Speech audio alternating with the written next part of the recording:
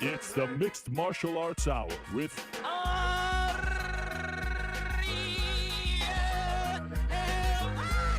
The Mixed Martial Arts Hour is back in your life on this Monday, July 18th, 2022. Hello again, everyone. I sure hope you're doing well. Not such a nice day today in New York City. A little muggy, a little rainy, a little cloudy, but it is lovely inside here. We have a lot to discuss on this Monday. I'm so happy to be here with all of you. And dare I say, I probably never have and never will look better than I do on today's show because I have a lot of makeup on, my friends.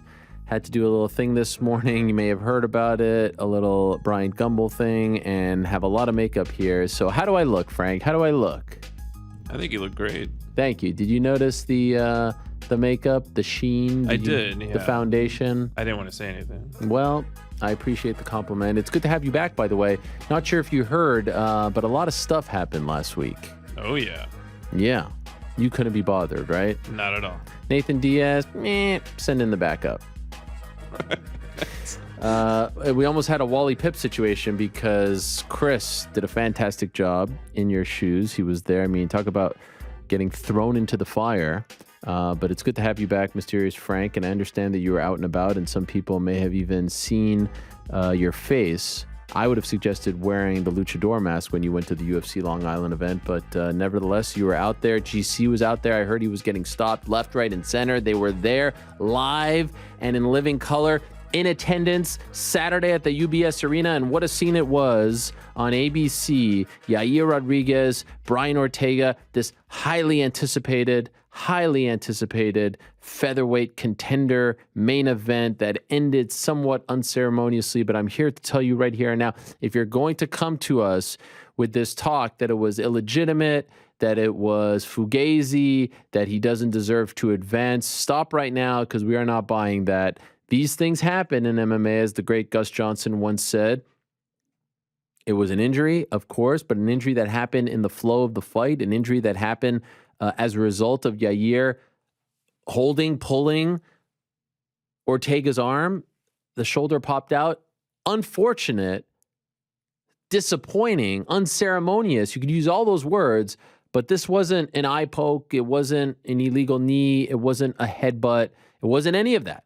And so, again, these things happen. Yair advances. He moves on. The big question is, what happens now? Does he get the title shot? Does he fight for the interim belt? Does he fight another title contender fight? Because we know that Alexander Volkanovski has recently gone under the knife for a broken thumb. And we have an update on Alex, which we shall get to in a moment. As always, today's program is brought to you by our good friends over at DraftKings Sportsbook. They are the official sports betting partner of the UFC and the MMA Hour. Download the DraftKings Sportsbook app today and use code THEMMAHour for a special offer when you sign up. Again, that's code THEMMAHour only at DraftKings Sportsbook. Why do I bring up Alex Volkanovski? Well, he's very much in the news, not only because we had a featherweight title contender fight on Saturday on ABC. By the way, shout out to the broadcast team. They were wearing those lovely jackets, and what a great idea that was. Golly, I mean, you really have to understand the history of combat sports. You have to understand the history of combat sports, and in particular boxing on ABC, to really appreciate those jackets. And kudos to the executive or, the worker who thought of, just fantastic. An old tip of the chapeau to you. That was just a tremendous idea, really a great idea. And someone who had to have had a rich understanding of the history and what it all means had to have come up with that. I don't know who that person was. I have no idea who that person was, but a great, great idea on their part. In any event, Alex Volkanovski in the news because of the Ortega-Rodriguez fight, but also because of the lightweight title fight that was also announced on the broadcast. We officially got the word October 22nd in Abu Dhabi, vacant lightweight title fight. It's going to be Islam Makhachev against Charles Oliveira. Massive fight, interesting fight. And Volkanovski was on there on the old Twitter app saying, I want next. Now, he recently had the surgery. He recently beat Max Holloway. He will join us at 4:30 Eastern time today, 6:30 in the morning. I was saying to the guys in the back, at some point, Alex Volkanovski is going to take a left turn into like diva land. He has still not reached that point. MMA Fighting, by the way, has him listed as the #1 pound-for-pound fighter on the planet right now. A lot of people would agree. He's en route to becoming one of the greatest featherweight champions of all time and still has no ego, still is willing to come on at 6:30. I have no idea how. Unbelievable stuff. We'll check in with GC and Frank and the team about their experience this past Saturday at the event, see how it was. Also check in on how the bets went. Have a fun little game that we're going to announce as well, so stay tuned for that. Shane Burgos will join us at 3, talk about his big win over Charles Jourdain. Matt Schnell will join us at 2:30, talk about that insane fight. Wow, that was unbelievable stuff. We'll talk to Matt on the Zoom thingy at 2:30. Hasim Rahman Jr. will stop by. Of course, he's the man who will be fighting Jake Paul on August 6th. Looking forward to that. Dustin Jacoby had a massive win as well. We'll talk to him at 1:30. But first, let us speak to El Pantera, the aforementioned Yair Rodriguez, who had the win over Brian Ortega this past Saturday, handled the situation, the victory, all of it with absolute class. And we appreciate that and respect him very much for that. But again, a very legitimate win, if you ask me. He's kind enough to join us before he heads out later on this afternoon. We go now to Mr. Yair Rodriguez. Hello, Yair. How are you? Good to see you again, my friend. Hey, how are you, brother? Good to see you. I appreciate you doing this for a few minutes before you head out. Thank you so much. First of all, how are you feeling? How's the face after the fight? Oh, it's good. It's great. Okay. I'll go in there. All good. All right. Because of the audio, I have the audio here. So. Oh, okay. I got you. I appreciate that. Wow, that's really cool. You have the audio in the glasses? Yeah. Wow. Let me show you real quick. They're like right there. Whoa. I didn't know that was a thing. That's unbelievable. Wow. 2022. Yeah. They're great, bro. So if you're walking outside, you're running, you can listening to everything around you, and then you're just having fun as well. Oh my gosh, that is tremendous. Who knew? I didn't know. Who knew? All right. So we heard what you said in the cage at the post-fight. Now, 2 days later, how do you feel? Because I have to tell you, Yair, I don't know if you heard me. I think that was 100% legitimate. These things happen. It was as a result. It wasn't an illegal eye poke, a headbutt, a knee. This was in the flow of the fight. You're pulling on his arm. You have him in the submission, and he couldn't continue. That's a win. You should advance. If you want to get a title shot off of that, I have no problem. Interim, whatever. How do you feel about the fight 2 days later? Exactly like that. Exactly like you say. I think, in the moment, I knew that I had the submission. Of course, the attempt of the submission was there. That lead to a reaction from Brian Ortega that lead to his injury. Right. So for me, it's a win, no matter what. Regardless, it's a win. And how I feel really happy. My friends and family, they're super happy. Like, nobody knew what happened right in the moment, so everybody was confused, about what happened, because, they're used to see me thrown down in wars against these big opponents, and this opportunity was just one round fight, and, I hope Brian Ortega gets healthy, but I'm always looking to move forward in my career, and that's what I'm looking to do right now. By the way, could you tell that his arm or his shoulder popped out? Like, as you're holding, could you feel that something went wrong? I felt that it was stretching, because I felt like I had it really tight, and then I put my knee on his belly and I tried to wrap my other leg around his face to try to get the armbar. And I saw him pulling. I was kind of surprised, because I thought he was going to put some pressure or something. He was pulling, and as he was pulling, if you take a close look at the video, he tapped once. He tapped once, and then I realized that he tapped once, and he he released the pressure. Oh, so I let go.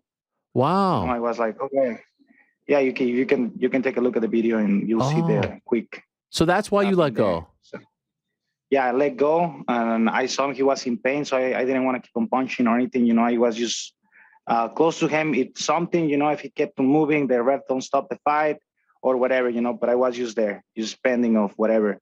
but I didn't want it to do anything else. Wow. Okay. So, does it? I don't know. Like, if you felt in retrospect, or if you see, does it bother you that people maybe aren't viewing this as like a legitimate win because of what happened? Are you annoyed by this? I mean, there is something stuff like this has been going on in my career since the beginning of my career. People is always speculating if I win by mistake, by luck, by accident, by whatever. I don't know what else do I have to do in order for people to start believing that I'm for real. If they want to keep on believing that I'm not for real, if I haven't earned their respect by this point, I don't know what else to do. I think I'm a really lucky guy, and that's why I got in the number one contender spot or something. Actually, I'm really lucky. But I don't think I'm that lucky that that I haven't put any effort or shows. So it's just crazy to believe that people still thinks that I'm not for real or whatever. But I'm okay with whatever. People always want to talk and think or say or do things, but my job is to show them different all the time. So that's what I'm here for. I know the fight didn't last very long, just 4 minutes and 11 seconds, but was there anything about the fight, or at least maybe what he did in the fight, that surprised you? Anything that you weren't expecting from him? No, really. Actually, I have it's just like a little cut, in my eye. I didn't even have like like stitches or anything. I was expecting that left hook. I was expecting him to move forward. I was expecting him trying to take me down, and I was expecting everything. In that fight. I was really calm. I was really, really calm. Leading to this fight, and he say, I think I hear he was talking to some of you guys. He think he was winning the fight to that moment. I don't, whatever, whatever he wants to think. I think I was connecting the best punches, and I was doing a great job. And that something for sure. If the fight was longer, it was going to be a war regardless. No matter what. But the fight ended the way that it ended, and I'm happy with the results. So win is a win. Yeah, I believe he said afterwards that he was winning every minute of the fight. I have a feeling you don't agree with that. No, I don't. Do you think you were winning every minute of the fight? I think I was winning. I think I connected the better punches. But whatever. Like Dana say. Everybody thinks that everybody deserves a title shot. Everybody thinks that everybody's doing the best or whatever. I think I was winning the fight. Thinks he was winning the fight or whatever. It doesn't matter. At the end of the day, the result is the result. Yeah, no, you threw more, you landed more. I think you threw something like 76 or something total strikes and landed around half of them, a lot more than he did. So I thought it was a great performance up until that point. And now we wonder, because you told me last Monday that you were told you're getting a title shot with a win. So this is a win. But Alex's future is a little bit up in the air. We're actually going to talk to him later in the show as well. And so what do you think, now that you have 2 days to digest this? I'm sure there's been some conversation. What do you think happens now for you?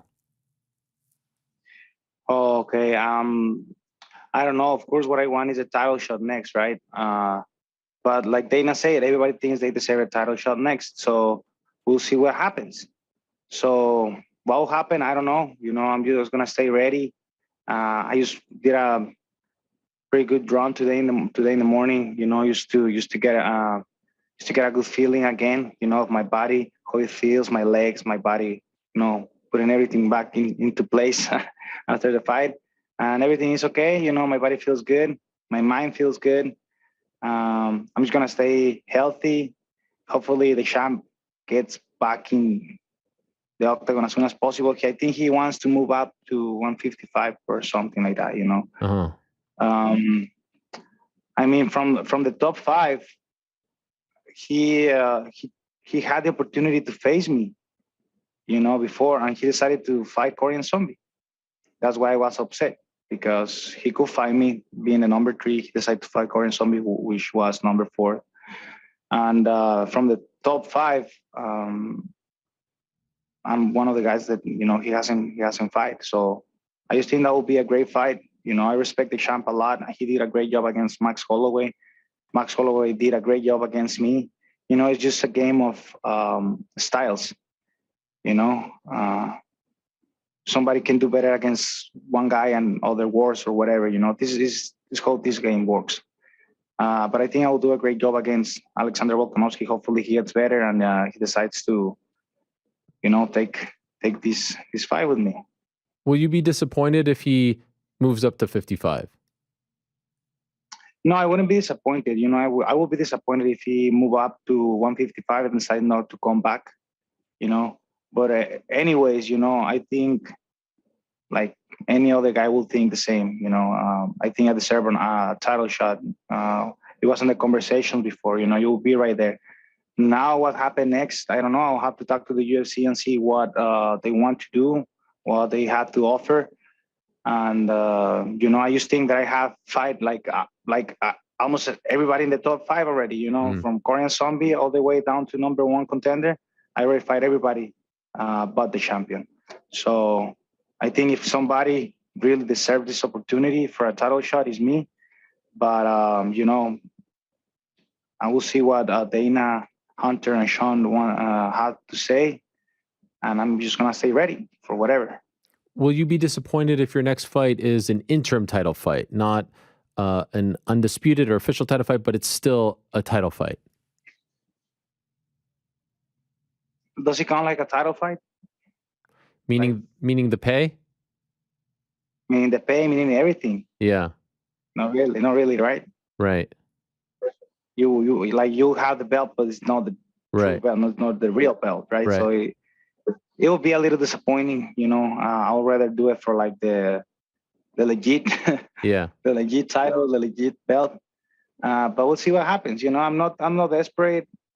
I'm gonna take my time. I'm gonna let the champ heal. I'm gonna see how everything moves in the division and talk to the big bosses, listen to what they have to say, hear a couple of offers and move forward from there. It's the first time that I'm not injured after one of my fights. This occasion is the opposite side. So I'll have to be patient, take the best decisions for myself and my career, and move forward. That's the only way I'm going forward. How soon, because you're not injured, how soon do you want to return? How soon I want to return? I don't know. Let's see. I just want to talk to the UFC first and see what they want.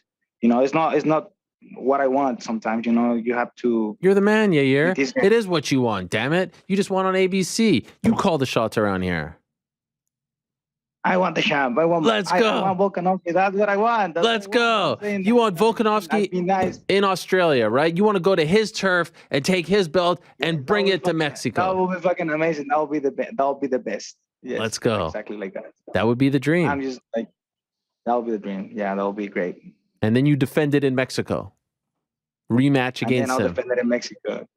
Yes. Now we have Brandon Moreno. We will have 2 title fights.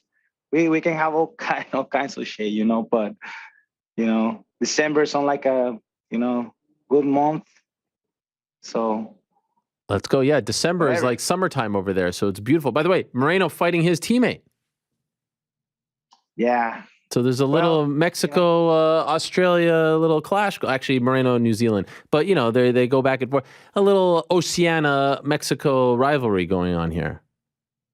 Yeah, I mean, I don't have anything. No, I know. Like none of those guys, but it is what it is. It's the name of the game, and we're here to fight. No bad feelings towards nobody. This is just business for me, and I love this. I love doing this. I love fighting, and hopefully the best come for us, and I'm gonna always take the best opportunities and take out the best out of them. By the way, is a part of you like a little relieved that this Ortega thing is over, because you guys really do like each other? You seem to have a good relationship, as opposed to like a fight against a Jeremy Stevens where it seemed like you guys really didn't like each other. I don't know which one is more comfortable for you, but probably fighting a friend, not very fun, right? It's not fun. It's not fun at all, And I don't know if you saw like his dad and my dad. They were like saying what's up, hey, hello, wishing our the best and stuff, which is really nice. It's nice to see. You don't see that often. Yeah. You don't really see that often. My family and his family meet up. I meet up with his little brother, his family, mom, dad, everybody, which was cool. And but I told them like, hey, everything's gonna be okay. No matter what happens after the fight, he's gonna be okay. I'm gonna be okay. And I don't care if I lose against him because I think he's a warrior. I respect him a lot. And for me, it won't be no problem. You gotta understand that for me, it won't be no problem. I love you guys and I wish you the best all the time. God bless you. And let's just do this. We're already here, so let's go.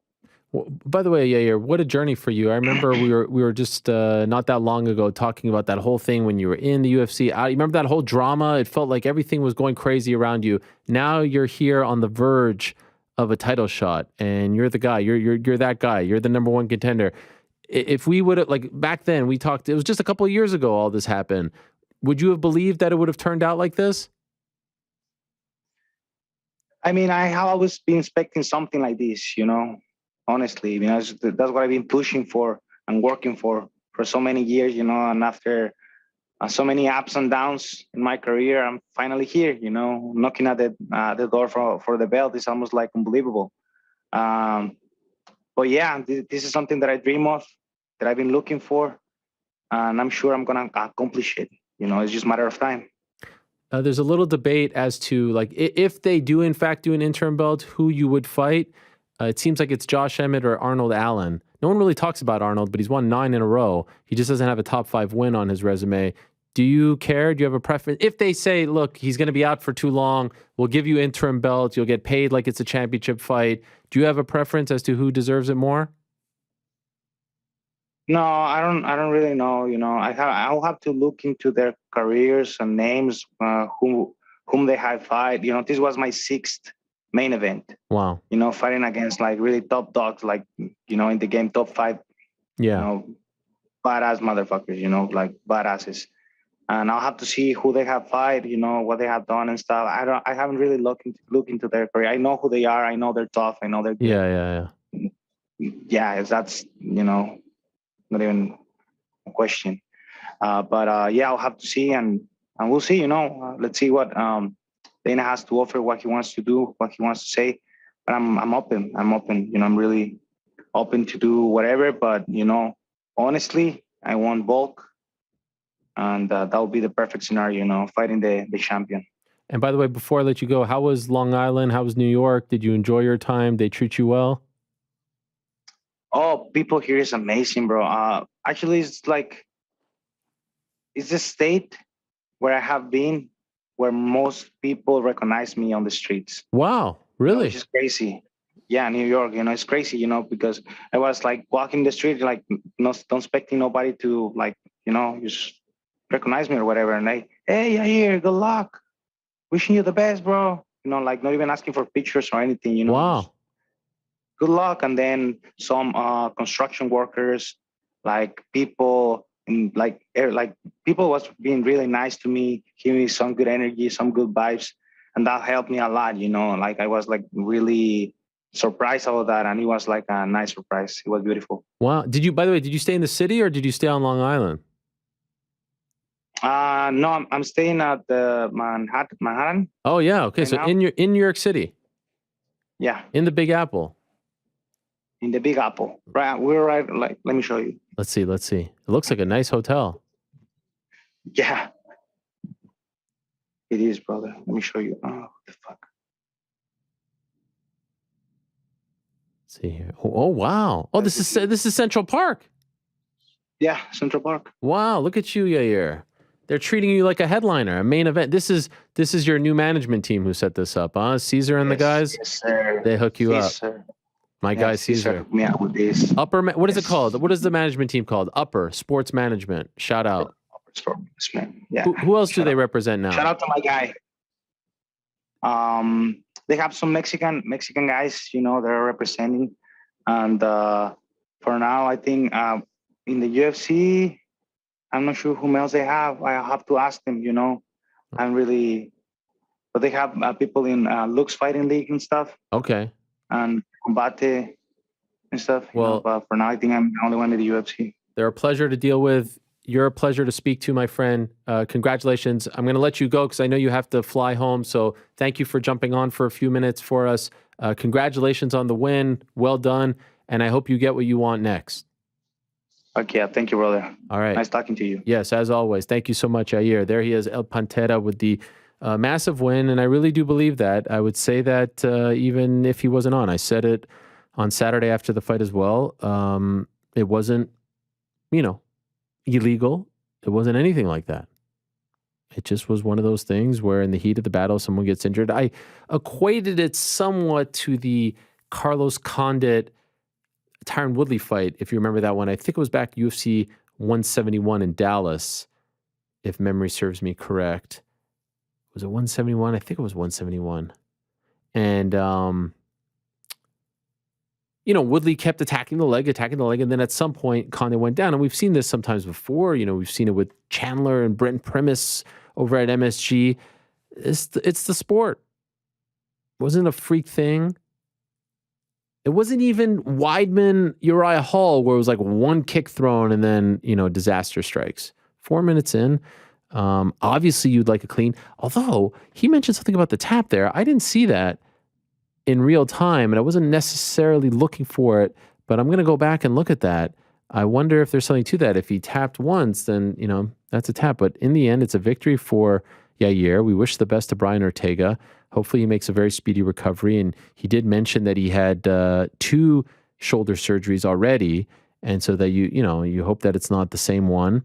And you hope that he won't go under the knife and have to be out for too long, because obviously he's still one of the top dogs and gave Alexander Volkanovski, I would argue, his toughest fight as champion. We all remember that fight, one of the best fights of last year back in September in Las Vegas. Really curious to see what happens. Obviously, we'll get the lay of the land from Volk later on in the program at about 4:30 time. But it's really down to Emmett and Arnold Allen.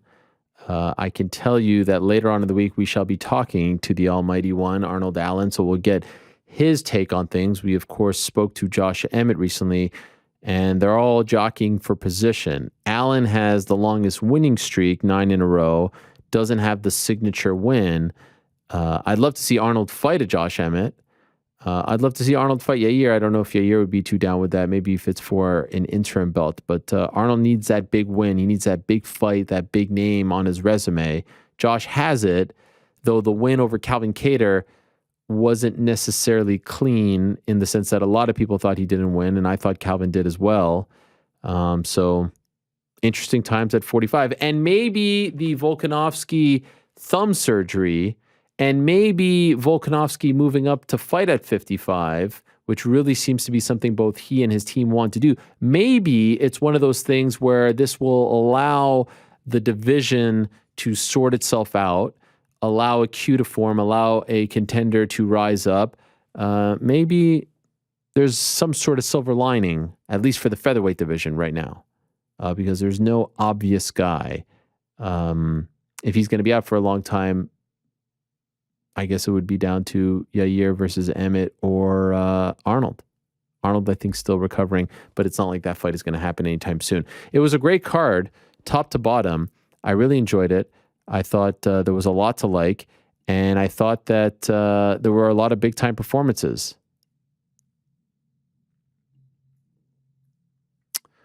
Amanda Lemos had a big win over Michelle Watterson Gomez. I know the crowd got a little restless during that fight. Great finish. Again, that one unceremonious as well, but very clean. We just missed it on the broadcast, and the referee missed it as well, missed the tap. Michelle put in this spot. They love Michelle. She's very relatable. She's very popular. And this was a big opportunity for her to get back on track. Unfortunately, Lemos is just a beast right now, and a very tough out in that weight class. Li Jingliang with a tremendous win. What an incredible finish against Muslim Salikhov. Like I said, Matt Schnell against Sumaderji. What a fight. One of the best fights of the year. Back and forth they went. Schnell winning via triangle choke. Shane Burgos remains undefeated in the great state of New York, now 7-0. beat my fellow Canadian, Charles Jourdain. Great fight, majority decision. Lauren Murphy beat Misha Tate. I spoke to Misha briefly on Saturday night. No serious injuries, but of course had the stitches underneath her eye, but no broken bones or anything like that in her flyweight debut. I'm curious to see where she goes from here, if she goes back up to 35. Puna Soriano had a great finish to end the prelims. Jack Shore lost his first fight as a pro, 16-1 now for Tank Shore, losing to Ricky Simone, who had a fantastic showing, won via arm triangle in the second round. Bill Algeo defeated Herbert Burns, who was the H-Dow, even though I did it under the radar. Herbert Burns, I mean, I thought he was milliseconds away from getting the tap, and then unfortunately ran out of steam and also appeared to have injured his knee. So shout out to Bill. Big time win. Great win for him. Dustin Jacoby with the fantastic finish against Un Jung. Remember his name. Dustin Stoltzfus with a big win over Dwight Grant and Emily Ducote. I believe it should be Ducote. I believe it's a French name, with a big win over Jessica Penne. But what a story Dustin Jacoby has been as of late. We talked to New York Rick about him all the time. Unbeaten in his last 9 since returning to the UFC, unbeaten as well. And he had a fantastic, fantastic win. Now in his second go-around as a UFC fighter. Big time win for him on Saturday. Kind enough to join us here on the program. Next is Dustin Jacoby. There he is. Hello, Dustin. How are you? Ariel, what's up, man? I'm feeling great today. Thanks for having me on the show. Oh, it's a pleasure. Thank you so much for coming on. Congratulations. I don't know if you know this, but we have a guy on the show, New York Rick. He loves you. He's always talking you up, so he's very thrilled about your winning streak here and how you looked on Saturday. So it was long overdue that we have you on.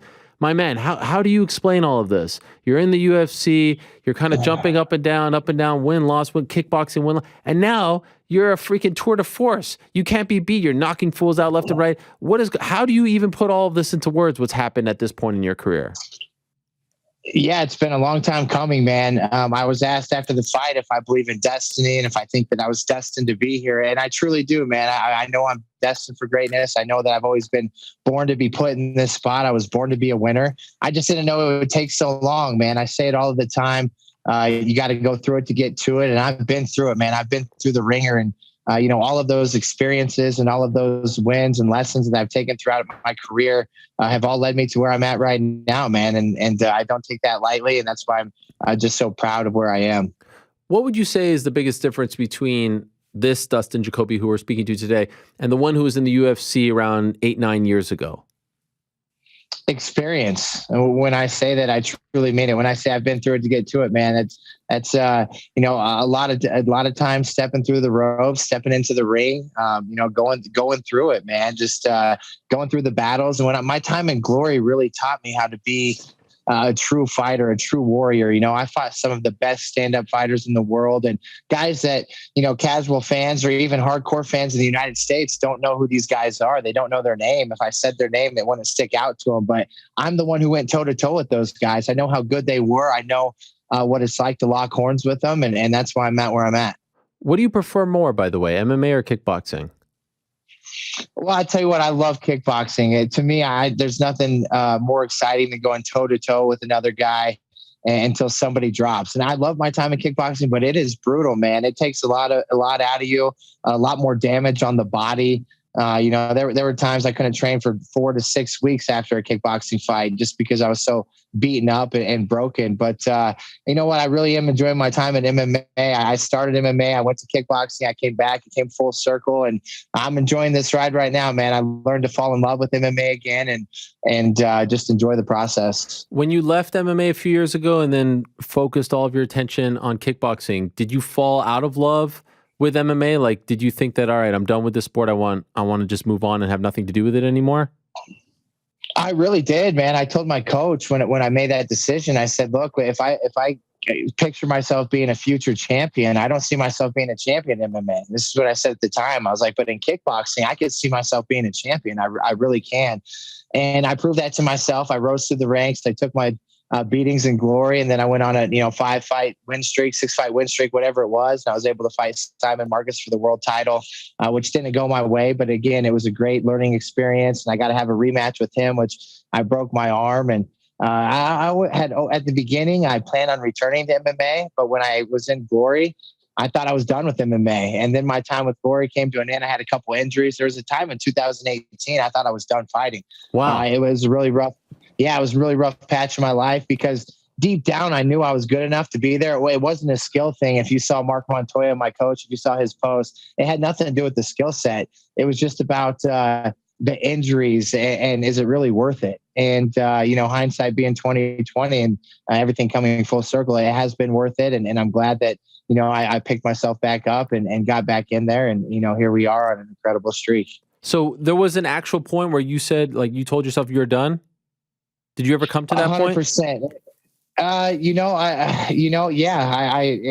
It's weird talking about it now, but there was a point where I was completely satisfied. I didn't think that my body could hold up. I didn't think it was worth it. I didn't think doing all the training and beating myself up would be worth it at all. And my coach talked me out of that. And in fact, I was helping Anthony Smith train for the John Jones fight. That's what got me back into it. Wow. And I just fell in love with it again. And I was like, you know what? Give me a fight. Let's go try this MMA thing again. And it was really hard to get a regional fight. And that was another thing that was so frustrating is nobody on the regional level, nobody wanted to fight me, but on the bigger stage, nobody wanted to sign me. So I was stuck in that little gap there that was just really frustrating. And eventually got my shot at the Contender Series, and here we are now. Why didn't any like the big promotions want to sign you? You had a name. You were fighting in Glory, title fights. What happened? Yeah, I don't know, man. I think it was one of those things that if you look at my record, I just didn't win the big fights. I would get signed by the big promotion and I wouldn't win. But with that being said, man, look at my record. Look at the guys I lost to. I've never lost to a scrub. I've never lost to a no-name person. Every single loss I have has been a former champion, has been a former title contender, has been a big name. So again, that was the belief that I had in myself because of facing those guys. I knew I was right there. I had to overcome that first big win. And I think the Contender Series, I wasn't too happy I had to fight on the Contender Series because I thought I was good enough to just be in the UFC. But looking back, everything happens for a reason, and I'm glad. It gave me a fight to kind of get my feet wet and give me that confidence that I can compete. And led right into this run I'm on right now. It's funny. I was just about to ask you that. Like I remember when I saw that you were on Contender, I was like, wow, this dude, like former UFC fighter, fought for the belt in Glory. I don't know you. I don't know if you have a big ego, but there had to have been some sort of like humbling to just go, you're going with guys who are like 2-0, 3-0. You don't deserve to be there. You don't belong there. What was that like for the ego to have to really take a step back in order to get back into the dance? Well, I definitely had to get checked, man, because I was like you. I was like, what the hell am I doing here? I don't belong here with these guys. These guys are 2-0 pros, 3-0 pros that, they're just trying to get their feet wet. I had already been through it, man. Again, like I said earlier, I fought some of the, best stand-up fighters in the world, some absolute killers in Glory. And I knew I was way better than anybody I'd faced on the Contender Series. And I went out there that night to prove it. I was trying everything in my power to knock out my opponent that night, but he was tough as could be. I just couldn't quite get it done, but very thankful Dana gave me an opportunity, and I've proven myself since. When you got in, again after Contender Series, how was your confidence? Like, did you feel like, man, I got to do something great to prove that I should be here, to prove them that I'm not the same guy who was here back in 2012? Like, when did because now it feels like you're oozing confidence. Now it feels like you're on a roll. We're talking ranked fighters now. You want to get a big time. But like, how were you early on in your second go around with the UFC?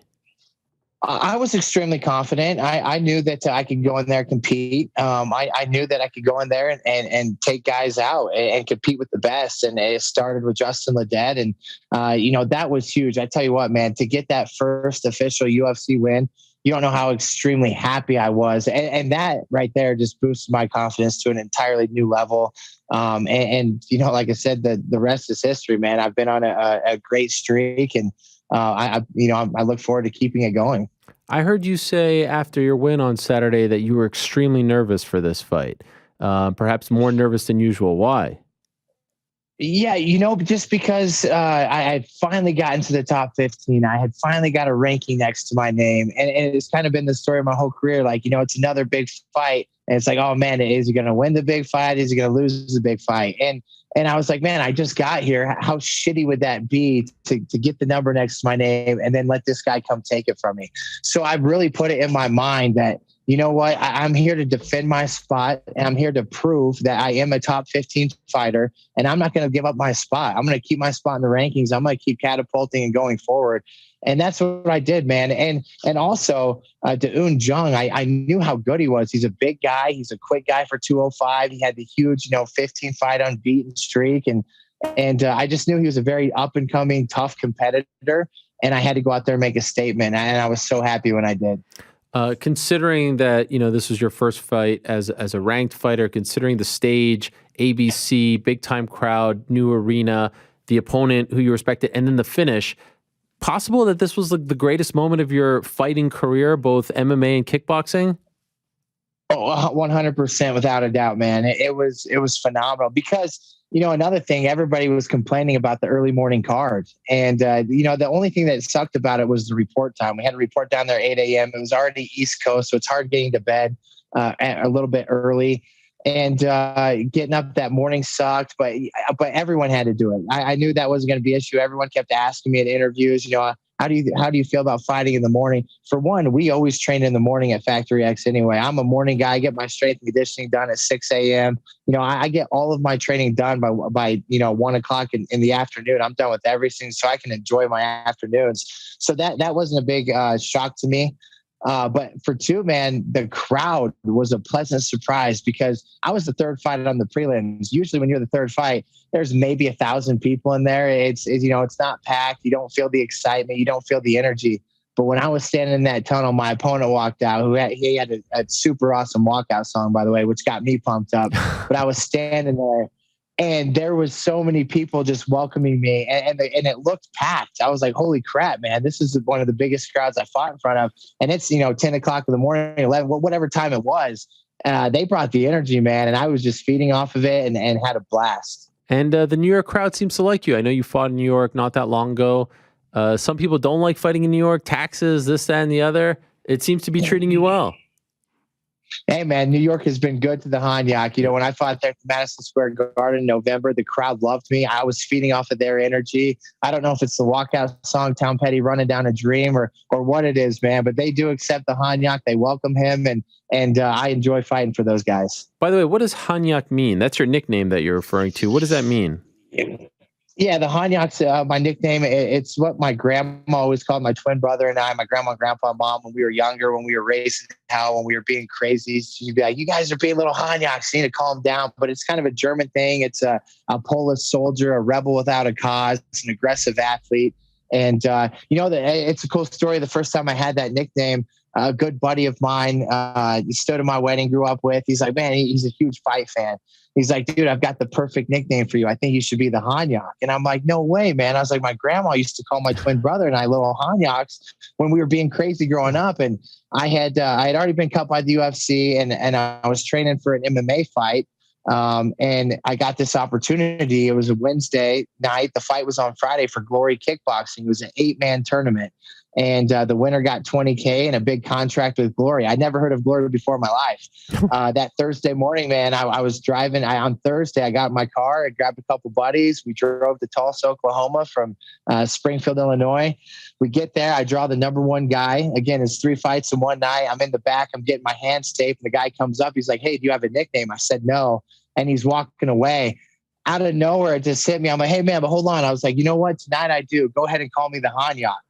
And I won every fight by knockout that night, and the Hanyak just emerged. It stuck that night, man. So February 1st, 2013, I won my first kickboxing tournament, first time fighting multiple times in one night, and the Hanyak was there to stick. Wow. And he didn't know that your grandmother used to call you that? No, he had no idea. What are the chances? I was so shocked that he said that. I'm like, dude, no way. So yeah, man, the Hanyak, and it's perfect, man. And I tell you what, it's like when Kobe Bryant created the Black Mamba, man, it created that alter ego that it's like the Hanyak's a different guy. He's a crazy guy. The Hanyak goes and fights people. Dustin Jacoby, he's a cool, calm, chill dude. But when the Hanyak comes out, man, that's when you better put the women and children to bed. And that's how it sticks, man. It feels good. I love it. That is a tremendous story. By the way, you mentioned kickboxing, like on your body. It's brutal. It takes you a long time to recover. Do you find it more brutal than MMA? Oh, absolutely. Now, MMA, I think the training is a little bit harder. Kickboxing, you get to just stand up or focus on stand up, hitting mitts. You're doing a little bit more sparring. MMA, I think the training's more intense because of all the wrestling, all the grappling, all the up downs. I'm not a huge fan of. But when it comes to the fight itself, I think MMA is much easier on the body compared to kickboxing. Wow. That is interesting as well. I don't know if a lot of people would think that. By the way, nice influx of kickboxers coming to MMA. Of course, none bigger very recently than Alex Pereira. And it sounds like he's going to get a title shot. You think he beats Izzy? Man, that's an interesting matchup. I fought Pereira. It's the only time I've ever been knocked out. The guy knocks everybody out with the left hook. I can say that loud and proud because there's several guys that have fallen victim to him. And he's just a dangerous man.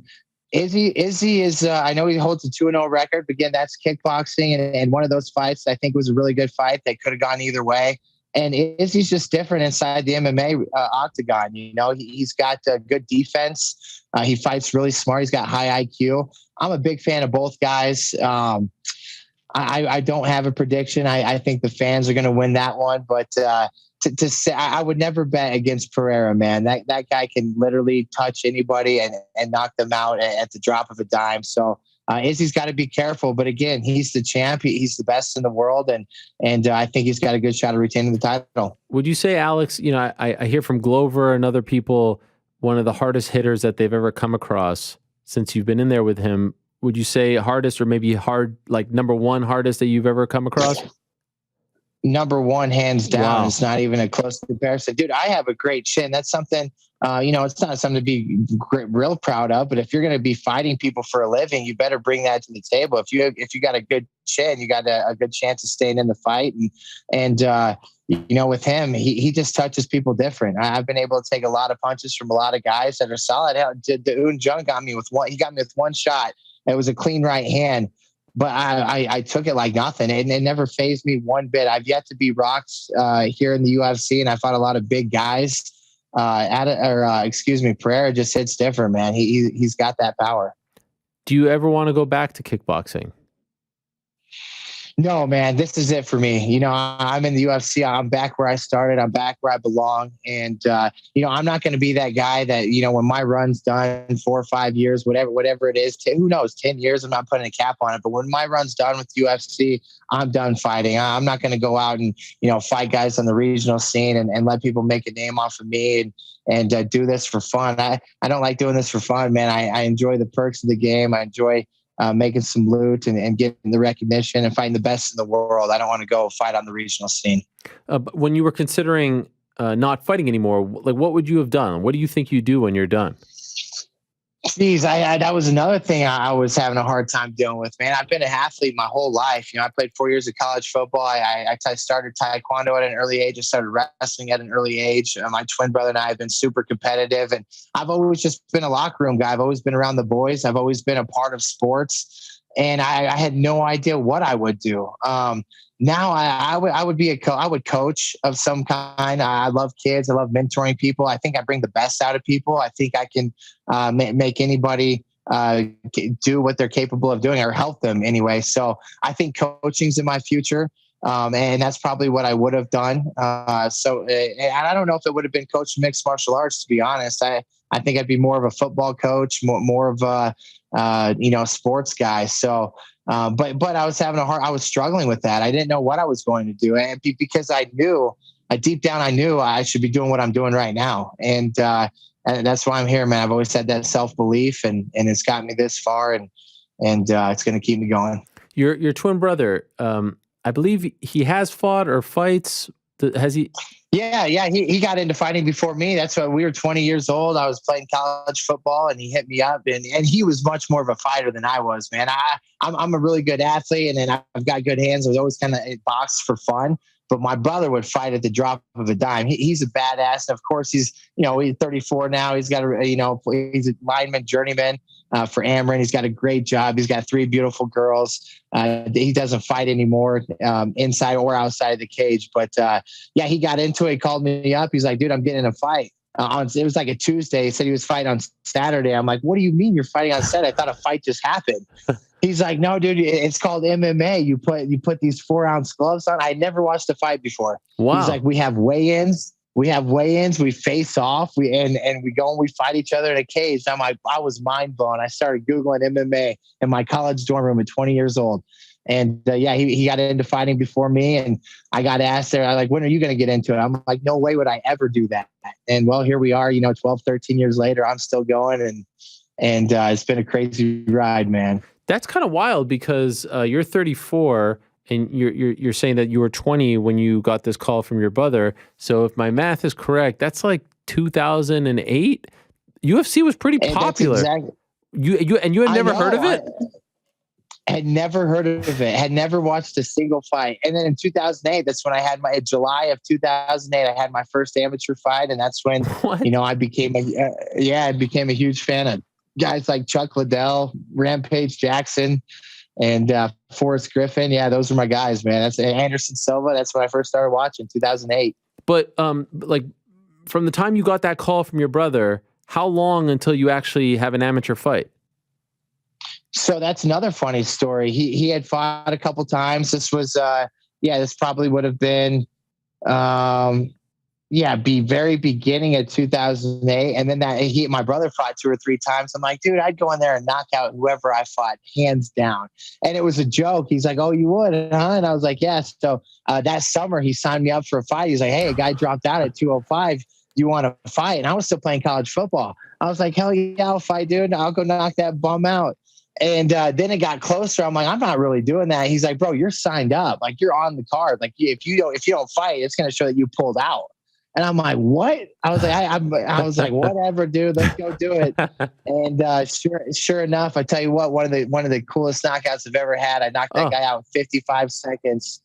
He was out cold for like 5 minutes. They had to use smelling salt to get him up, and it went from the entire arena just going absolute bonkers to it was dead silent, and all you could hear was his wife like crying next to the cage. Oh my God. And they finally woke him up, and he woke up without a mark on his face. Great story. This guy owned a pizza place. This was in Quincy, Illinois, where I played football. And I had that fight on Saturday. I ordered a pizza on like the Sunday or Monday. And the guy owned the pizza joint. He saw that I was the one that ordered it, and he delivered the pizza himself and said, hey, man, I was like, what? I was like shocked. I'm like, wait, you're a delivery guy? He's like, no, I own the place. But so it was crazy, man. What, like, was he mean to you? What did he say? No, he was super cool. He was like, man, that was cool. He was like, I was scared to death. You were, he wasn't in the best of shape. And I was, I had a really nice tan that summer, and I was college football. I was like Jack. So he was giving me props, man. Yo, I don't know about you, but I would think twice before eating that pizza. I just knocked out the guy. Now he's making me a pizza. Did you have like at least a second, like maybe this guy's going to put something in here, I'm going to get sick? I didn't even think about it. I was 20. I'm like, I wouldn't even care, man. That's true. By the way, did you ever have a shot at making NFL or some, arena or something like that? CFL? So, no, that was always my dream. I really thought, I have this incredible self-belief in myself, and I was a good athlete, man. I was all-state football player. And in my senior year of high school, I tore my MCL, my PCL, my LCL, and a partial ACL. Second round of the playoffs, we were the number 1 team ranked in state. I was the quarterback, and we ended up losing the very next game. And I had a lot of Division I offers. I was talking with a lot of coaches, and when I got that injury, they basically told me that they were going to take the athlete without the injury, which I totally, at the time, I didn't understand, but I totally get that looking back now. And dude, that was the first time I'd ever been depressed in my life. Looking back, and I don't believe in depression. I've never been that type of guy, but I was truly depressed. I didn't know what I was going to do with myself. I didn't have an identity if I wasn't, the star quarterback or on the football field or basketball court. That was my identity. And when I got hurt, it was the first time ever that I realized I wasn't invincible. And it was so crazy. My grandma told me at that time, everything happens for a reason. And I ended up going to this school, this NAIA school I would have never in a million years went to. I would have never even given them a second thought. But that's where I ended up meeting my wife. She played college softball, college volleyball. And I met her, and I would have never met her had I not injured myself and went to that school. So I truly believe everything happens for a reason. Yeah, we've it's funny. Yeah, we've been together ever since. And she saw my very first amateur fight. We were dating for like 3 months, and I had that fight. And she's like, I didn't fight people. She's like, what? You're gonna go fight? I was like, yeah, we're gonna go throw down and see who can knock out who. And yeah, we've been together ever since. So it's crazy, man. It's how everything's worked out. Was she there on Saturday? Yeah, she was there. She's always there, man. She's all of her family was there. She's I've got the best support system in the world and the best person by my side. She's been there since day one. She's given everything. She's given up everything. She's moved with me. She's had my back. She's believed in me as much as I have. And man, yeah, behind every good guy is a good girl. And I'm so lucky, man. I mean, I am incredibly blessed in that way. Wow, that is beautiful, man. I'm very happy for you. Before I let you go, so now who do you want? Who's next? We're due for a big fight, right? We are, man. Yeah, I want a top 10 fight. I want Volkan Ozdemir. I think that would be a great fight.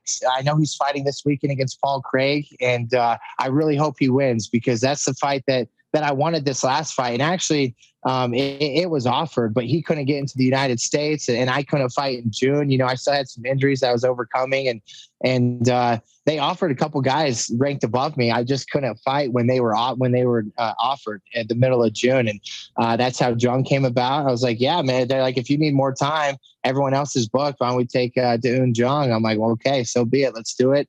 And I knew it was risky. I had to defend my spot. He was surging, but I did that. And now I'd love Ozdemir to get a big win this weekend. And I'd love to fight him. If Craig wins, we want Craig? If Craig wins and they offer Craig, I'll take Craig, man. Of the two, I think Ozdemir would be a better dance partner, but at the same time, man, I'm not getting any younger. Whoever they offer, I'll take either one. I think Craig's very dangerous on the ground. I think Ozdemir is a better fighter. I think Craig's a better jiu-jitsu guy. When it comes to MMA and fighting, the jiu-jitsu doesn't worry me. If we're going to grapple, yeah, the jiu-jitsu would worry me. But when we start, every fight starts on the feet, and when we're fighting, I truly believe I can win any fight. So, yeah, whoever, man, I guess the winner of that fight would be the one. Well, you're on fire, my man. You're killing it. Well done. Congrats on the big win. Tremendous finish. Well-deserved. I believe you got a bonus, right? Because you got the finish. So I think that's a good thing that they're doing, giving out those bonuses now. I think they should give it to everyone who gets a finish on every card, if you ask me, but no one did. Well done on the recent streak and your story. Really great to have you on the show, and I wish you continued success. I appreciate you, man. It's an honor to be on this show. So many people see this. I've seen so many people on this show, and to be able to be asked to be on this show, I was nervous for that too myself, man. I'm not going to lie. So this was cool. Hopefully it's, I know it's the first time. Hopefully it's not the last time. And real quick, I want to give a big shout out to a tequila sponsor of mine, El Bandito Yankee. It's a startup. It's some really good tequila, and I need people to hear about them and to give them a shot, man. It's good stuff. And also Fit Soda. It's a Fit Soda drink made up of BCAAs and electrolytes and no sugars in there. So very good stuff. If I had kids, I want to have them drinking soda. I'd have them drink a Fit Soda. It tastes exactly like a soda, but much healthier and a lot more benefits, man. So I want to give a shout out to those two companies for having my back. And as I continue climbing the ranks, those guys will be with me. I love any company that supports fighters. So shout out to both of them. Shout out to you, my man. Well done. Congrats. We'll have you on very soon again. My man, I appreciate you. Have a great day, bro. You too. There he is, Dustin Jacoby. I love it. NewYorkRic has been plugging Dustin. And of course, he's not here today, but I'm sure he is watching. What a run for this man. I mean, what a story. In the UFC, starts off 6-0, gets to the UFC in 2011, loses to Clifford Starks, loses to Chris Camozzi, gets released, fights for a Hoosier Fight Club, Cage Fury, FC 16, Then fights for World Series of Fighting. I remember that the first one against David Branch, loses via decision. Then CCW, Titan FC, then Bellator, 2 Bellator fights, loses to King Mo, John Salter. So it seemed like every time he was getting to the big stage, he was losing. That was 2015, takes a break, focuses on kickboxing, returns to MMA in 2019, and hasn't lost since. Beat Cody East, gets on Contender Series, wins that one, gets in the UFC, beats Justin Ledette via TKO. That was in October of 2020. Beats Maxime Grishin. Split draw against Iwan Kuchilaba. Beats Darren Stewart via TKO. Beats John Allen. Beats Michal Oleksiejczuk. And on Saturday beats Un Jung. What a run. And has fought some bad boys in the world of kickboxing, as he said. Lost to Alex Pereira in Zagreb. Lost to Simon Marcus, Wayne Barrett, Carl Roberson. Great story. Great guy. And I met him too. I look forward to seeing what he does next. Now, looking forward to this next guest very much. We were in his presence last Tuesday at Madison Square Garden at the press conference. Last Monday, we had Jake Paul on the show to talk about his upcoming fight and whether he would show up or not. Of course, he did. He's the man who will be fighting Jake Paul on August 6th at the Mecca, at the world's most famous arena. The man who is looking to take down the problem child. He is the son of the former heavyweight champion of the world, 12-1 as a pro. He is the one and only Hasim Rahman Jr. He's kind enough to join us right now. There he is. What's up, my man, Hasim? How are you? How you doing? How you doing? Thanks for having me. I appreciate you. It's great to have you on. By the way, can I get some love for the way I say your name? I feel like a lot of people butcher your name. Hasim Rahman. You have to get the Rah in there, right? Yeah, it's actually Hasim, like Jesus. a SIM card. It's Hasim Rahman Jr. Hasim Rahman Jr. Here I am giving myself a pat on the back, and I butchered it. I was talking more about the last name, if I'm being honest, but thank you for correcting me. Oh, good. Thank you for having me. Hasim Rahman Jr. Okay, thank you, my friend. Okay, I want to actually start at the beginning here, all right? First time you meet Jake Paul. How does this all go down? How did you get the call to be his sparring partner for the Nate Robinson fight, right? August of 2020, correct? It was November 2020, and I had already boxed Jake earlier that year in February. So local coach, I was training in California with Joey DeJeco, and a coach came in. He's like, I got these YouTube guys, and they're getting into boxing. They got this boxing event that they just did. It was a huge success, and I had actually already knew about that because I had trained Overflow, who fought on the undercard of the very first boxing event they did, which was an amateur fight between, I believe, DG and Jake Paul. And I'm not sure who Logan and KSI fought. Maybe they fought each other. I think they did. Sure. I think they did. Yeah, I think they fought each other. Yeah, well, coming off of that, they wanted to continue boxing. So I offered, they asked me for my help. So we sparred in February. And then he was, COVID hit, obviously, and the whole sport was pretty much on lockdown, like the rest of the country. And the Tyson Jones card was like the only thing going on. And obviously, he was on the undercard. They asked me for some help. So I came in to give him a look for a few rounds. And so when you're there, I mean, that footage we saw like 45 seconds, but when you're there, are you guys cool? Are you friendly? Are you cordial? Like, what do you make of him? What are you telling your friends about him? The first time we boxed, it was cool. We were cool. Everything was good. He was a little Hollywood, but when people have that type of following and stuff, they tend to be that way. So that's fine. The second time, again, we was cool up until like the very end of the sparring, and he gets to like he jumps on top of the turnbuckle, and he's like, "Oh," and still, and just being like really, really like basically like a amateur asshole. So I'm like, I tried to tell him like, "Yo, come here," and that's what you see in the video. I'm like, "Come here." And then I was gonna tell him like, "Yo, in boxing, you know what I'm saying? This don't count. Like the sparring don't count." But to Jake, sparring's like a fight. because obviously he has no amateur experience. So if he's doing well against a professional, he's thinking, oh, I could really do this and really do this to this guy. These are like sparring sessions are like Jake's fights. So I was just trying to, humble him a little bit and tell him like, like I'm in here handicapped, bro. Like I literally, when you watch it back, you'll see I rarely use my right hand, and I'm only giving you one hand, and I'm only staying one way. Like this is not what you hyping it up to be. On top of that, he has 3-4 cameras rolling, and when you're the person on camera, and that I know how Jake Paul gets down, I know he's going to chop it up and edit it the way he did, and make it look like the way he did. So that's what you see where I was upset in the video. It's like, now you being disrespectful now. I know what this is about. I know how you're gonna try to make it look. It had nothing to do with the actual boxing, with the sparring session.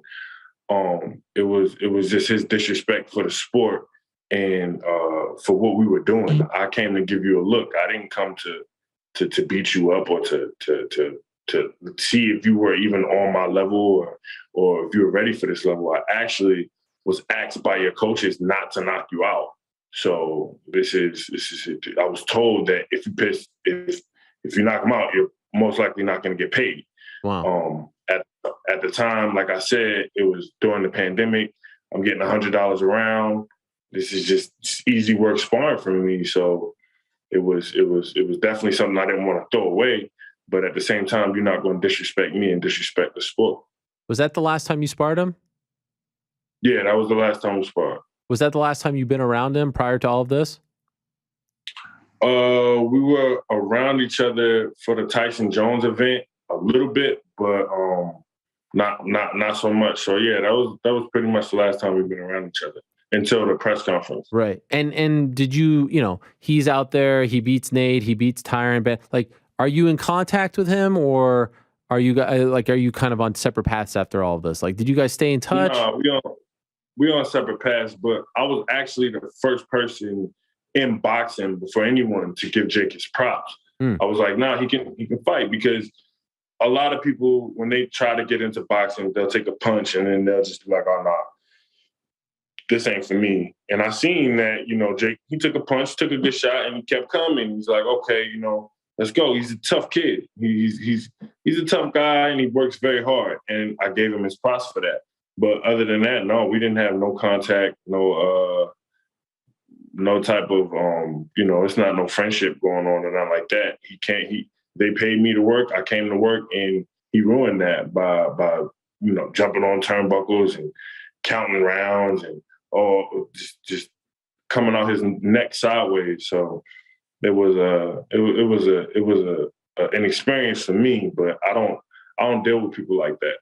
And just to be clear, for those that may not know, when you say that you're going in there to give him a look, like his coaches are telling you, hey, Hasim, like, don't do this, don't do that, don't use your right hand. Like they're trying to set him up to be prepared for his upcoming fight. And you're just out there, you're not trying to beat him or do anything to mess up his upcoming fight, right? Like you're not going at 100%. Is that fair to say?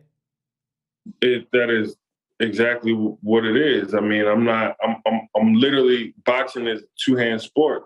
I'm literally only using my left hand, and I'm handicapped, meaning that I can't use one of my best weapons, which is to switch up. If you watch my fights, you'll see I switch. I can't switch stances. I got to stay in one stance.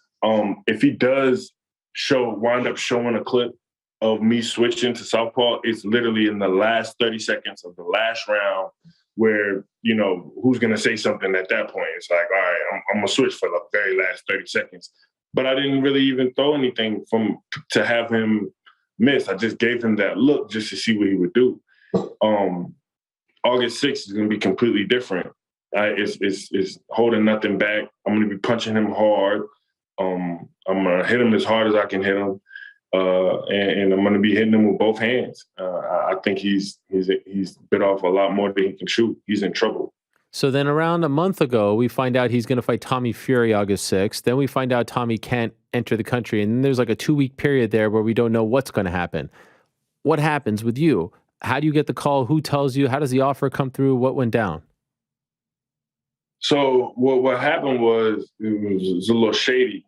They called me. His coach called me, and he's asking me, how much I weigh, how I'm feeling about my last fight, what I've been doing in the gym, and how much I've been sparring, and all these questionnaires, just checking off.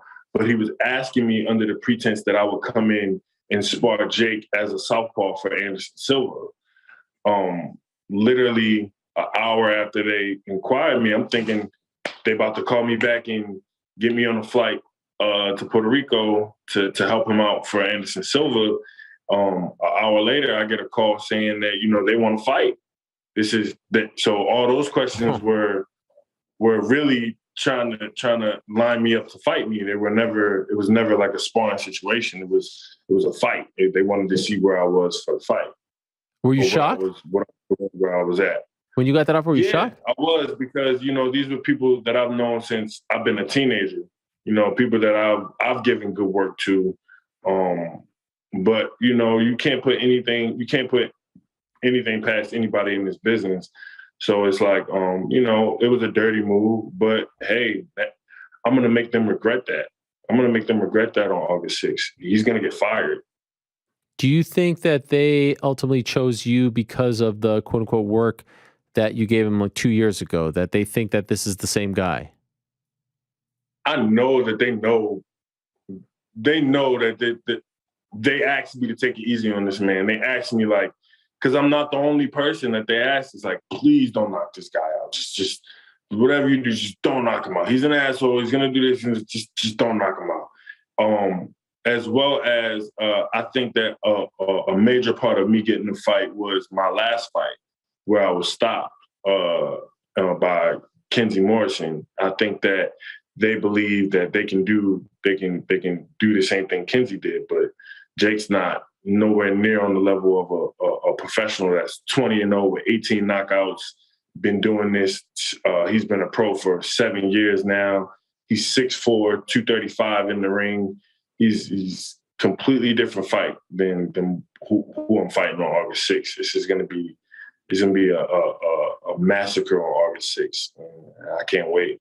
When we had Jake on the show last Monday, as I think you may have seen, he said that he wasn't sure if you were going to show up to the presser, that you were asking for more money. How much truth was there to any of that? None. Jake says a lot of things. That aren't true.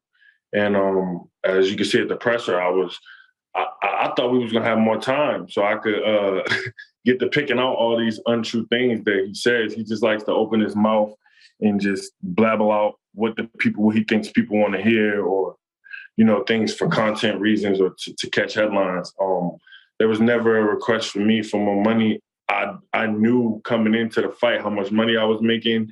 I never said anything about getting more pay or anything like that. So when I actually was getting my hair retwisted while you guys were on the show, and it popped up and I'm watching it, and All Access has this on video where I'm completely surprised. And I'm like, what is he talking about? Your interview ends, I call his team like, yo, what's going on? Why are they saying I'm asking for this and asking for that? I'm not. Tell them that I'm not. I'm taking everything. I'm going to be at the press conference tomorrow. And I'm literally telling his team this in front of the All Access cameras so that it can expose this man for the fraud he is. I just think he's a fake. He's a phony. He got a lot of fake and phony stuff about him. Yeah, he is a real fighter. I do respect him as such, and that's why I'm taking this fight so serious. So are you impressed with how far he's come? Like, you sparred him before the Nate fight. Since then, he beats Ben Askren. He beats Tyron Woodley twice. He gets the knockout. There are some people who wouldn't even say what you just said about him being a real fighter and all that. Are you impressed? Has he exceeded your expectations as a fighter?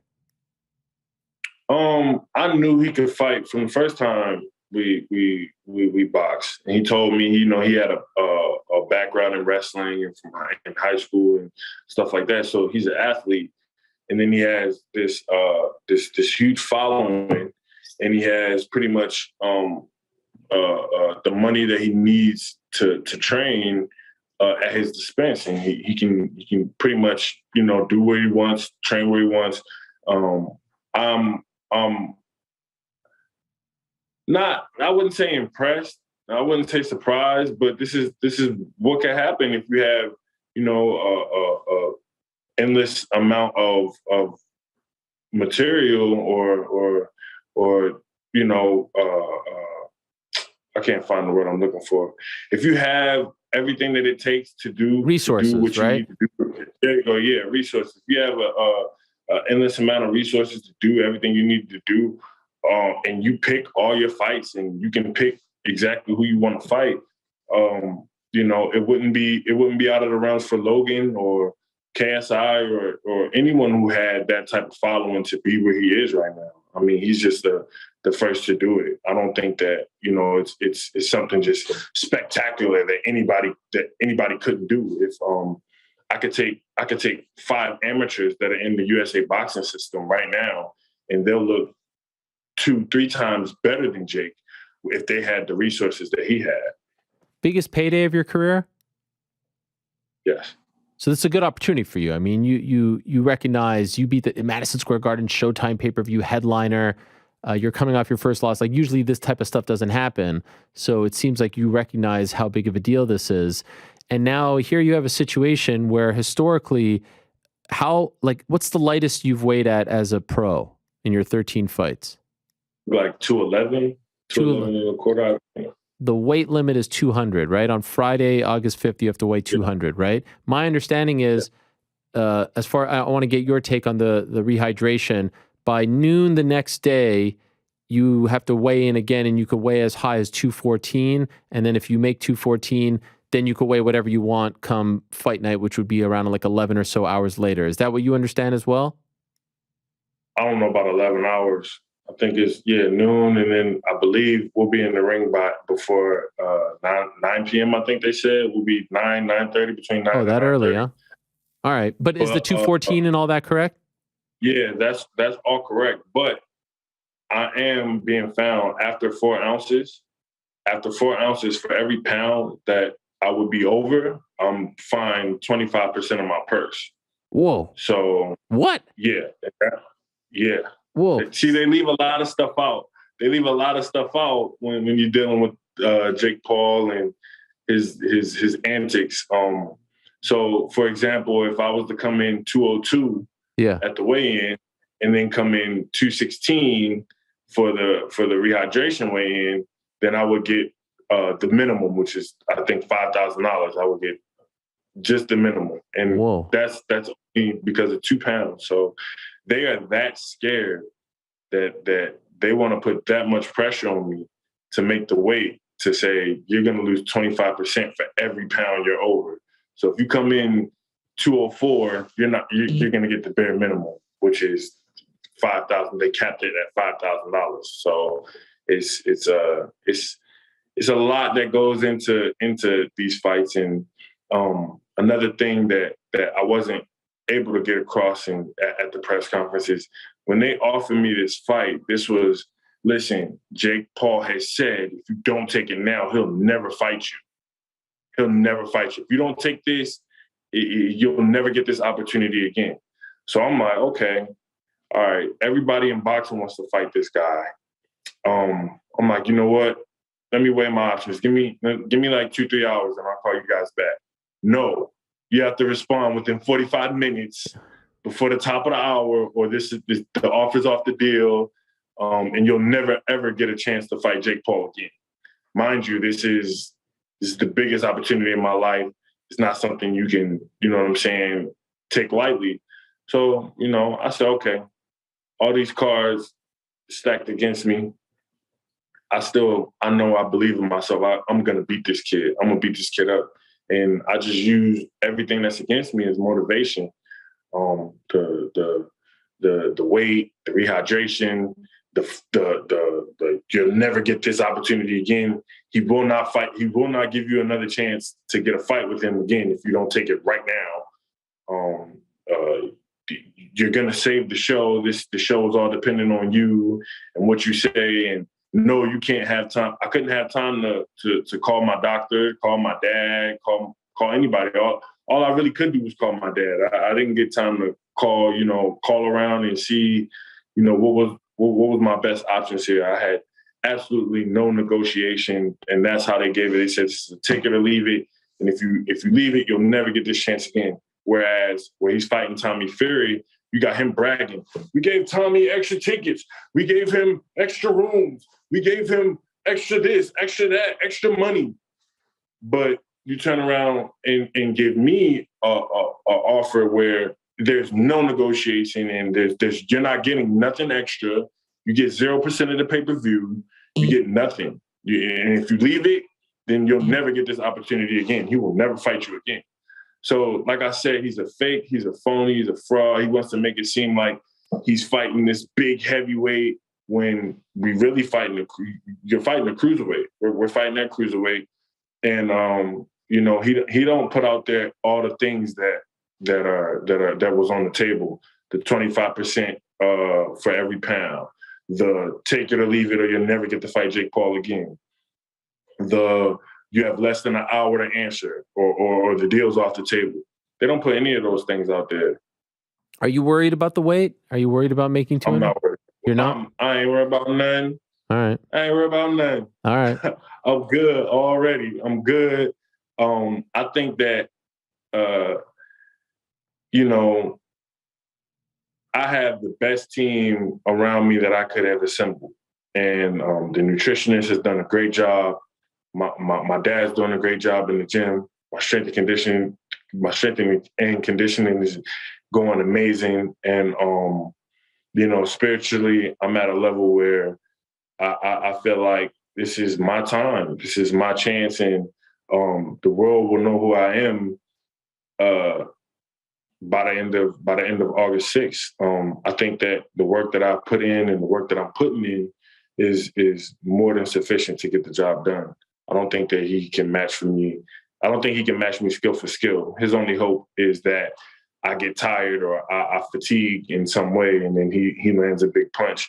But I don't think he's going to be able to keep standing after I'm going to put these paws on him. And I don't think Jake's been in this amount of pain yet in a boxing ring. He posted a video earlier today. I don't know if you saw it, about his back hurting and that he's in a lot of pain because he continues to have to carry the promotion, that his opponents don't do anything. And obviously you're the next one up there. I'm not sure if you saw it or not, but do you feel like you need to ramp things up? He's such a great promoter, right? He's a like a content creator, as you referred to him as. Did you see this, and do you feel like you need to dial it up a notch or two? No, I seen it, but I don't see, like, what does he want me to do? I'm not about to buy my followers like he did. I'm not about to put out, BS content. I'm real. People in the boxing game know me. They know I'm real. They know I keep it real. And I'm not stupid to his level with no games. I don't have to make no fake videos to sell a fight. I'm a real fighter. And when I get there on August 6th, that's what people want to see. They want to see him versus a real fighter. So that's my job. August 6th, I don't care how many pay-per-views it sells, because I'm getting 0% of the pay-per-views anyway. So what am I helping you? What am I helping you ramp up the pay-per-views for? When y'all sent me the contract and said I get 0% of the pay-per-view. So how is it my job to help you sell the fight? You wanted 100% of the pay-per-view, so you sell 100%. Do your thing. Keep buying followers. Keep putting this facade out there like you're just this big deal. He's gonna have a boatload of excuses come August 6th, and I'm just gonna have. I'm gonna take everything he's got going on. It's gonna ride over to my way like it should have been, and I feel like this is just the catapult that I needed in my career to get to a world title. So, inshallah, I'm going to be there on August 6th and I'm going to have my hand raised. It's interesting because, when he fought Nate, he's just a basketball player.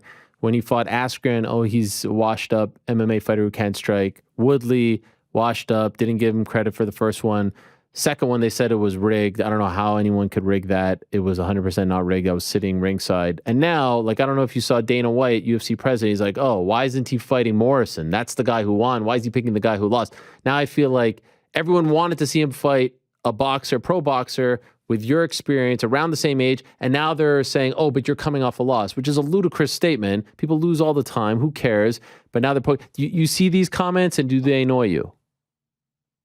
They don't annoy me. It's just I like to see the look on people's faces afterwards. You know, Dana White's not the only person. There's a few people I can't wait to see their face after I punish this kid, because they know better. Tim Bradley, Eddie Hearn, Dana White, just to name a few. Their faces are gonna be like, man, I knew it. But that's not what you said. So stand on what you say. I want everybody to stand on what they say after I punish this kid who has been in the ring 6 times. He's heard that bell ring for a fight 6 times. And it's mind-baffling to me how they give him, they saying he gonna knock me out. He's the favorite, by the way. Do you know this? He's like... That's fine. I don't gamble. I'm not really a betting person. So I don't care about who's the favorite or who they think's gonna win or whatever. I know that comes because I lost my last fight. My last fight, I immediately took my opponent lightly. I didn't think Kinsey was as good as he was. And I think that if I hadn't, we would have had a different result. Your confidence okay? I mean, anytime you lose your first pro fight, sometimes the confidence is shaken. How would you describe your confidence going into this one? You know, after that fight, you could see I was protesting the stoppage from the time the referee called it off. I've had, I feel the same way I felt when I got out the ring. I'm fine. I've been waiting to get back in the ring ever since. I couldn't wait. There's not a doubt in my mind that I'm going to come out on top on August 6th. I don't have any regrets or anything about April 29th. What happened back then, what happened. It's behind me, and it set me on a path to get here. So if I would have won that fight, there's no way Jake would be trying to fight me. There's no way. And that's proof in the pudding, because Kinsey was brought to the table before me for him. And obviously they didn't want to fight Kinsey. They wanted to fight me. Me and Kinsey weighed the exact same on our weigh-in for our fight. So that just goes to show you what he's looking for. Like I said, he's a fake, he's a phony. By the way, in total, do you know how many fights you've had, amateur and pro? Do you know what the number is? I don't know for sure. Is the 100 amateur fight thing, is that legit? It's somewhere close to there. If it wasn't 100, it was definitely over at 80, 85. It was close to 100. I was getting close to 100, but I went to prison, and I did 3 years in prison pretty much, and that kind of negates all not the experience, but the conditioning that I had from my amateur background. I had to sit down for 3 years. That's why I blew up from cruiserweight, which I was fighting at the amateurs. I was fighting at 201 and went all the way to 250 by the time I came home. Oh, wow. Do you mind if I ask why you went to prison? I got into a car accident. I was driving with some friends. I wasn't drunk. Wasn't a DUI, anything like that. It was a reckless driving accident. The situation was a situation. I had people in my car, and we got into an accident, and the other driver ultimately lost his life. So I had to go and pay my debt to society for being the driver. So, and I did that, and I never cried about it. Never PC'd or none of that. Like I went and walked the real yard. I went and did my time on the front lines. So that's another thing Jake can't do. Jake's a PC guy. He's not this. He's not me. He's not better than me. And when did you get out? December 21st, 2016. Okay, so it's been 6 years and all good. No trouble since then. Yeah. No, I'm good. No, I'm not a trouble person. I'm a fighter. Yeah. All I do is fight. I turned pro April 2017. So I went and got with straight into the gym and been chasing this ever since. Now, when I turned pro, I was told, because of my lawsuit with Mayweather, that I was being done no favors by the major networks that he was aligned with, and with him being aligned with Al Heyman, it pretty much wiped me and my brother off the board. But we fought through it. We keep fighting, and now we Showtime headline pay-per-view. Even though they said we were going to be blackballed, or we were going to be blacklisted in the game, and nobody would want to do business with us. But we kept our head down and just kept working and kept working and kept working, and now we're on the biggest stage in boxing. So here I can go ahead and write history for myself now. Now the ball is 100% not only in my court, but it's in my hands. And by the way, what were you aligned with Mayweather, and then you guys broke up? No, there was a lawsuit behind a All Access episode where there was some things that happened, and my brother and I had a lawsuit against Floyd, and we pretty much we settled. The lawsuit was settled. It was settled, and because of that, we were told that Floyd had excommunicated his entire team from us. They weren't allowed to follow us. They weren't allowed to talk to us, be seen with us in public, anything of the sort. And the same thing goes on for the big dogs in boxing. There's no favors for the Rockets. So we knew coming into this turning pro that we were going to have a hard road. But this is us turning the tables on everybody that tried to make it hard for us, that tried to keep us out the game. Last thing, what's your official prediction? How do you think it ends on August 6th? I'm doing this fight not only for myself and my family, but for all the Muslims across the world. So, like I said before, I can plan, Jake can plan, his team can plan, and my team can plan, but Allah is the best of planners. So whatever his outcome is, that's what it's going to be. It could be a knockout. It could be a decision. I can make him quit. All I know is when I step foot in that ring on August 6th, I'm going to be putting my best effort forth. And I think that my best effort is much, much better than anything that Jake Paul can produce. So I just would say my final prediction is victory, inshallah. And we're not doing any Instagram handle bet thingy, none of that? You seen what happened at the press conference, man. I'm not going for none of that. I'm not here for that. I'm not here for that. He's that's what he gets off on, and I'm not here to entertain him. I'm here to beat him up. So on August 6th, I'm gonna whoop his ass. Well, I can't wait, man. I thought you did a fantastic job at the presser. That's not an easy thing to do. Well done. It's kind of wild to be even talking to you. I was watching live when your dad knocked out Lennox Lewis 2001. I remember at HBO South Africa in the middle of the night, and to see him there with you was a really, really cool scene. I'm honored to be a part of the broadcast team as well. So thank you so much for the time. Thank you for coming on, and I'll see you in August. I think we'll be doing a face-to-face. That should be an interesting one as well. Yes, it should.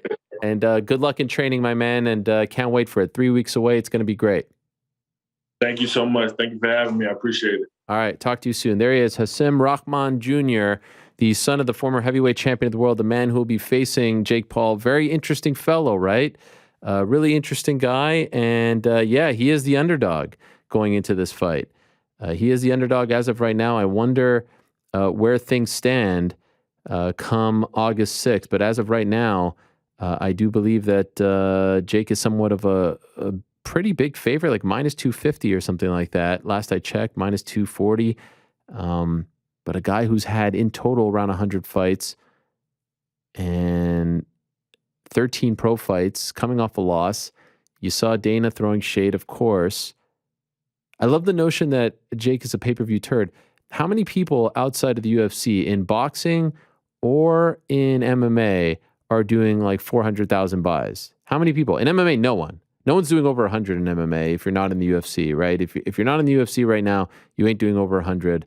And if you're in boxing, I think it depends on the matchup. There's certain guys like, Gervonta Davis, Canelo, these dudes, Tyson, to a degree. A lot of it depends on the matchup. How is that a pay-per-view turd? Like, how many guys in the UFC go out on their own with a Triller or something like that and will sell 400? Seemed like a weird insult to me, but according to GC, minus 220 plus 170 for Hasim Rahman Jr. Interesting stuff. Can't wait. August 6th, Madison Square Garden. Let's go back to Long Island now. And one of the best fights of the night, one of the best fights of the year was the Matt Schnell fight against Sumaderji. I mean, back and forth they went. At one point, it seemed like Schnell was out. He comes back. He's like a zombie out there and wins the fight. It was incredible. There's a picture that we'll show in a second of Sumaderji just like on the ground, looking like, it looked like he was dead, to be honest. There's blood everywhere, just insanity. Matt Schnell joining us to talk about the big win, and he was great on the mic afterwards as well. Matt, how are you, my friend? Thank you for doing this. Doing good. Thanks for having me. It's always an honor to come on the Ariel Helwani show. I appreciate that. Thank you. How are you feeling, by the way, a couple of days removed from the fight? I feel great. A little beat up, but nothing that I've not dealt with in the past. The shiner I've got, I actually gave myself. After the fight, I was good.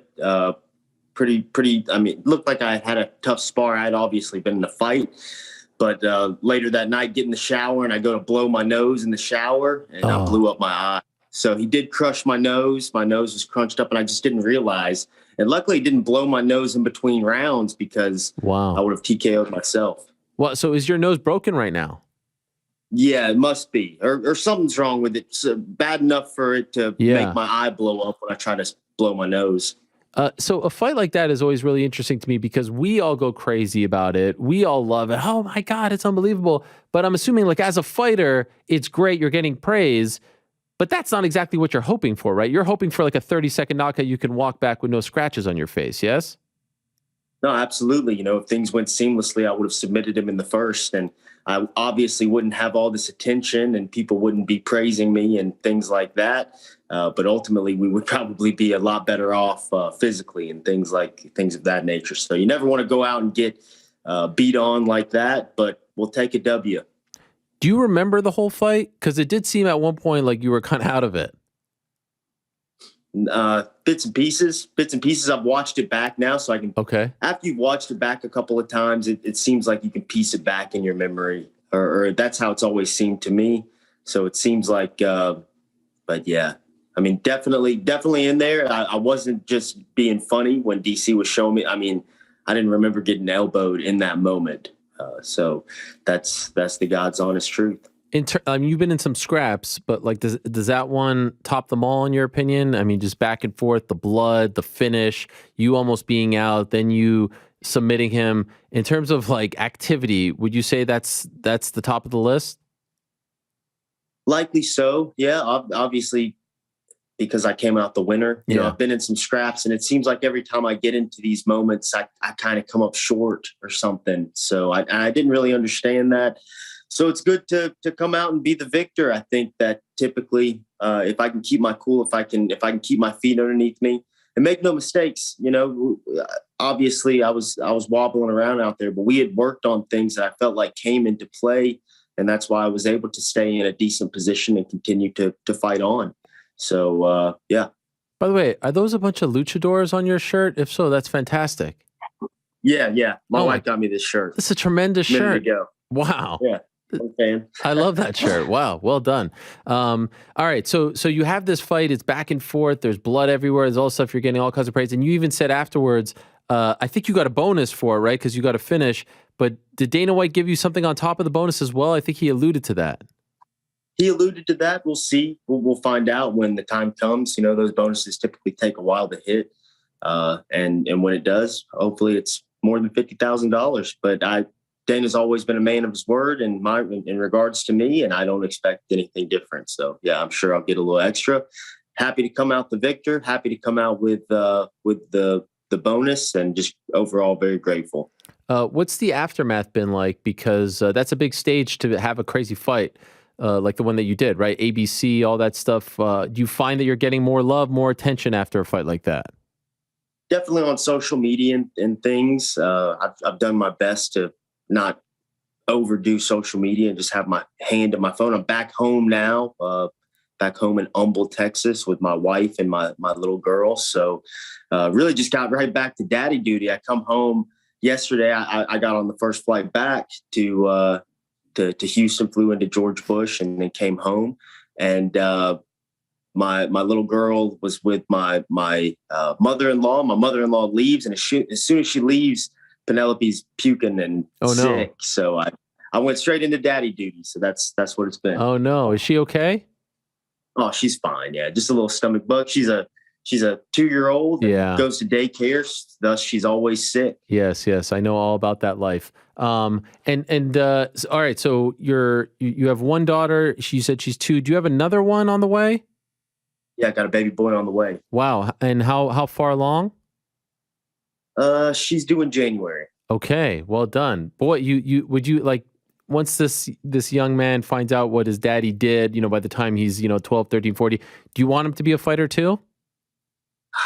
I would, I don't know. We'll cross that bridge when we come to it. I would like him to learn how to defend himself. Maybe I'll make him wrestle, but I won't say he has to be a fighter.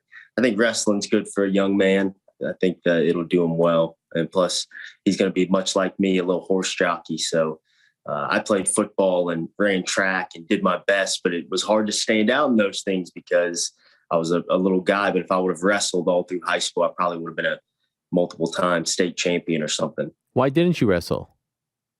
I went to high school in Louisiana, Captain Shreve High School, and we didn't have a wrestling team. Oh, wow. My freshman year in high school, I'm sorry. No problem. Hang on one second. You're getting a call, huh? Yeah, I accidentally double booked. I did UFC Unfiltered, and I told them I was going to be on Helwani at 1:30, and I think we booked for 2:20, but that's 2:20 Eastern, so that's 1:20 here. So that was my mistake, I guess. And oh no, I just didn't follow up with that, so I'm gonna have to get back to those guys. Okay, this is a way better show anyway. Don't worry about it.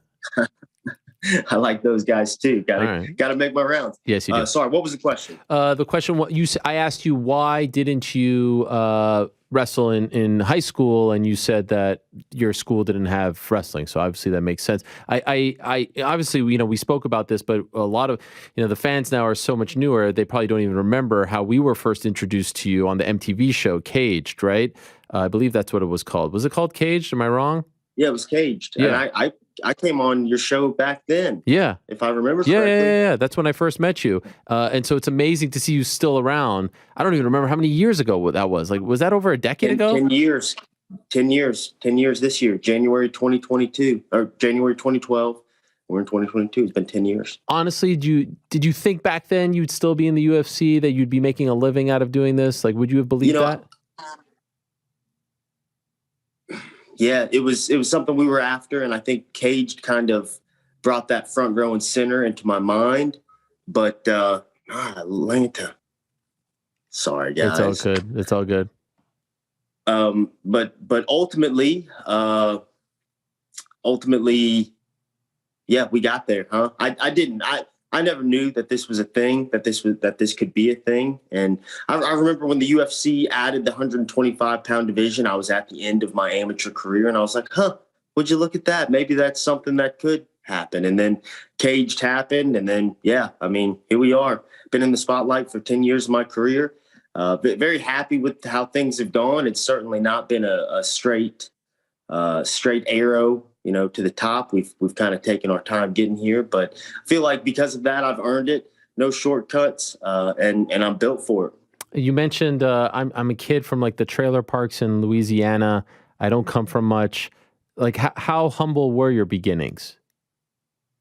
I mean, there were times when I say that I'm a trailer trash kid, and I really was. But my mama, she was a hardworking woman who provided for us. And though we were at one time on welfare, we didn't stay on there for long. So I came from the trailer parks, but by the end of it, we lived in a nice place. So a lot of people kind of take They're like, dude, you lived on Ellerby Road, bro. And he's right, but that's because mama worked hard. So, yeah, I mean, humble beginnings. And when I say that, I really mean I didn't come up winning. You know, I'm a normal guy in the sense that I rode the bench my entire athletic career. I always tried really hard and did my best, but I was never one of those guys. And it wasn't until I found fighting that I realized that I could actually pursue something and achieve something. And, you know, I try and put it this way. I never knew I could win until I stood in a cage across from somebody and I fought for it. And I taught myself one fight at a time that I'm someone to be reckoned with. So, yeah, I mean, the journey's been something else, Ariel. It sure has. A little bit up and down, as you alluded to. Do you hope this is the one that gets you on that streak? Flyweight is on fire right now. A lot of new faces popping up. Is this the victory? Is this the performance that gets you on that run? Yeah, I think I'm about to go on a good run here. I'm settling into my routine here in Texas. You know, that's taken me a couple of years to get right. Now I'm heading up to Fortis MMA and training with those guys at the beginning of the week. And they've got a good room of just tough kids for me to push into. So there's training partners. But I've been drilling around here. Me and Eve Edwards have gotten together. We get together 3 times a week minimum. And then when I jump into a camp, he's typically there for my sparring as well. But we got Adrian Yanez has come over and we've kind of been drilling together and getting work 3 times a week, and Rafion Stotts as well. And there's just a young crew here in Houston, between Houston, Dallas, and Austin, Texas. A bunch of guys, a little Texas fight force, if you will. And it's been interesting to tap into that. And I think we're only getting better with it. So as I get my routine, yeah, I really think I can go on a run. I'm putting the right guys around me. We're challenging ourselves every day, and I think I'm making improvements, and I'm ready to go. I think I can beat all these guys. I've always said that. It was lovely to see the legend Eve Edwards in your corner. How long have you been working with him? Me and Eve started working together shortly before in my last camp for Royval. As we started really working together. And I knew he was around, and he was teaching a class at Heritage Muay Thai, which is a gym that I frequent here in Houston, owned and run by Michael Corley, who's also an excellent kickboxing instructor that's been helping all of us. And those guys have a good little thing going on over there. So it was kind of a slow going thing, but we're trying to get it together now. I'm trying to get back healthy. I'm probably going to try and be at class on Friday just to keep the momentum rolling. We got a good thing going, and those guys are jumping back into a camp. So let's go. Ready to go. We're about to go whip some people. And now you want to be introduced as a Thug Jitsu fighter. That's right. That's right. That's awesome. I love that. A nod to the past. So you want like Buffer to say that?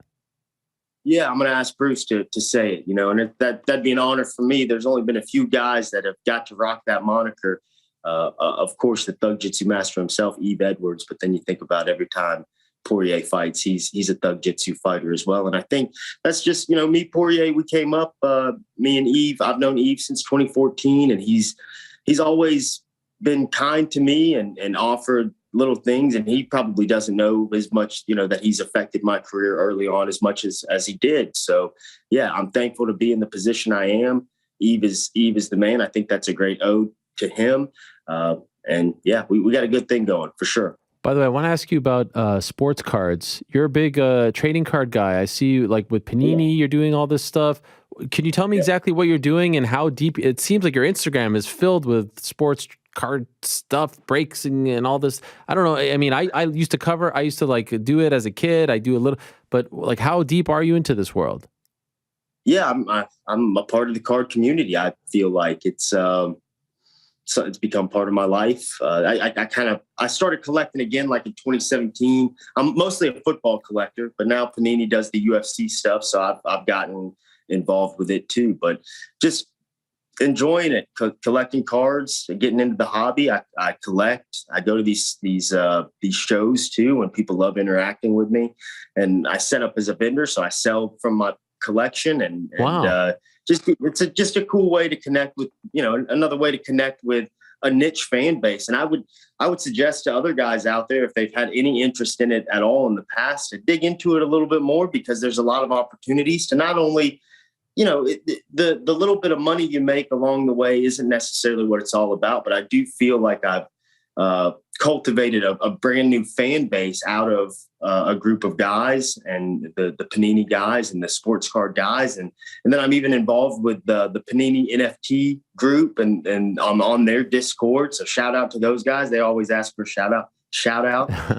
And it's just cool. I feel like it's a good way to accumulate even more fans and get involved and kind of show, I get to be genuine, but display my personality on real places. I love it. I love everything about it. I love that you're doing this. By the way, your like prized possession right now, as far as cards are concerned, like what's your best card that you own?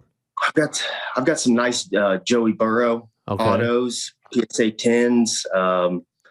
I've got some. That's who I went after. That's why I got back into it. I really wanted that 2019 LSU class, the national championship class. Joey B, Heisman Trophy, 60 touchdowns. Excellent year. So I went after those guys, and that's what got me back into collecting. So I've got some nice Joey Burrow, got some nice Justin Jefferson, got some really nice Jamar Chase, and those would be my prized possessions. Any Josh Allens? I didn't get into for whatever reason. I wish I would have. I really do, because there was a time, especially when I first got in, if I would have went in on Josh Allen, my collection would really be worth something. Whereas where it sits now, I probably put more into it than it's worth. All right, fair enough. And so you want Mateus Nicolau. I love that call out, by the way. Not a lot of people call out a guy, like they always call out the big names, but no, you got to get by a Mateus Nicolau to get to the title. So I love that. We're not going to fight in Houston, though. We're not going to fight in Texas. I didn't like the way they treated you. They booed you. I thought that was very rude. New York treated you way better, right? Didn't New York treat you better than Texas? I'm not going to. I understand where the Texans are coming from, and Shane Burgos is one tough act to follow. And that was something I was looking at this card too. Like, they're going to put me behind Burgos again. God dang it. Here we go again. I'm going to get booed in New York, but it worked out tonight. Yeah, it worked out on that night. So it's all good. No, I love Houston. We'd love to come back to Texas for sure. That would be fine too. I just thought, shoot my shot. Madison Square Garden's the Mecca. Come on. I get it. I'm into this not only I want to win fights. I want to make money, but I'm here for the experience too. I've seen the world fighting, and I've been everywhere doing this, and it's been a great time, but let's get another feather in the cap. Why not Madison Square Garden? Yes, come on. That'd be sick. By the way, speaking of Texas, go ahead. Sorry. New York has treated me well. Yeah. Speaking of Texas, Kai Car-France, Brandon Moreno, who do you got? It's a tough one. I think Kai's got a lot of momentum right now. He's been able to find that right hand. I look forward to an entertaining fight, but I still believe that Moreno has the volume advantage. He's been extremely accurate here of late, especially through all the Figgy fights. And we can't forget that they have fought before, and Brandon was kind of able to serve him up the hands a little bit. And I thought he had the advantage there and was able to keep it in that wheelhouse and win that. So we'll see. Kai's good though, and has made adjustments and has gotten better places. It'd be interesting to see him come out and wrestle or something, maybe try and steal some rounds with some top control. But Moreno's dangerous on the ground too. I've trained with Moreno. He brought me out before he fought Sergio Pettis. I took a 5-week whipping from him in Mexico City. So I'm well aware that Brandon Moreno's a guy too. So I think Moreno gets it done again, but ultimately I'm team flyweight. I want to see those guys scrap, and I will be in the building. I'll be there. Oh, so, nice. And do you think Figgy's going to leave the division? He's threatening to leave. He wants more. He's going to move up. What do you think of all of this? Yeah, we'll see what happens. I don't think it would be wise for him to leave, though. He'll probably, guys in the past have been able to bump up to bantamweight and do well, though. Bantamweight's a different animal nowadays than it was in the past too. It is. It's scary up there. That top, 30% of guys, they can probably all beat each other. So one of the deeper divisions. But Figgy would probably be able to jump in there and compete. I don't know. Do what you want, man. Whatever. All right. I don't care. Contrary to popular belief, I'm a team player. I'm a nice guy, and I feel bad that they're probably looking for you right now to do this other interview. So I'm going to let you go and do that, because I don't want you to be all stressed out and please send them my regards. And don't worry. That's one reason to have a manager, because when I'm managing things, that's the type of stuff that'll happen. So I know. God bless. Yeah, but you do have a manager, right? Don't you have a manager? No, I'm not managed. Oh. Me and Safe helps me with my contract, and Coach Safe Saud's the man. The man, yeah. I wasn't able to really give him a shout out, but he's been great through everything too. So yeah, Coach Safe helps me out a little bit on that end, but for the most part, we're on our own, and I kind of prefer it that way. I feel like I've done better for myself. Yeah, well, keep doing your thing, man. Great performance. Everyone was going nuts. One of the best fights that I've ever seen. One of the best flyweight fights ever. I don't know if you saw that picture. There's a picture of him like draped over you on the ground. There is just iconic stuff. Just crazy. I've reached out to the photographer. I'm definitely going to try and either pay for it or whatever I need to. But I would like a nice copy of that someplace. And he's a nice guy. He's going to get back to me. Yeah, we're showing it right now as we speak. Just amazing. I can't. Who's the guy? I can't even see who it's probably a UFC photographer, maybe Mike Roach or Jeff Botari, one of those guys. He wears a red Rutgers hat. I can't. Oh, Ed Mulholland? He's the man. Ed Mulholland is the man. Yes. If you need his info, I got his info. He's one of the best guys in the game. So I got a hold of him through Instagram. Okay. I think I reached out to him, messaged him, and he said, "Yeah, man, give me a couple of days and I'll handle it for you." So really nice guy. Really appreciate that. What a shot. Yeah. How about that? Let's go. Amazing. Momentum. All right, Matt, all the best to you. Congrats on the win. Thank you for doing this. Thanks, Ariel. All right, there he is, Matt Schnell. We remember him from the MTV days back in the day, the Cage Show. If you missed that, really great stuff. And I love the call out. It was a really great call out because you don't get a lot of guys who are, right now Mateus Nicolau in the UFC rankings number 7, Schnell number 8. You got to work your way up. Then you got Alex Perez, Brandon Royval, Alexandre Pantoja, Askar Askarov, and then Kai Kara-France, Brandon Moreno. Of course, those two are going to be fighting on July 30th, UFC 277 in Dallas, Texas.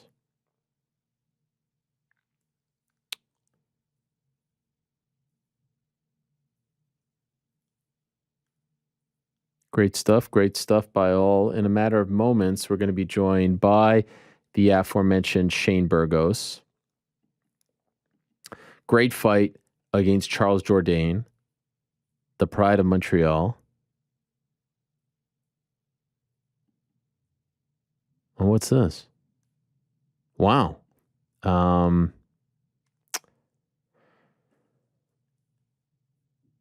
tweet from, can we show this or no? Yeah, we'll put it up right now. Well, you just dropped a tweet in the Slack channel, a 2017 tweet from Shane Burgos, Hurricane Shane, I guess in response to me. Actually, this is almost exactly 5 years ago. You notice that? July 22nd, July 18th. Haha, thank you, man. It was a pleasure talking to you. Listen to the MMA Hour and MMA Beat on my way to training every week. Wow, that's amazing. We had Shane in studio one time, and we actually went toe-to-toe in MMA knowledge. I was giving him UFC numbers, and he was doing great. I mean, there's obviously levels. Some people know, like, I tell me UFC 91, I tell you who fought, Brock Lesnar, Randy Couture. But, pretty damn good. Pretty damn good.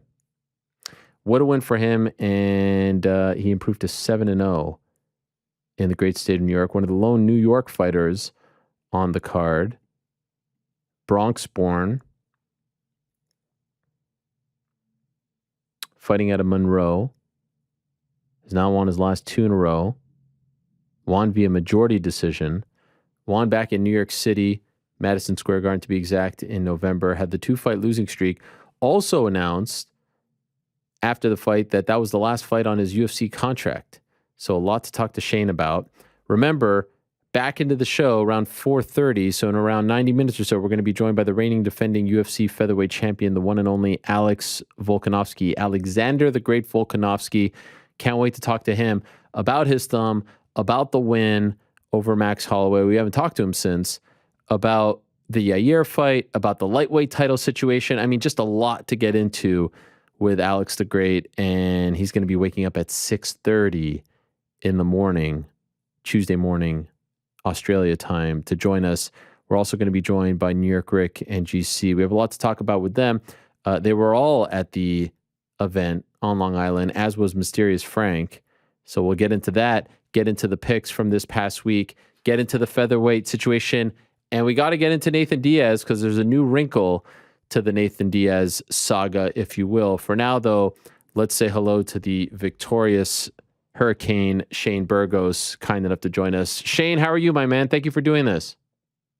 I'm good, brother. Thanks for having me on. Appreciate it. How are we feeling? How's the face? How are the hands? How's the body? The body's, I just got back from the gym. The body's actually pretty damn good. My legs are a little sore still, but other than that, some bruises, nothing serious. Just got back from the gym. No day off for you? You can't chill for one day? I had Sunday off. It was just a light day, just a light lift. Nothing too crazy. I'm just taking it easy. Golly. Well, congrats on the win. Tougher than you thought it would be? Yeah.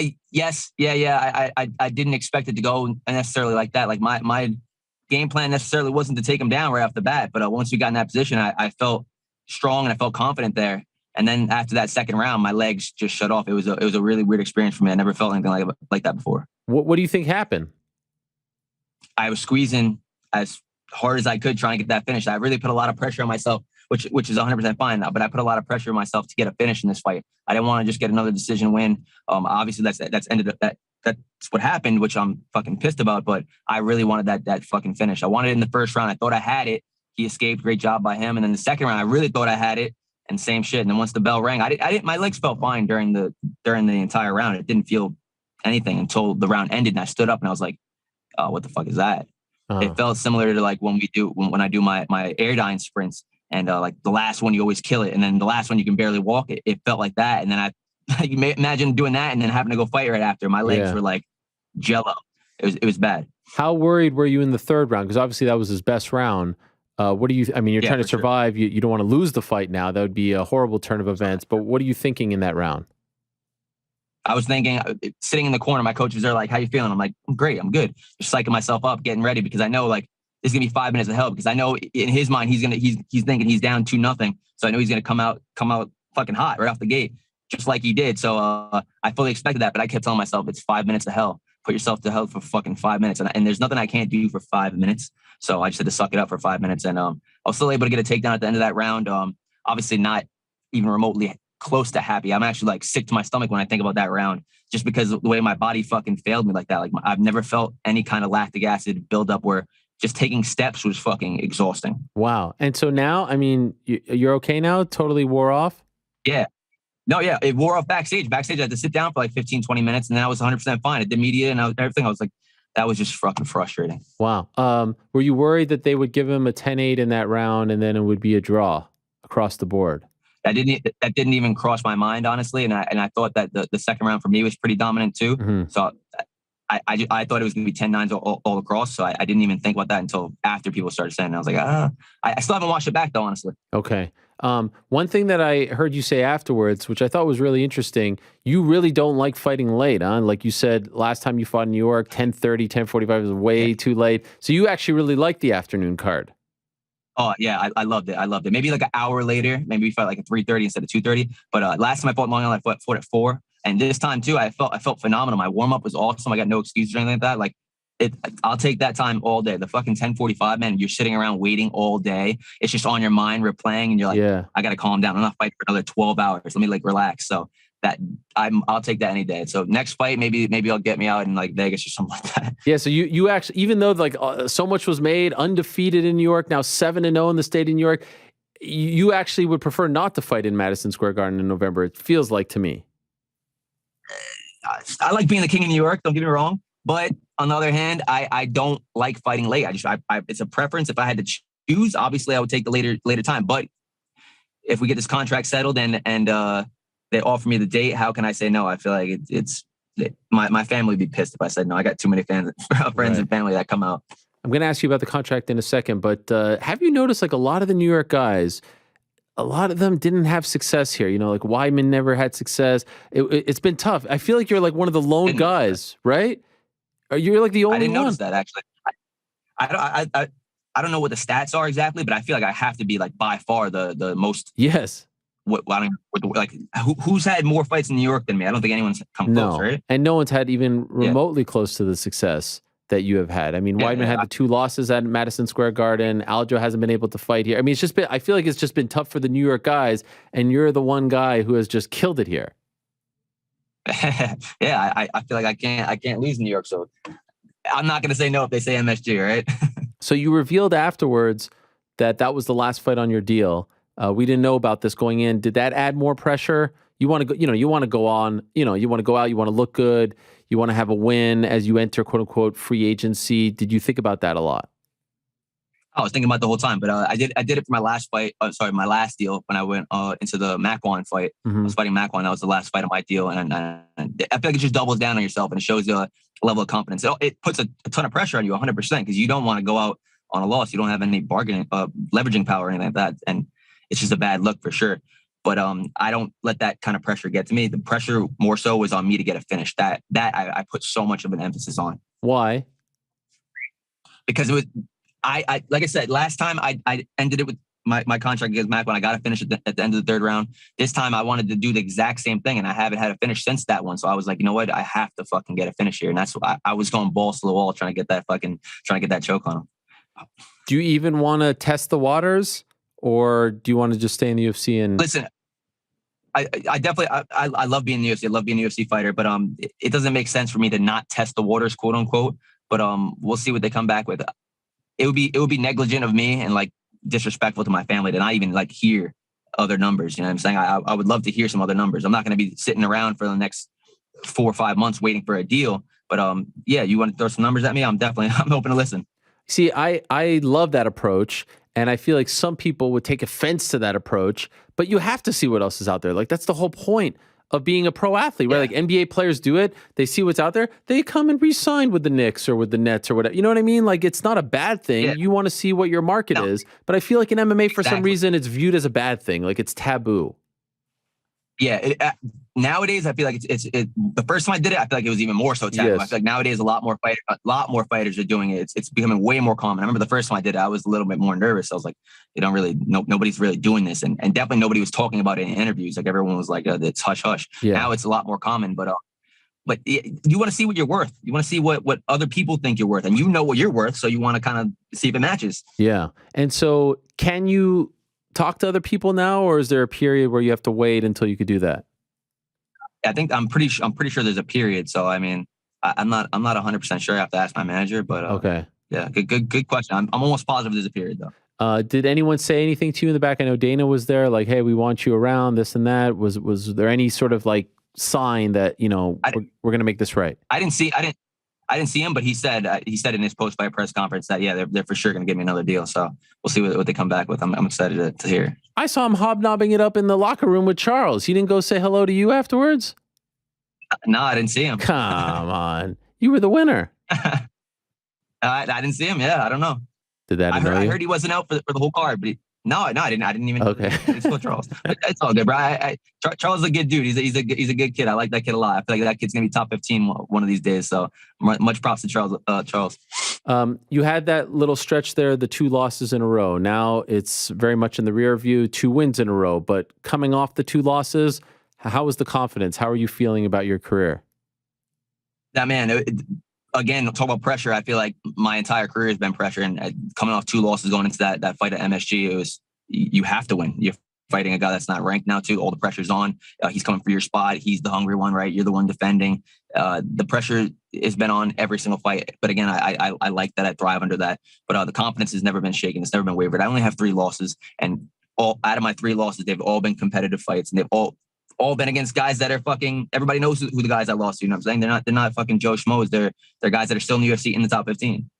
Now, what's going on with the hair situation? We've got the braids, but then we've got the thing in the back over there. What do you call this? It's a very unique look. I saw Faber did that when he fought. Yeah, he did. A little bit different. Yes, mine was a little different. Faber did it a little different. But I just wanted to switch it up. Every fight, the last 3 fights, I've been switching up the braids, so I wanted to switch it up, let it flow in the back a little bit. Now, do you still have the braids? No, right? They're gone. No, I took them out. Yeah. Okay, but you just got the hair, because I think yours is different because you got the curly hair. So it like kind of bottom, it kind of ends up different on the back end there. But listen, you got to look different. You got to stand out. Everyone's wearing the same thing, so it's good to look different. Yeah, that's true. Fascinating times in your weight class. What do you think of the main event? Like how it went down? Do you give Yair the victory there? Like, do you feel like it was legitimate? Or are you one of those who are like, where do you fall? It's unfortunate because that was shaping up to be a really good fight. It's one of those things like you almost want them to run it back like next week, but you obviously know that's not happening. Like Ortega dislocated his shoulder on. It was just a fucking fluke of an accident. It wasn't anything that really. Yair went for an armbar. He wasn't going to get the armbar. I think he knew he wasn't going to get it. He was just going to use it to scramble up. And Ortega pulls his arm out of the socket. So Yair gets the win, but I'm sure he's not even happy with that win, honestly. And so what do you think happens now? It's like, I feel like the division, the top is a little bit in flux, right? Alex gets the surgery. What do you think is going to happen at the top there? Oh, so Dana said it too. I think Yair versus Emmett for the interim title while Alex gets surgery on his hand. And then Alex said he wants to fight the winner of Islam and Oliveira. Charles. So that, just to keep the division moving, why not put an interim title? Got this champ's going to get surgery. He's going to fight for another belt, so you got to keep the division moving, and that's a great fucking fight. Who doesn't want to see Yair and Emmett throw down? So would you be cool with Alex going up? Sometimes that stalls the division, right? It does. But if you're going to do the interim, I guess it makes sense. And he's getting hand surgery. He's not going to. Let's say that fight's in October 22nd. He wouldn't be able to fight the winner till what? February? Right. January, February. So. Yeah, why not put the interim? But then you're going to have the interim champ defending that belt. Probably that's most likely what's going to happen. So it muddies the water a little bit, but it keeps it going at the same time. In your opinion, how far, like when you watch those guys at the top, you watch the Emmets and the Yairs, even Arnold Allen, which I think would be a great fight. I mean, like this guy has won 9 in a row. No one talks about him. It blows my mind. But you watch those guys. How far away do you think you are from competing with those guys? I mean, me and Emmett already fought. We had fight of the year contender. We had I got fight of the night. That one I fought Cater. We got fight of the night. Barboza fight of the night. So I mean, I don't think I'm far off at all. If you just give me the name, then I'm going to show up. I feel like I show up every single time. This is the first fight where I try to show off a little bit something different. I got 11 fights in UFC. 10. The last 10 were fucking stand-up wars. This one I wanted to show off my wrestling, my ground game a little bit, and people are like, "What the fuck? Shane just wants to wrestle." I'm like. I can't show off that I'm showing you guys that I can do more. I'm not just a guy that just stands and bang. Like I can grapple, I can wrestle, I'm good off my back, I can punch, I can kick. I wanted to show off that I can do everything. I wanted to get a dominant submission in that first or second round. I was really gunning for that. So I was just trying to show off a little bit more. I think I am way more well-rounded than I've been able to show. And I feel like that fight was able to show like Shane Burgos isn't just a stand up and brawl kind of guy. Yeah, I don't think anyone, including Charles, expected that. You did, even though you didn't get the, like, I know you're upset that you didn't get the finish, but you did show that you can do that stuff, which we haven't really seen from you. So you got to take like a bit of a moral victory there, no? Yeah. No, 100%. I gotta be a little bit more optimistic about it, but fuck, man, I'm just gutted the way that my legs fucking just fucked me in that third round. He came on strong. He clearly won that third round, and sick to my stomach about like, it just felt like a shitty position to be in. I was like, fuck, man, this is just to end the fight like that. If had it started like that, it'd be a little bit better. You know what I'm saying? To end it like that, like, that was the last taste in my mouth from that fight. So it's just a bad taste in my mouth. Do you think that there's anything, like you just said you went to lift and all this, like, do you think there's anything you can do in training so that something like that never happens again? I'm going to figure that out. I don't think so necessarily. It was just, I was really putting everything I had into not letting go of that position and making sure I got that finish. So it was an extreme lactic acid buildup. Wow. I remember I was talking about this before you came on. We when we had you in studio, we were doing like a little MMA trivia. You remember that back in the day? Yeah, of course. Do you still follow things as much as you did back then? Of course. Yeah, being in the UFC for the last 5.5 years, I've definitely it's made me honestly, unfortunately, a little bit less of a fan. Because this is what I do to provide for my family. Obviously, this is my career. So it's just like I'm consumed with this. When I get home, it's like I don't want to think about the UFC right now. I want to just relax and just eat that and just like go grocery shopping or something. You know what I'm saying? So like the big cards, I never miss. Honestly, I never miss card. Period. Let me rephrase that. The only card I really miss is the fight week before my fight. So if I'm fighting on I fought this weekend. The week before, I don't want to watch it. I just want to just fucking zone out, not have it on my mind 24/7.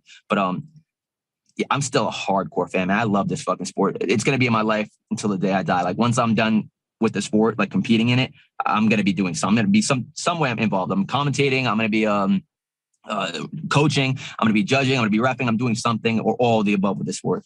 Judging, reffing too. I saw Dennis Bermudez giving you some trivia or like quizzing you on you. Would you really consider that? You'd really want to do that? Yeah. Of course. Yeah. I think that more fighters need to get into that because they really understand the positions. They really understand what's dangerous and what's not. They can see if a guy's really in danger or if he's not really in danger, and you can weigh that heavier or weigh it less. UFC 84. I feel like we don't have enough of that. UFC 84. Who's the main event? See, I was the man at this. I was in math class. I was in math class, literally writing every fucking main event down. 84. Is that 84? Is that BJ Penn? Yes. Against BJ Penn, Joe Stevenson. So close. Try again. Oh wait. Sean Shirk. Yeah. What? See, all right, I still got it. What was Joe Stevenson, BJ Penn? That was in London. Close. Or England. England. Yeah, Newcastle. That was 78, 70, 79, 80. 80. All right. I was going to say 80, but I thought that was too close to 84. No, Shit, see, I'm not done. No, you're good. You're good. I could do all of those from like 65 and then it gets to like, I have to say 220, 230. And the last couple of years, it gets foggy. I don't know if it's just, there's too many events now. Everything is just getting all like mixed up. UFC, Vegas, this, that. Yeah, dude, I watched the UFC 66, Chocolate versus Tito Ortiz. That was my first ever pay-per-view that I ordered. That was a phenomenal pay-per-view. There was like a million finishers on that card. It was awesome. And ever since that one, I was able to name 66 all the way to 120 something. Like the one where it was Akiyama versus Bisping. That was like the last card I can name up to. There we go. Say 120. Condit Hardy. Holy shit, man. What a crazy fight that was. Crazy knockout. Does it? And now does it like? Are you? I guess it's old hat, but like you're a freaking UFC fighter. You're not just you're a mainstay in the UFC. Do you sometimes allow yourself to take a step back and be like, holy shit, man! I went from being the kid who was writing, the main events on a piece of paper in math class to being a guy that fans are going crazy for in New York, undefeated 7-0 in New York. Yeah, when people ask or people like say shit like that, then I take a step back and I'm like, that is pretty fucking cool. Like I wasn't even supposed to be here. Like I was 15 years old finding out, like I just found the sport and then I find out a year later that I got to get surgery and I'm probably never going to have to train again. And then now I'm here and I made it to the fucking, the highest level you could possibly be at in the UFC, top 15 in the world. It's pretty crazy when you sit back and you really think about it. So in other words, don't be so damn hard on yourself that you didn't get a finish on a UFC card on ABC, by the way. AB freaking C. 10 years ago, that was not even close to being a thing. That's an absolute fact. Yeah. Who would have known the sport would be where it's at? Yes. Today? Like this. 10 years is literally like right. This. It's wild. It's really wild. By the way, what was that surgery a year into training that you had to have? I got scoliosis surgery. So I got 2 Harrington rods in my spine. I got my spine from like the middle, basically the whole middle of my spine has 2 metal rods to correct the scoliosis surgery I had. So my spine used to look like a question mark. Whoa. So I got that fixed. And they told you, like, did they tell you wouldn't be able to do something like this? Oh yeah. Yeah. He said, I remember breaking down and crying. Like I just started training for like 6 or 7 months. And I was like, I love it. It's so fun. I was like, I can't not do it anymore. And I was like, all right, whatever you say, bro. I'm not going to do it anymore. Get the surgery. And I came back like 3 months later, right after the surgery, it was so stupid. I fucked my back up. Actually, I got like a shoulders under the legs pass in jiu-jitsu and my knees went up to my chest. Nothing crazy, but my spine cracked from the top of my neck all the way down to my fucking tailbone.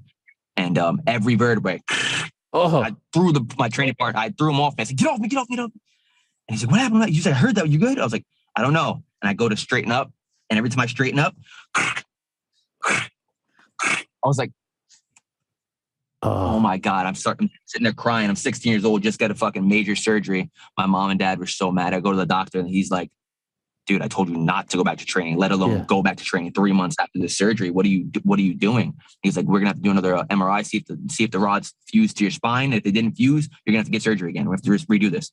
And I was like, my fucking dude, that was like the worst experience of my life. I was in a fucking hospital bed for a week. I left the hospital like 115 pounds, 16 years old, 115 pounds. Like I didn't eat, could barely walk.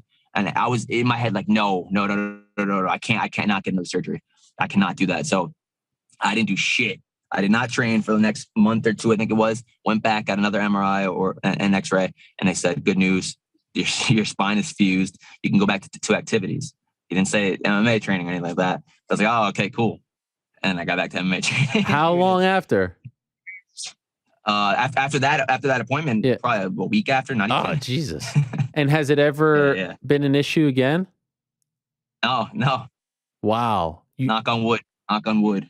It's never popped, even now in the UFC, nothing. It's never been like, wow, that is amazing. Holy smokes. So you really shouldn't be here. Yeah, 30-something fights. And yeah, exactly. Telling me I'm never going to do this. And 30-something fights later, a bunch of competitions. Yeah, pretty wild. Man, what a story. Well, I hope they pay you, man. I hope you get a nice fat contract and you get some security. How many kids you have now? I got 2 kids. I got a 5-year-old and a 1-year-old. Oh, damn. Are you good after that, or are we trying to go for more? I'm good, man. Good? I know I'm good. Listen, I got 2 girls, and I hear everybody talking about it. I think Brendan Schaub did an interview with Tim Kennedy saying like fighters always have girls, and I'm like, shit, I didn't even realize that. But there's a lot of fighters that have only girls, like Johnny Hendricks. I remember. A couple other fighters. Tim Kennedy said he only had girls. He had to do like something special to get a boy. But I'm good, man. My 1-year-old, she's awesome, but she's a little gremlin. So I'm good with my 5-year-old, my 1-year-old. Maybe I'll have some grandkids in the future, way down in the future. I got 2 brothers right now, got nephews already, so I'm good. We should, and it's true, by the way. Mark Coleman only had girls. It seems like all you big tough guys, you only have girls. I have 2 boys. So I don't know what it says about me. You showed a tweet that you sent to us 2017 that you said you would listen to the MMA Hour on the way to training and the MMA Beat back in the day. Now that we're back, are you still listening, or are you off the bandwagon? No, I'm still listening. Right. But like I said, when I get close to a fight, I try to not listen to it. I don't want to be too consumed with fighting. That's right. But of course, man, I still listen. And you got kids now. I mean, you got to balance things out. I feel you. Yep. Well, congrats on the win. Well done. Tremendous stuff. And again, I hope you get that nice contract, and I hope you get to pick where you fight. But if it's not going to be New York, even though I think it's pretty damn cool that you're killing it in New York. I hope you get to fight on the West Coast so you don't have to, because I feel you on the 10 o'clock. Like by 10 o'clock, I'm tired as shit, like I don't want to be fighting at 10 o'clock, let alone doing much. So when you said that, it spoke to me. I think as dads of young kids, like past 10, it's tough. It's tough. I've always been like that, man. I train in the morning anyway, so give me that earlier start time all day. Shane, you're the man. Thank you so much for doing this. Talk to you soon. I appreciate you. Thank you, guys. All right, there he is. Hurricane Shane Burgos. Big win for him. Massive win for him on Saturday over Charles Jourdain. And that was really interesting. First round, second round, looked very good. A lot of activity, perhaps more grappling than anyone would have expected. Won those rounds rather decisively. And there came Charles Jourdain in the third. And now we kind of understand why, right? The legs were giving out. Somewhat reminiscent of what happened to Herbert Burns in his first round as well. That was great. What a sequence that was with Herbert and Bill Algeo. Back and forth, back and forth. I mean, the transitions were incredible. I really thought that he was going to sub him. I really thought that Herbert was going to get us off the schneid. Unfortunately, there was no schneid to get off of. But it was a great win for Bill. And I felt bad for Herbert. He had to get carried out by his brother, Gilbert Burns, who was there as well. Matter of moments, we're going to check in with GC Mysterious Frank, NewYorkRic as well, going to join us. And then in about an hour's time, the reigning defending UFC featherweight champion, Mr. Alexander the Great Volkanovski, will join us. I look forward to that. It's always great to talk to him. He is the man, becoming very popular right now. I saw that tweet that he put out about being next for the lightweight title. He had like 17,000 likes. When I looked at it on Saturday, I don't even know what it has now. So stay tuned for that. Much more to come. But first, a quick word from our good friends over at DraftKings Sportsbook. Oh, yes. This is some sexy music here, Frank. What is this? Saxophone? What do we got here? Little sax, yeah. It's very nice. It's a little Luther Vandross. Glad that you're enjoying it. The action never ends at DraftKings Sportsbook, as you all know, especially this summer. A lot going on and tons of ways to bet on all your favorite sports. You can fuel your fandom and feel the heat of the season like never before. Plus, right now, DraftKings Sportsbook is giving new customers a risk-free bet up to $1,000. That's right, 1,000 buckaroos.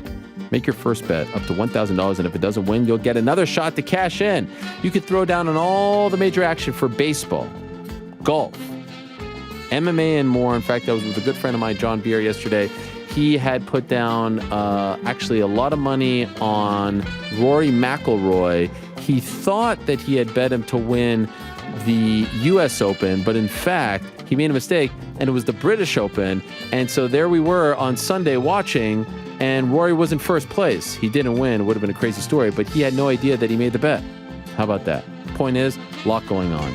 Plus, with same-game parlays, spreads, money lines, over-unders, and props, your betting options feel endless. Best of all, DraftKings is safe, secure, reliable. You can deposit and withdraw your cash whenever you want. Download the DraftKings Sportsbook app now. Use promo code TheMMAHour. Make your first deposit and get a risk-free bet up to $1,000. That's promo code TheMMAHour only at DraftKings Sportsbook, the official sports betting partner of the MMA Hour. Minimum age and eligibility restrictions apply. See show notes for details. Alex the Great still to come. For now, though, let's check in with the guys here. I'm very curious to hear. Oh, there he is. NewYorkRic joining us. Hello, NewYorkRic. How are you? I'm good. How are you? Wow. What about that audio? Come on. Stop it. We've already done this. No, we haven't done this. Sounds great, man. We have not done this.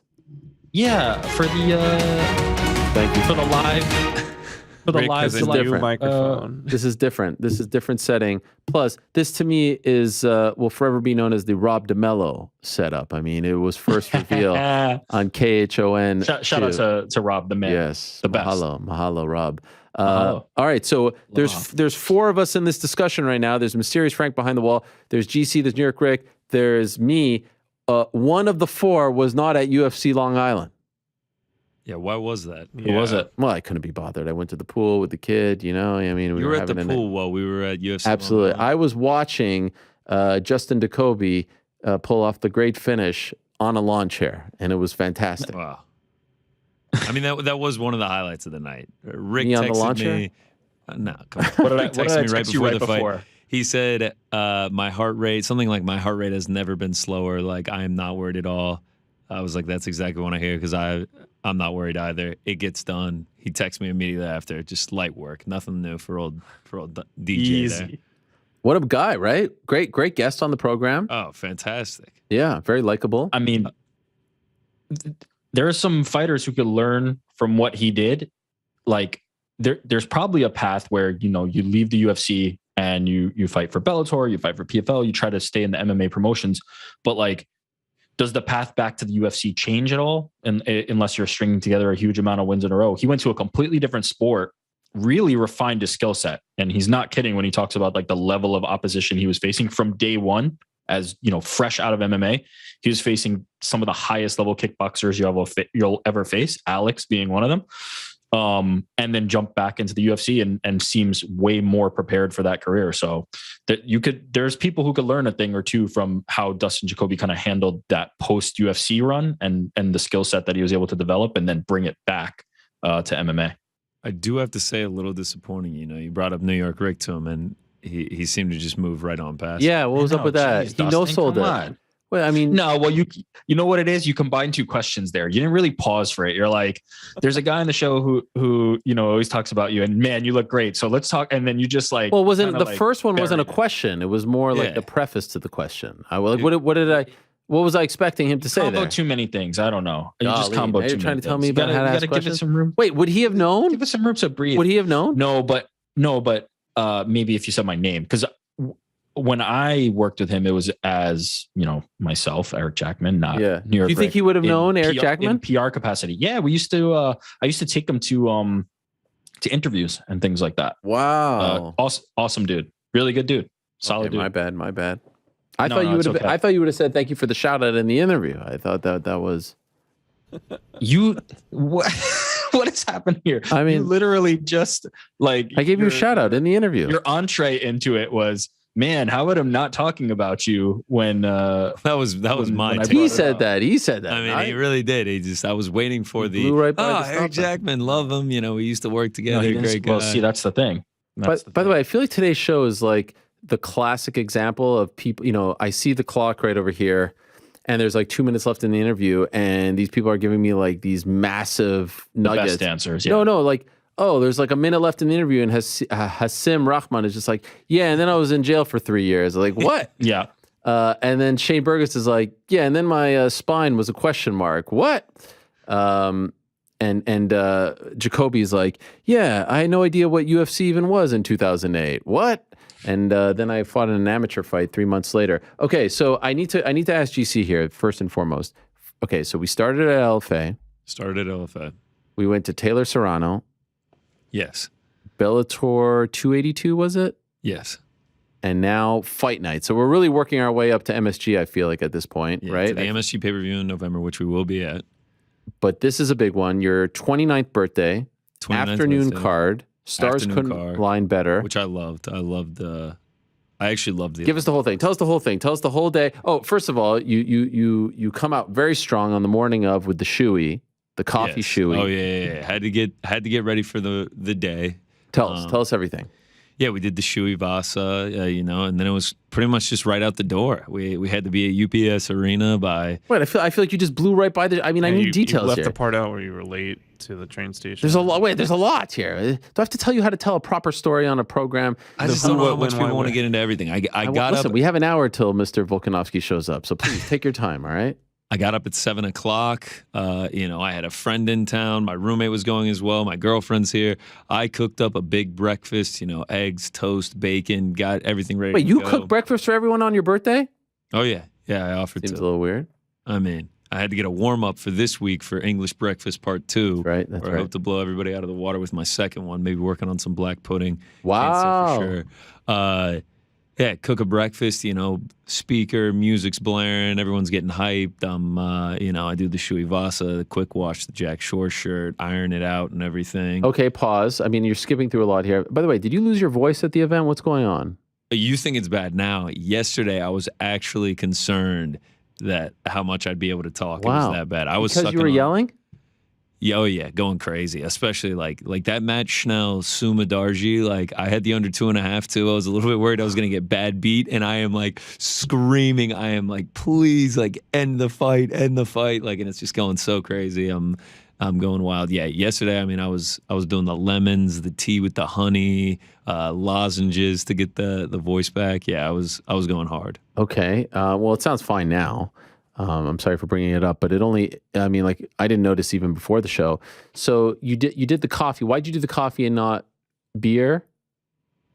I don't know. It was morning. It was 8 o'clock. Okay. 8:30.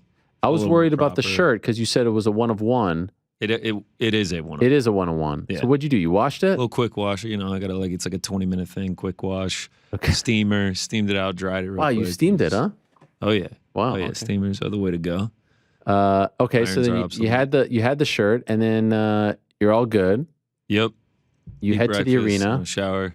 Well, heading to the arena is not a simple task. Okay. As much as I loved UBS Arena, it is one of the most difficult arenas to get to. If you're not driving out there. So yeah, me, Frank, everybody else, we meet at the train station at Atlantic Avenue in Brooklyn. Frank showed up, huh? Because he didn't show up to work last week. So Frank was really mad, saying I was late for the train, despite me making the train. No. All right, I'm gonna detail here. Yeah, drop it. So first, it's hey, we all need to meet up at 9:45. Okay. Cool, I got it. Then day of, he's like, train leaves at 9:50. Cool, because it was 9:45, but you get there when you get there. Then it's 9:50. So I'm there. 9:40. There's no Connor, nobody else. There's a train that's leaving at 9:40. Not a soul. By the way, why is there an echo? Because Connor has his microphone on. Okay. Then there is another train leaving at 9:59. So I'm trying to make a decision. Did he mean 9:40 and he said 9:50, or did he mean 9:59? So come to find out, when he shows up, I ask him, it's the first question. He's like, oh yeah, it's the 9:59 one. So I'm like, so you told everybody 9:50. Knowing that people would be late. And he was like, for sure. That's correct. You also left out the part you asked me, why am I late? Because my subway that takes me there was just not running on that day. So I had to Uber, got stuck in traffic, the whole thing. Still make the train. Everybody makes the trains. We had a crowd of 10 people going. That's why I said everyone get there at 9:50. I didn't want anybody missing the train to get out there. So you get on one train, you ride for a few stops, you transfer, you ride for a few stops. We get there. There's supposed to be a shuttle to take you to the station from the train. It's so crowded, we can't get on the shuttle. We're like, okay, it's like a 20-minute walk. We'll just walk. We stop in like a CVS to get a beverage for the walk to there, like a 20-minute one. Are we talking alcoholic or non-alcoholic? That was the plan, was alcoholic. They ended up not selling alcohol. And the time that it found out for us to find out that they don't sell alcohol, a monsoon hit. What? That was fun. Oh my God. Like, you talk about rain. This Really? this was next level rain. It was downpouring. Like, so. Wow, it didn't rain where I was at all. The sunny side of life for you, I guess, on Saturday. I mean, I think this is just UBS. The whole aura around UBS, they make it difficult to get there.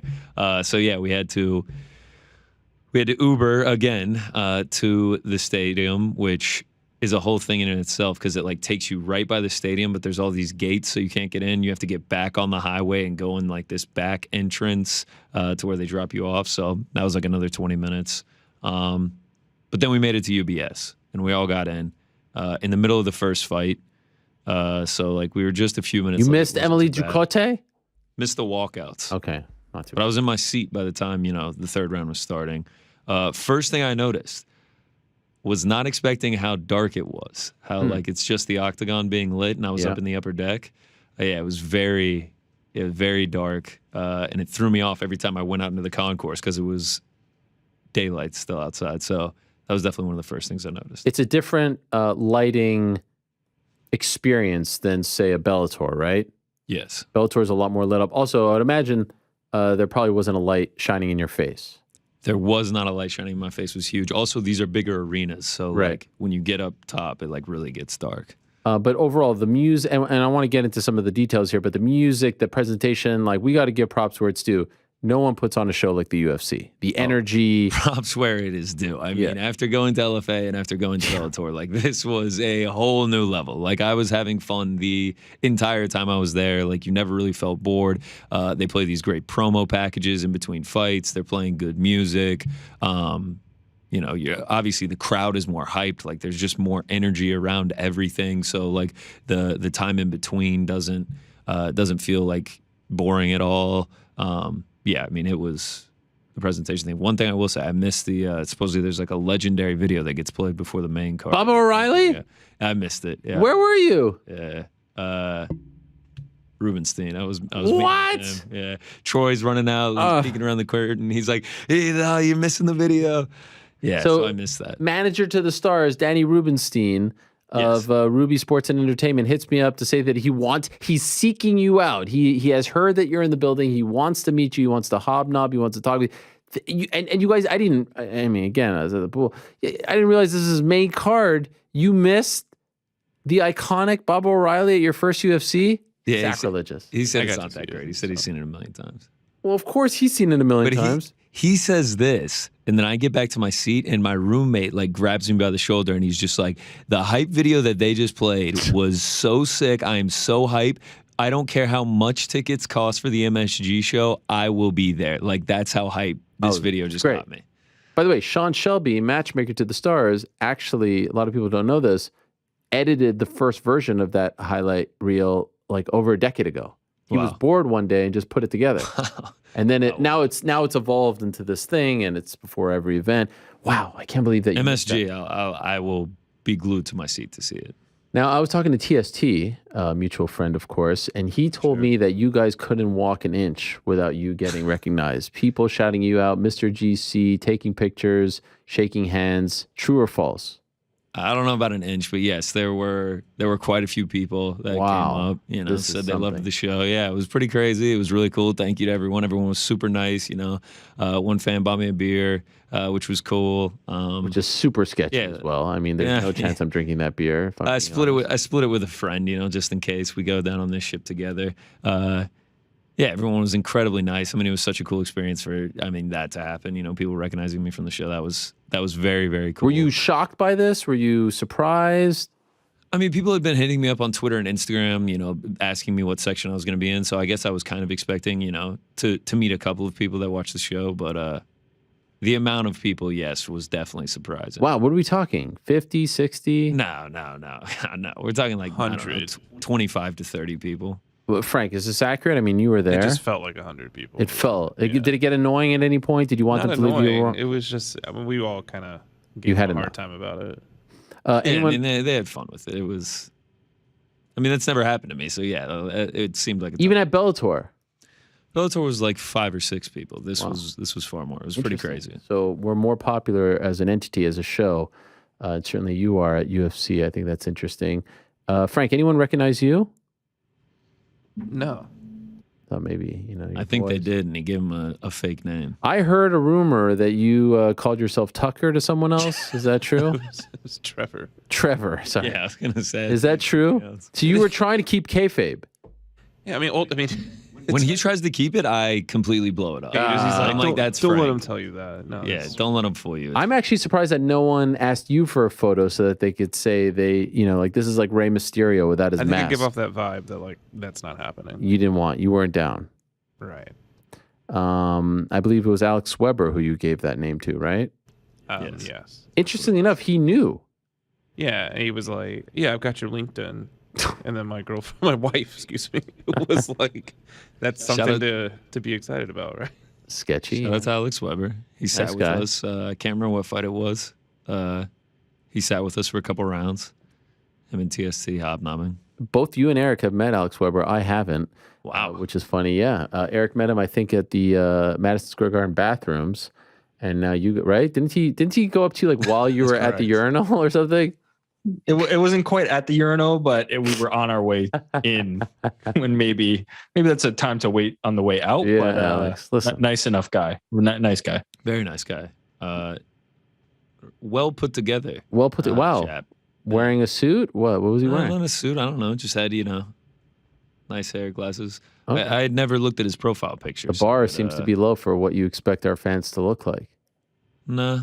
The bar is high. He surpassed it. Wow. Good looking guy. Merch game pretty subpar if that's what they're selling. I mean, we got I can't lie. I like the orange. The orange pops. Yeah. The poster on the back, which isn't That's too fine. great because I like It's like they just printed that thing on. Like, with the way the fight went. Like, Yeah. I also purchased a poster that I'm going to get framed. First UFC event, I had to do it. Price $40. A little steep for this. For that shirt? How much was the and poster? 30. Wow. And and this is a shirt that I'm worried, like if I accidentally dry it one time, Oh yeah, you're done. it's done. Yeah. Like it's like sleeves are gonna be up Yeah, here. yeah. It's gonna be, I'll have midriff. So Yeah. it's not. I'm not overly excited about this. The orange is nice. Scale of 1 to 10. What are we giving UBS as an arena? I mean, UBS, I'm giving like an 8 or a 9. The arena itself is incredibly nice.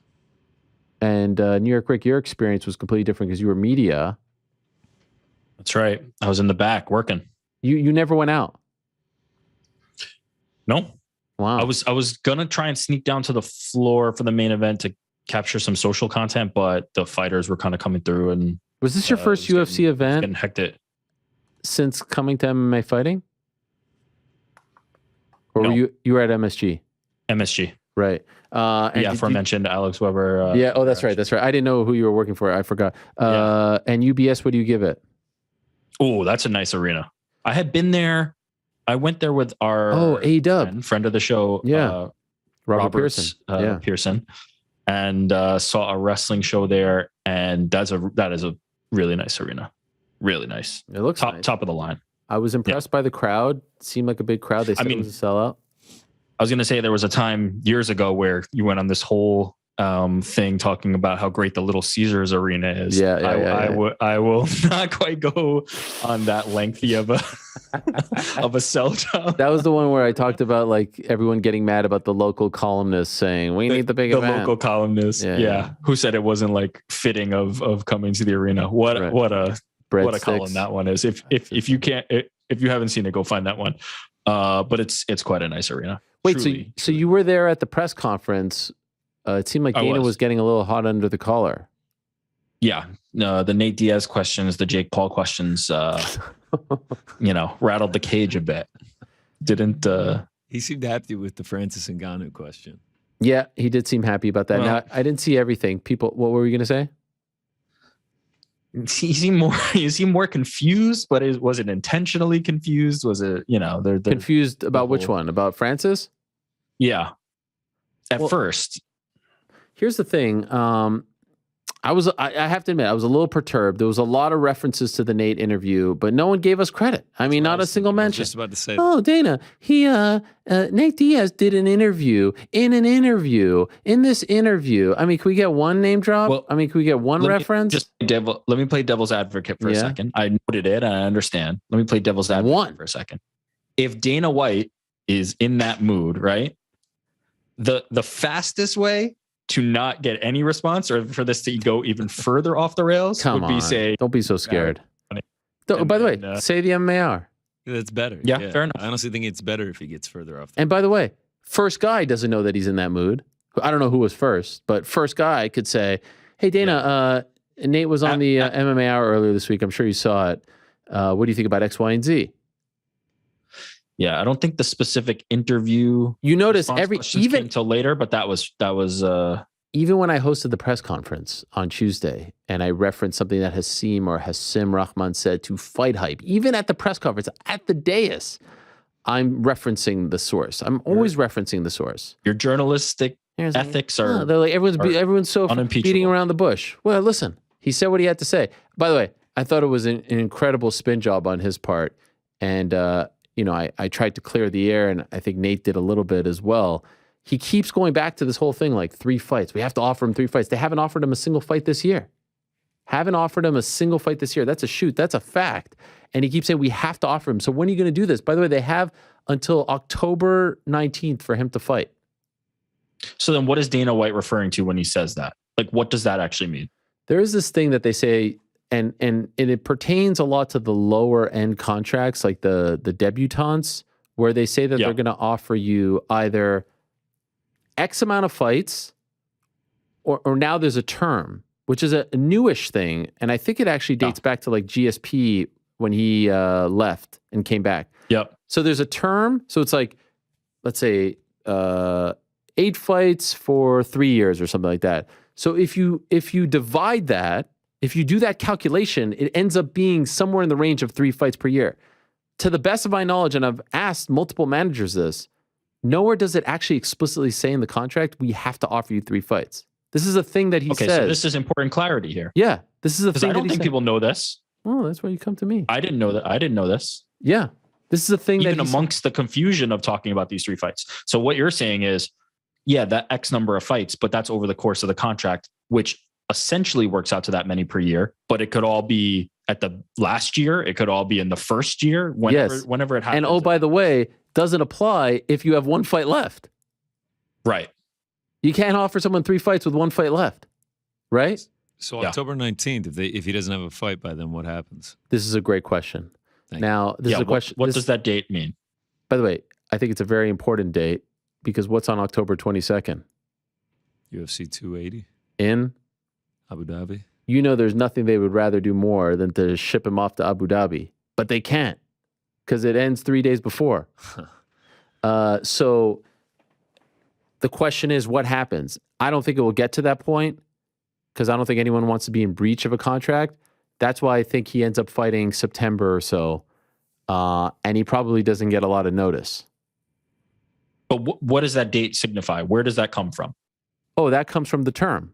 So there's a term on every contract. Every contract, if I sign with UFC today, the contract will state I am signing for 8 fights or 4 years. And there's an end to that contract. My contract here, you know what I mean? Every contract has an end date. So August 15th, 2024 or something. You know what I mean? Yeah, and this is what we're talking when we think about Francis Ngannou's contract, essentially December quote, 31st. to an end. Yes. But is he a free agent after that? What happens? So no one is ever a free agent in the like Shane Burgos isn't a free agent. Macy Barber isn't a free agent. Even though we say this, there's always a period of exclusivity in terms of they can negotiate, and then there's a period of a matching period. So it's like a long process to get to this point. This is, I think, essentially why Nathan wants to get this fight. And I think it's important to note as well, he has never said, I want out. Like, we have heard people that say, I want out. He just says, I want the last fight so that I can be a free man. So, like, I think it's really important to note that while he may come across as disgruntled or, done with the UFC, he's not asking to be released today or yesterday or last week. He just wants that last fight. He wants to fulfill the terms of his contract. And then once that is done, there's that period. And when that period is done, now, of course, UFC could do whatever they want. Just like they could sign you to an 8-fight deal and you could lose one fight and they could release you. They could waive that exclusivity period. They've done that a couple times in the past.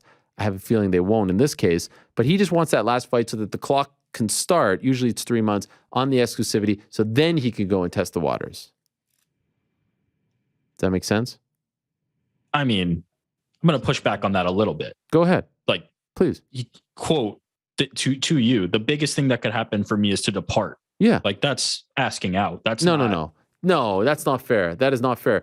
Biggest thing that can happen to me is to depart, meaning, can I get that last fight? Even in the tweet about Francis, can I have that last fight and can I leave, please?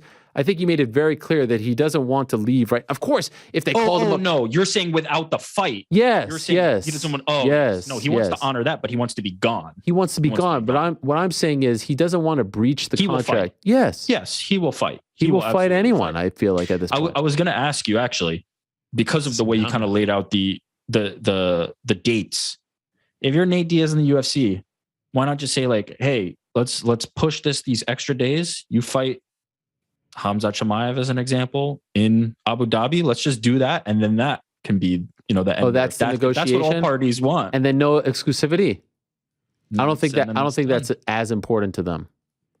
Yeah, I think keeping him on the sidelines as much as possible. I mean, that would be incredible theater. Could you imagine that theater? Nate in Abu Dhabi fighting Khamzat? Jeez Louise. Because if he really wants any fight and then I'm gone, there's one. Oh, by the way, if they called him right now and said you're fighting in Salt Lake City August 20th against Khamzat, I think he takes it. He'd take it. Yeah, I think he takes it. You're saying he'd take pretty much anything. I really do think that at this point. Yeah. Oh, yeah.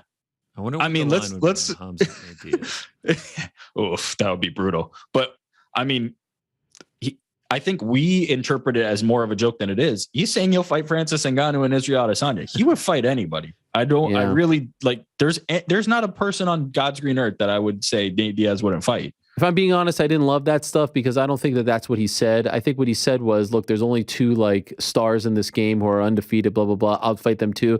I don't think for a second, actually, I know for a fact, he never sat in Dana's office or Hunter's office and said, give me Francis or Izzy. And I think Dana took that and ran with it like he was saying something crazy. If you actually listen to the interview on Tuesday, and I'm not trying to pat myself on the back because it was our interview, I would say it if he talked to someone else.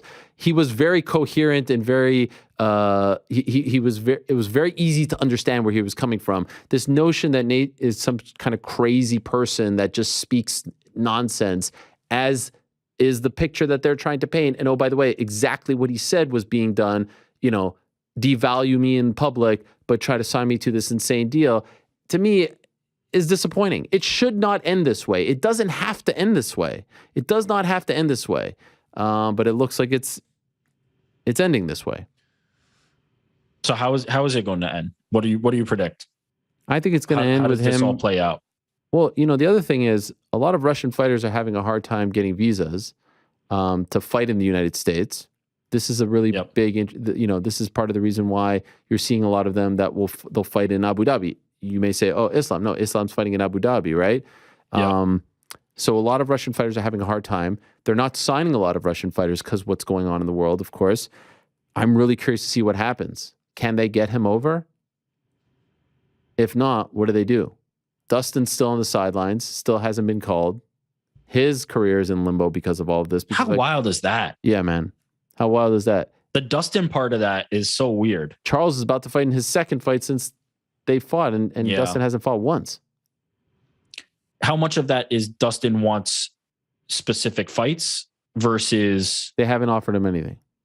Actually, I say, no, let me take that back. They offered him, you remember he came on the show and he said they offered me something for the end of the year, but I want to fight now. So I think that end of the year thing is still on the table, but he wants to fight. Like they haven't offered him, what I mean is for May, for June, for July, for August. You know what I'm saying? It's all down the line. Yeah. Yeah. So it's a really crazy thing. And we got on this tangent here because I get I get a little frustrated when I see these things because I understand that I'm privy to information. I mean, that's through relationships and building up rapport and whatnot. But no one pushes back. No one. We just sit there and we eat it up, and it's not accurate information. It's just not. And so I'm happy Nate tweeted what he tweeted, and I get it. Again, I'm privy to information, but that's through building relationships, sources, and things like that. You have to understand what they. It's like what he used to say, like, oh, we're regulated by the government. Back in the day. And that was like the pass on the drug testing stuff. And so now it's like, we have to offer him 3 fights. Have you offered him 3 fights? I'm not going to get into this game. I'm not going to get, and I get it. By the way, I get it.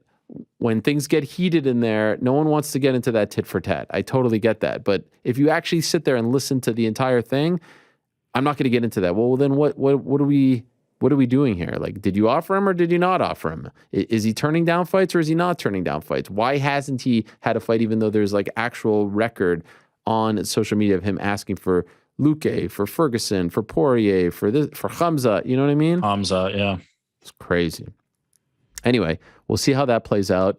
So what is your prediction? Oh, what is my prediction in terms of what happens? What happens? I know. I think he fights someone.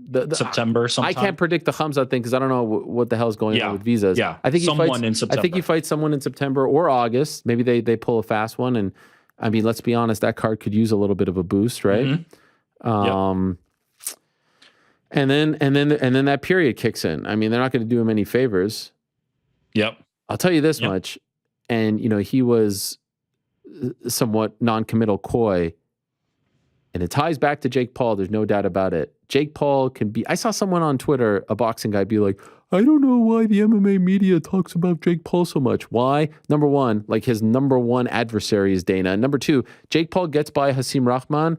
The next guy, if this Nate situation plays out, is going to be Nate Diaz.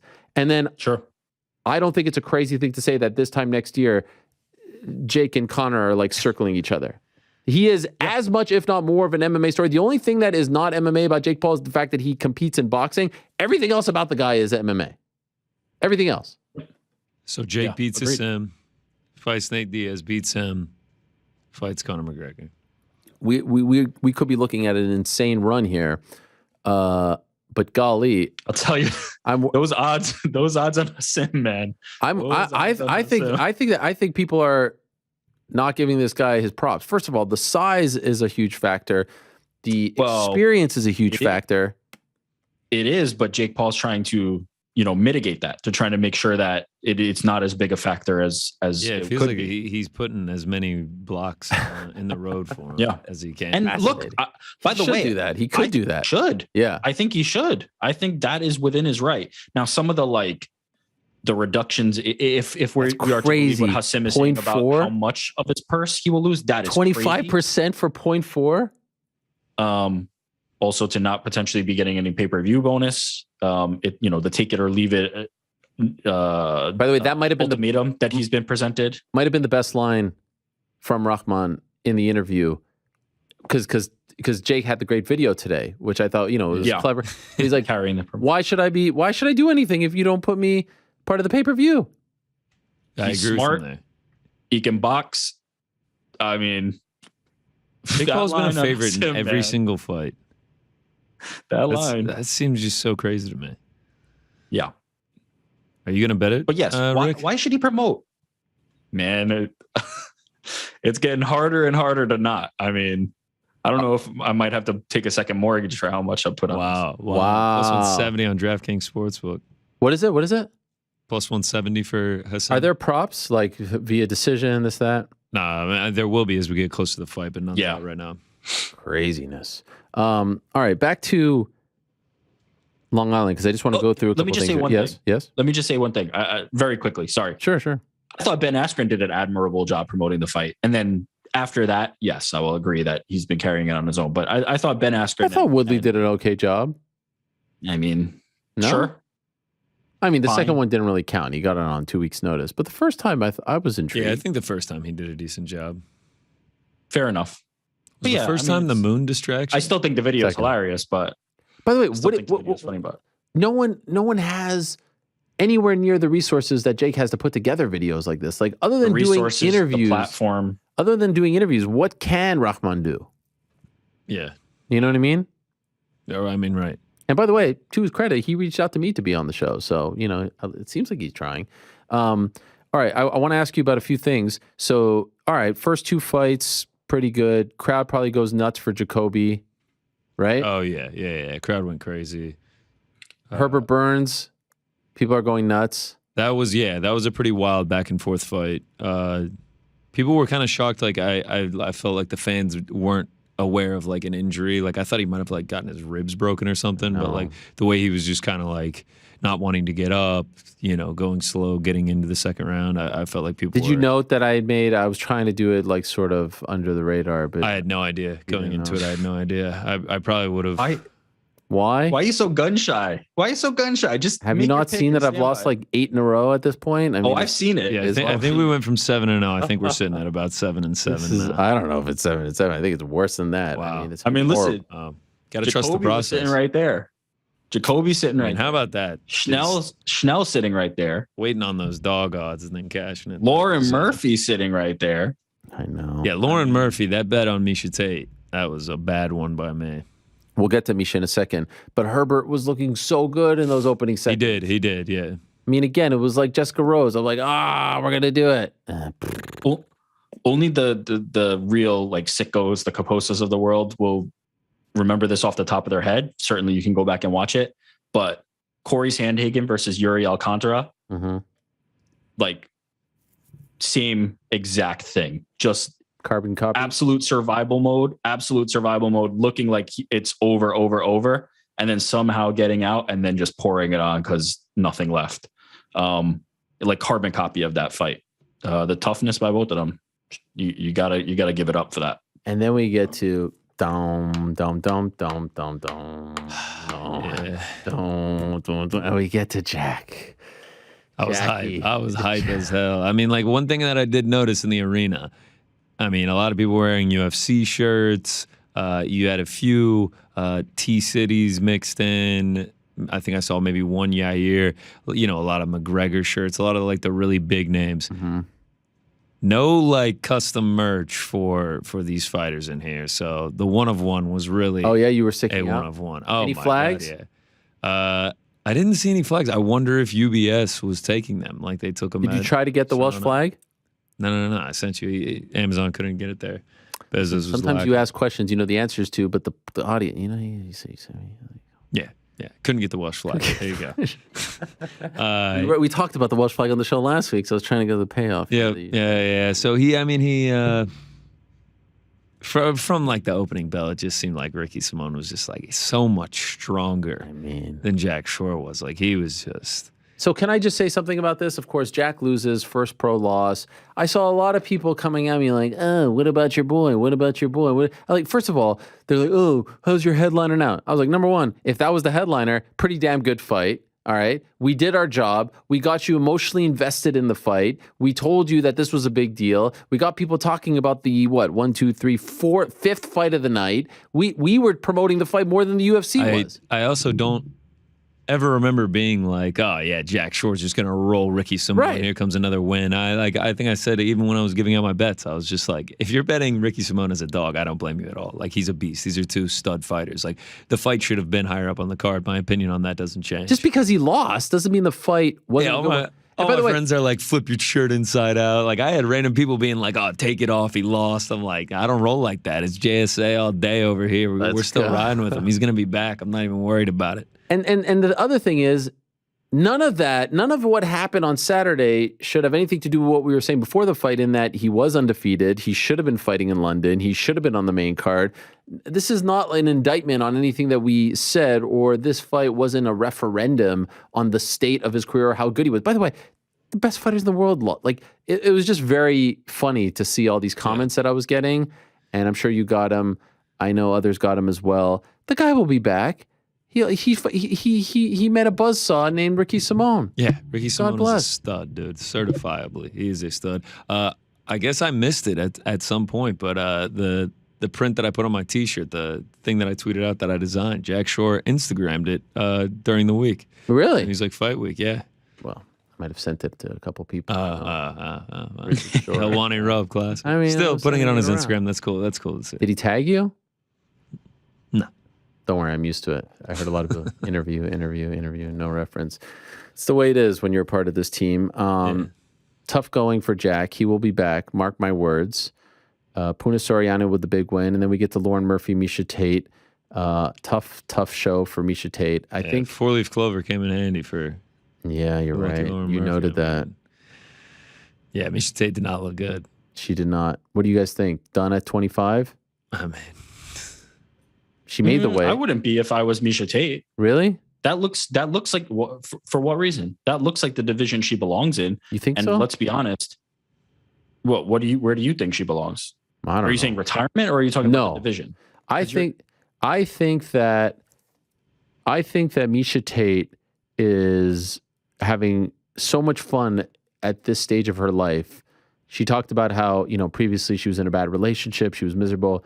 Yeah. She's, I believe, engaged. She has 2 children. She's just fighting, maybe almost trying to make up for lost time. I don't think she's going to retire. I don't think she's close to retirement. I just worry, and I'd love to ask her this, like how much energy did she zap to get down to 25? Because it felt like she was a little bit flat, no? It felt like Didn't she was look like slow that. in there. I thought she looked slow. Look, I mean, sure. Looked like she faced a better fighter. That's what that looked like to me. And I think a lot of it was based on the fact that people thought Miesha coming down from 35 was going to be the bigger fighter, and she just wasn't. Lauren Murphy is bigger than Miesha Tate, had the advantages everywhere. I think Miesha is better off staying at 25, where the path to the title. Listen, this loss sets Miesha Tate back, but anytime she gets a win, she'll be right back in that title conversation at 25 and will not be sniffing at 35. There's absolutely no reason to go away from 25 because that's the path. That's the fastest path back to the title that she can get. I mean, does she want to go back up to 35? Be completely, well, she's not winning a title at 35. Does she want to go back up to 35, be completely dwarfed by, look at Ketlin Vieira, like in that division.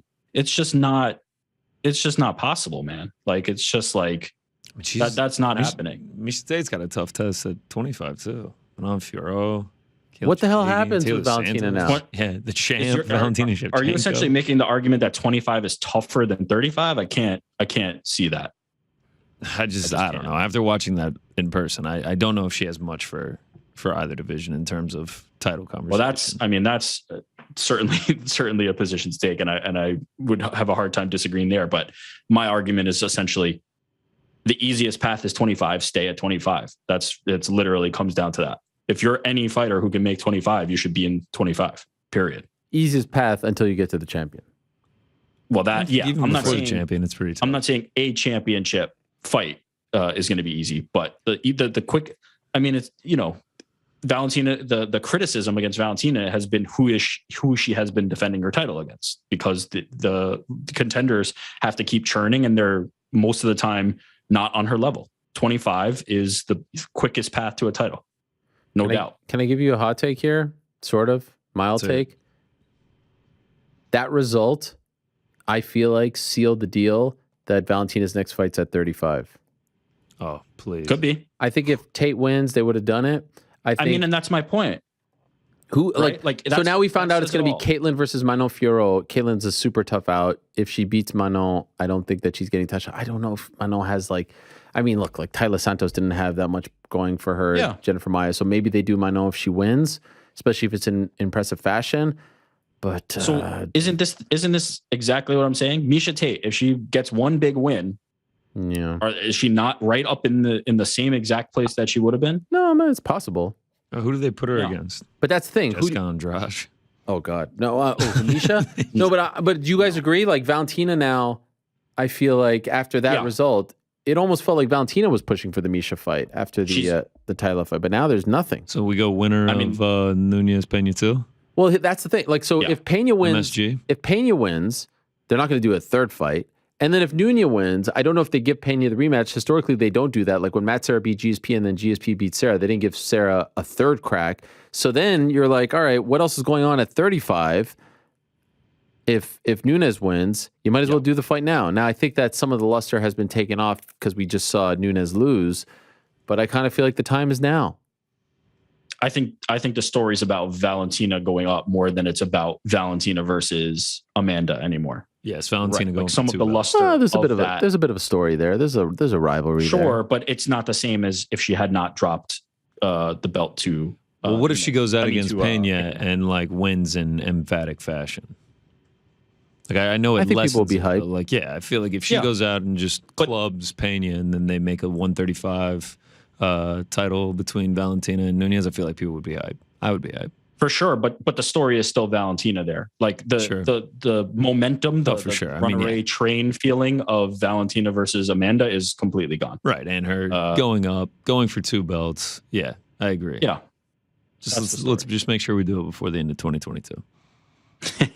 We'll be able to ask Valentina that question on Wednesday. Wow. Yeah. We've already revealed 2 people on the lineup. I just like to. Ricky Simone as well. Why not do 3? Wow. Who else? Let's just do the whole. That's all I give got. the whole Right thing. That's all I got. It's been very. I mean, 6 guests today. I mean, golly, give me a break. All right, so then we had that. Then we had the crazy Shane Burgos fight. Yeah, Charles Jourdain. Yeah, Burgos, the man. We'll get to your picks in a second. I've Schnell, become a big fan of Burgos just from that interview and from that fight. King in New York. Schnell, unbelievable. Li Jingliang, tremendous. That Li Jingliang was one of the craziest I was going. Like there was. You were losing it? Oh, You're now a huge Li fan, right? Big fan. I mean, I had him at plus 155, but then everyone in our like section was cheering like very heavily for Muslim Salikov, saying like Leach didn't have anything. I was like the one guy cheering for Lee, and yeah, I mean when he got the KO, I mean, yeah, I was going nuts. I thought they were a little rude towards Amanda Lemos, if I'm being honest. I definitely did, yes. Like, I thought that was lame. I thought that was like booing. I mean, she got a 2nd round finish. Like, I get it wasn't the most exciting fight, but... By the way, the card up until that point was tremendous. Chill out. I think they were like... It almost felt like because that was the co-main. I think because it was the co-main, too, like, it almost felt like they were going into it. Like, unless this is a banger, then they were looking to boo. Yeah, I mean, I think that had all to do with it. They're getting amazing fight after amazing fight after amazing fight, and then there's one that's just a regular fight, and they lost their minds. It should have never been the co-main to begin with. I 100% agree. It was a bizarre choice, but whatever. You don't need to boo. And then what was so? This is what I want to know. What was the vibe like in the arena for the main event? Going into it? Well. Into it, but then also after, like how it ended. After it because it's hard to tell when you're there what the hell is going on, right? I have almost not seen an arena empty out faster. Really? There was a guy in my row that, like, as soon as he realized what happened, like him and his crew, they were like, "Get out of here, get out!" Like they're like shoving through, like running to the exits. Like by the time they were doing the post-fight interviews, like the arena was like, it emptied out so quickly, and it was very like quiet. But could you tell what happened? You could tell the fight was over, and I think that's all people cared about, that it was like an injury. Because from like our vantage point, it looked like, I know Yair was saying that like he had tapped, and like some people are trying to claim that it was a submission or whatever. It just looked like Brian Ortega got injured, and that was the fight. How do you feel about it? I said what I had to say. I feel like it's legitimate. I mean, it was a bummer, ending to the card. I know you were saying... like obviously it counts as a win for Yair, but I personally thought it was an unfortunate way to end the card. Now I think who was it? Dana saying Emmett, Yair, interim shot. Yeah. What about Arnold Allen, for God's sakes? What does Arnold have to do to get an important fight? Yeah, right. 9 in a row. Who do you want? Can we talk about do we even need an interim shot? So what do you suggest? Who do you want? Yair? Yeah, what do you suggest? Well, I mean, Alexander Volkanovski is the champion. What do we need an interim title for? So what do you do with Yair? Have him fight the next time that Alex fights at featherweight. So you're saying Yair gets a title shot off of this? Or Yair versus Josh Emmett for number 1 contender. The interim belt is number 1 contendership. Why do we need an interim title? Okay, but I then like that. I think Yair, Josh Emmett. Volkanovski just fought. I agree. He fought 2 weeks ago. But here's the question. So that means you're putting the kibosh on Volkanovski fighting at 55? No, he can fight at 55. Why do we need an interim title just for him to But fight here's at the thing. 55? If he's fighting at 55 after thumb surgery, he ain't fighting at 45 for a year. By the time he comes back, it's going to be a year. Okay, so have a number one contender fight in the meantime, and then let's see how it shakes out. Or maybe he fights at 45 and then 55. Are you giving him the If I'm Alexander, I'll say it like this. If I'm Alexander Volkanovski, I'm offended at the idea of an interim title. Luckily, we'll get to ask him in 15 minutes. Yeah. The fact that it's even discussed 2 weeks after I'm doing what I did. You feel like it devalues the belt? I guess so. 100% it does. Yeah, Rick does make a good point. I guess it is based solely off of assumptions that he's going to be out, these 12 weeks with the hand, and then he's going to fight at 155, and we're assuming he wouldn't fight at 145 again for like a year. So, yeah. Maybe not, but he has he has been very, very clear. He wants to defend both titles. He wants to be an active champion. And not only that, he's shown he can do it. And he's mentioned that many times. Israel Adesanya, when he made his foray up to light heavyweight, we weren't all of a sudden looking for a new title. Like, let's just calm down on the interim title talk. So what do you do? Make a number one contender. You do Yair Emmett? I think so, yeah. But they told Yair if he wins, he gets a title shot. Did they? Well, that's what he said. He says they did. Yeah, well, what do you mean? Wow. You're calling cap on Yair? He didn't say it again today. And they haven't announced him. That's a good point by Rick. Well, I didn't ask him if they said it again because he told me last week. I feel like I'm not so sure that wow, the paper it's written. I want to see the paper it's written. Well, that is probably not happening. There ain't no paper. Yeah, no, just. And what do you do with Arnold Allen? I'm not saying that there can't be. Look, throw him in that mix too. Well, who's he fight? I'm not saying that there can't be an interim title at some point. To have this conversation now is so premature. It's silly. Cater? Sure. Cater Allen? Give him a top Why not? 5 guy. Why not? I just don't want Arnold to be forgotten about, all right? I mean, let those guys figure it out. Has he fought anyone top 10? Who? Arnold Allen. AAA? Where was Hooker give him when Arnold he Allen, fought him? Bryce Mitchell. I think he was like 12 or something. Yeah. Was he even ranked? At lightweight, dropping right? down. But he was must have been dropping ranked down. at lightweight. It's not fair to say that. Bryce Mitchell, Arnold? I'd like to see that. Anyone. Yeah, why not? But here's my point. Like, all of this can happen without an interim title and without Alexander Volkanovski. I don't even know where the whole interim thing came from. Like, it just all of a sudden popped up in the middle of the week. I think there's an assumption. Look, like, Volkanovski's going to be out and then he's going to fight at 55 and it's going to take forever. How do we know this? Like, I'm not sure of that. Right. And I don't think that Volkanovski is like the type of guy to try and extend the timeline. He's the type of guy who's going to want to get it done. So yeah, I have faith in the champion. Do you want to see Volkanovski fight the winner of Oliveira Makhachev? Yeah. Yeah, I do. Could be big. By the way, there's no one really at lightweight. Like, who is at lightweight after that fight that could be potentially upset? Poirier had the title shot in December. Gaethje just had the title shot. Chandler had the title shot last year. Dariush could be pretty upset. But there's no, see who he fights. But if there was ever a time, I have said it, I like to see dominant champions who stay at their weight class for a very long time and just win. But if there ever was a time to sneak in, same thought process, by the way, with me saying I wouldn't mind seeing Cejudo just slide in there. But now the whole injury and all that screwed that up.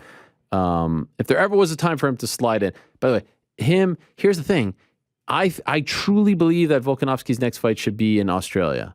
I think it has to be, and I've even heard that they're considering going there in the first quarter of 2023.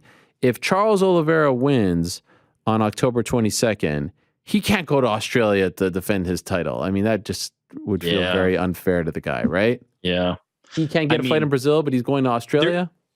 I get that, but man, if you dangle that in front of him and say you're going to have a huge fight in Marvel Stadium with Alexander Volkanovski, belt versus belt, that's a lot of money on the line. I could be convinced to take a trip and not go to Brazil. I could be convinced. I wish it was belt versus belt, like Hogan and Warrior back at WrestleMania 6. Imagine. Yeah. winner. Well, no, I mean that's not fair. Winner gets That's both, not fair. No, yeah, what He if- can't take the featherweight title. Although, I mean, the guy had such a career at featherweight. As a token, it'd be pretty funny. Wouldn't it be cool if they met at 150? Oh, Nope. catchweight belt. Both versus belts belt. on the yes. No, it would not. What? It would not be cool at all. What? Because it's for the lightweight title. So no, it wouldn't be cool at all. I think. Well, how low can you go? But I guess you can't. It wouldn't be for the featherweight because that would be too much over the featherweight limit. Yeah, it would never be belt versus Right. belt in one singular fight. Would be fun. All right. So overall, a fun time was had. Very fun time. By the way, did you guys see Good each other there? Nah, Rick Nothing? Can't be bothered. Wow. Listen, oh no! Wait a minute. Wow. Sounds Hold familiar. on. Receipts time. Wow. Sorry, hold on. Oh, pulling Hold out the on. text. Wait, couldn't be well. Happy birthday, big dog. This is in the morning. Happy birthday, big Very dog. nice, From very me thoughtful. to Connor. Hit me up after the fights if you can still walk. I was assuming he'd probably be Right, under right. the table. He said, haha, thank you, man. You'll be shocked to know there was no text later. There was no check-in. There was no, hey, By the way, this is By what the way, we're up Max, to. that makes two of us. Just for the record, I thought we were gonna. Yeah. So You thought we were going to meet up. couldn't we be bothered. We were essentially on the other side of the earth from where you were, over in UBS. I mean, we walk out, $235 Ubers back to Manhattan. What? You know, Come on. I didn't Uber because we had to take the train all the way. It was a mess. 235. I didn't even know Ubers go that high. I will have to be so excited for an event. I will have to go to an event to get me to go back out there. Like I'm not going That big of a pain. I'm not going to an Islanders regular season game or anything like that. It's not a very convenient location for most people. By the way, Frank. Even for people from Long Island, it's not really Long Island. Right. It's kind of more Queens, to be honest. Yeah, it is. Frank, did you enjoy yourself? Oh yeah, I had a great time. Yeah. Highlight. Probably when Ortega got injured. Wow. Yeah, What he the- really, what a he str- loved that shoulder injury. He kept. Why did What the harping on it. hell? What a I think strange he thing to knew say. because it crushed me on the bets, and I think he loved that. He was also cheering against. He was Un Jung's #1 fan on Saturday. I was like, wow. Wow, you're that guy? He was like, I wanted to see Bad Rick taste. miserable. Who? No one wants to hang out with that guy. But bad taste, yeah. It was low key. By the Well, now it's high key. and did you go to the after party, Frank? Yeah. Oh wow. Okay. Yeah, What just was me and you, funny is Ariel, I'm just left talking out, to, you know? TST, right? We're having a conversation. Oh, I hear the echo again. I'm not surprised. So we're having a conversation, I'm like, we're looking at the city skyline and all this, and all of a sudden he pulls out his phone and just starts texting you. I'm Well, like, yeah, he missed me. cool. Yeah. Was it like I was having a special moment with him, and he's like, I gotta include Ariel. Very romantic. So it was very nice. Yeah, he sent me a picture of the. Did he show you the building that I just pointed out to him? Yeah, well, I mean, That's I thought that was a very nice thing for him to do. that was really nice. All right. I think we should get to the picks because we've got Volk coming up. So how about we let's thank you, run New through York 'em real Rick. quick. Appreciate you. How about we take a look at how you did, Mr. GC? Take it Here we away. go. The Dustin Jacoby knockout. Great way to start the bets. Jack Shore, Misha Tate, we get a bad run. Come back with Burgos. We are doing good going into the main event. We're above 500. We still have a parlay alive. We had the Flyers with the Brian Ortega sub thing. It all goes wrong from there. Thought we had pretty much locked up a winning week with the Lee knockout. That was not the case. We lose all the Flyers because of that. We lose the parlay because of the injury. I mean, everything went south with Ortega. Losing in that fashion. I mean, before the fight even started, I was like, all right, worst case scenario, Yair Rodriguez wins in the first round and a half. And that's exactly what happened. Yair Rodriguez won in the first round and a half. To win in that fashion, too, it was very deflating. I was definitely pretty bummed about it. A little salty at first, but I've moved past it. So we end up going 4-8 on the singles. Don't really lose too much on it because we had so many Flyers. Parlay obviously misses the over 1.5. So we lose 1.53 units. Stinks to lose on, the card on your birthday, but it is what it is. Those are the breaks in this game. Like you said, it just happened. So still up 35 units overall, 23 on the year. and hopefully we can get a winning week for London. So you feel good. Plus, what is that? Plus 35? Can I see that again? Yeah, we're sitting at plus 35. We've been at 40 at one point. You know, what's the highest? It's kind of I think 42 was the highest. It's kind of like a roller coaster these last, like month and a half. But hopefully we can catch a hot streak. Yeah, I mean, 4 of 8. Oh, I mean, not a horrible one. Not a horrible one. It all came down to the main event. Yeah. The main event goes over 1.5. It's a winning week. Brian Ortega wins. It's a very big winning week. Brian Ortega wins by sub. I mean, I would have ended up like 10 units, but that's not what happened. We got unlucky. It's unfortunate, but. How upset were you? I was more so just bummed. I was like so hyped going into the main event. I was just like, all right, we get over 1.5. It's a winning week. Ortega wins. It's real good. Ortega wins by sub. Y'all are going to see me going bananas. I know. And like I was on the edge of my seat. I was all hyped up. He got it to the ground. I was like, oh, baby. I was like, oh, man, this might be it. Like if he can get something here. And then he just flopped back. And I was just like, I just kind of sat there dumbfounded for a second. And like the whole arena was just emptying out around me. And I was like, damn, this is how it ends. But it is what it is. I mean, you just get unlucky sometimes. Yeah. This is the game. One of the last things I said to my friend before the fight started, I was just like, I don't see Yair winning in the first round and a half, but this sport is ridiculous. Crazy things happen all the time. So, by the way, when you're all the way up there, do you find yourself watching the screen more than the actual cage? So in striking exchanges, I was watching the actual cage, but anytime I went to the mat, I went to the big screen, right, just so you could see what was going on. Here's my take on UFC events. Like I said, credit where it's due. It's a fantastic experience. The energy is unlike any sporting event that I've ever been to. The atmosphere, the music. I mean, they put on an A+ event, and every MMA fan on the planet should experience it at least once, especially a big one, right? At a T-Mobile, an MSG, something like that. Once, twice, whatever. I mean, there's nothing like it. But I would say I would put it in the category of events that are actually better at home. After you've been to a few. Oh, like the viewing experience. The viewing itself, experience is actually no question. Right? There's no question. Like especially with the commentary, the replays, all that stuff. The in-ring, the in-between round chatter that you get sometimes. You know what I mean? All that stuff. And you get the live stats, you get everything like that. You can get a gauge. Like the Lee knockout, I thought it was super sick in person, but rewatching it and being when he hurt him and they're going crazy and Anik's oh, Lee is just stalking his prey now, and then he knocks him out and then they all go crazy. It makes it so much cooler. The Schnell, Sue Madarji round 2, how crazy DC and all of them were going, and John Anik's and here they go back and forth. I think the TV does it's one of the best at-home viewing experiences as opposed to being live. Yeah. Again, this is not me throwing shade. I think everyone should experience it, but it's just you miss out on a lot, I think, when you're there live. I put it I think football is way better at home than it is in person. Depending on your seat, yeah. I think hockey is way better in person than it is at home. No doubt. Baseball think too. Baseball, yes, but there's something magical about just being there and the whole environment. No, that's what I'm saying. Being there, yeah. Better. Although you can actually see more at home. That's the weird one about baseball, right? You could see the strike zone, you could see the pitches, I think, more. Basketball, I feel is the only one that's tremendous both at home. You get the, right? Don't you think that basketball is the one? It's very, it's a very similar viewing experience. Right. Yeah. Yeah. I may have lost, though. Please. One of the crazier weeks of big hitters that we've had. If you did not make the show, I'm terribly sorry because there were so many that I had to go through. The big hit of the week, Bon Rips. He's a trading card person, 11-leg parlay.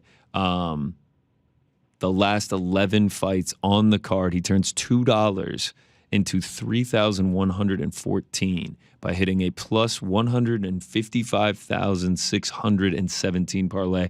I think that is the biggest parlay we've had in the big hitter history. Wow. Got the last 11 fights right. That is insane. How many fights total were on the card? 12. So the only one he didn't do was the first one. I mean, he didn't do it or he got it wrong? He just didn't have it on the ticket. I mean, he had Yair as a dog, Schnell as a dog, Ricky Simone as a dog, Lee as a dog, Jacoby as a dog, Lauren Murphy as a dog. Half the ticket was dogs. Wow. Crazy. So yeah, shout out to him. Turns pocket change into a few months' rent. That is pretty good. Let's keep it moving. Michael B. Gamblin 8 legs plus 25,549, turns $8 into $2,000. Another one where he just picks 8 fights, a lot of dogs on it. I mean, unbelievable. And then Anthony Oliveira, 5 leg plus 11,637. He turns $1.40 into 163. I mean, we had 3 people hit a plus 10,000 or more parlay. It's crazy. I got a couple more I have to shout out. Please. Grateful dude. He hits Matt Schnell's submission round 2 plus 3,300.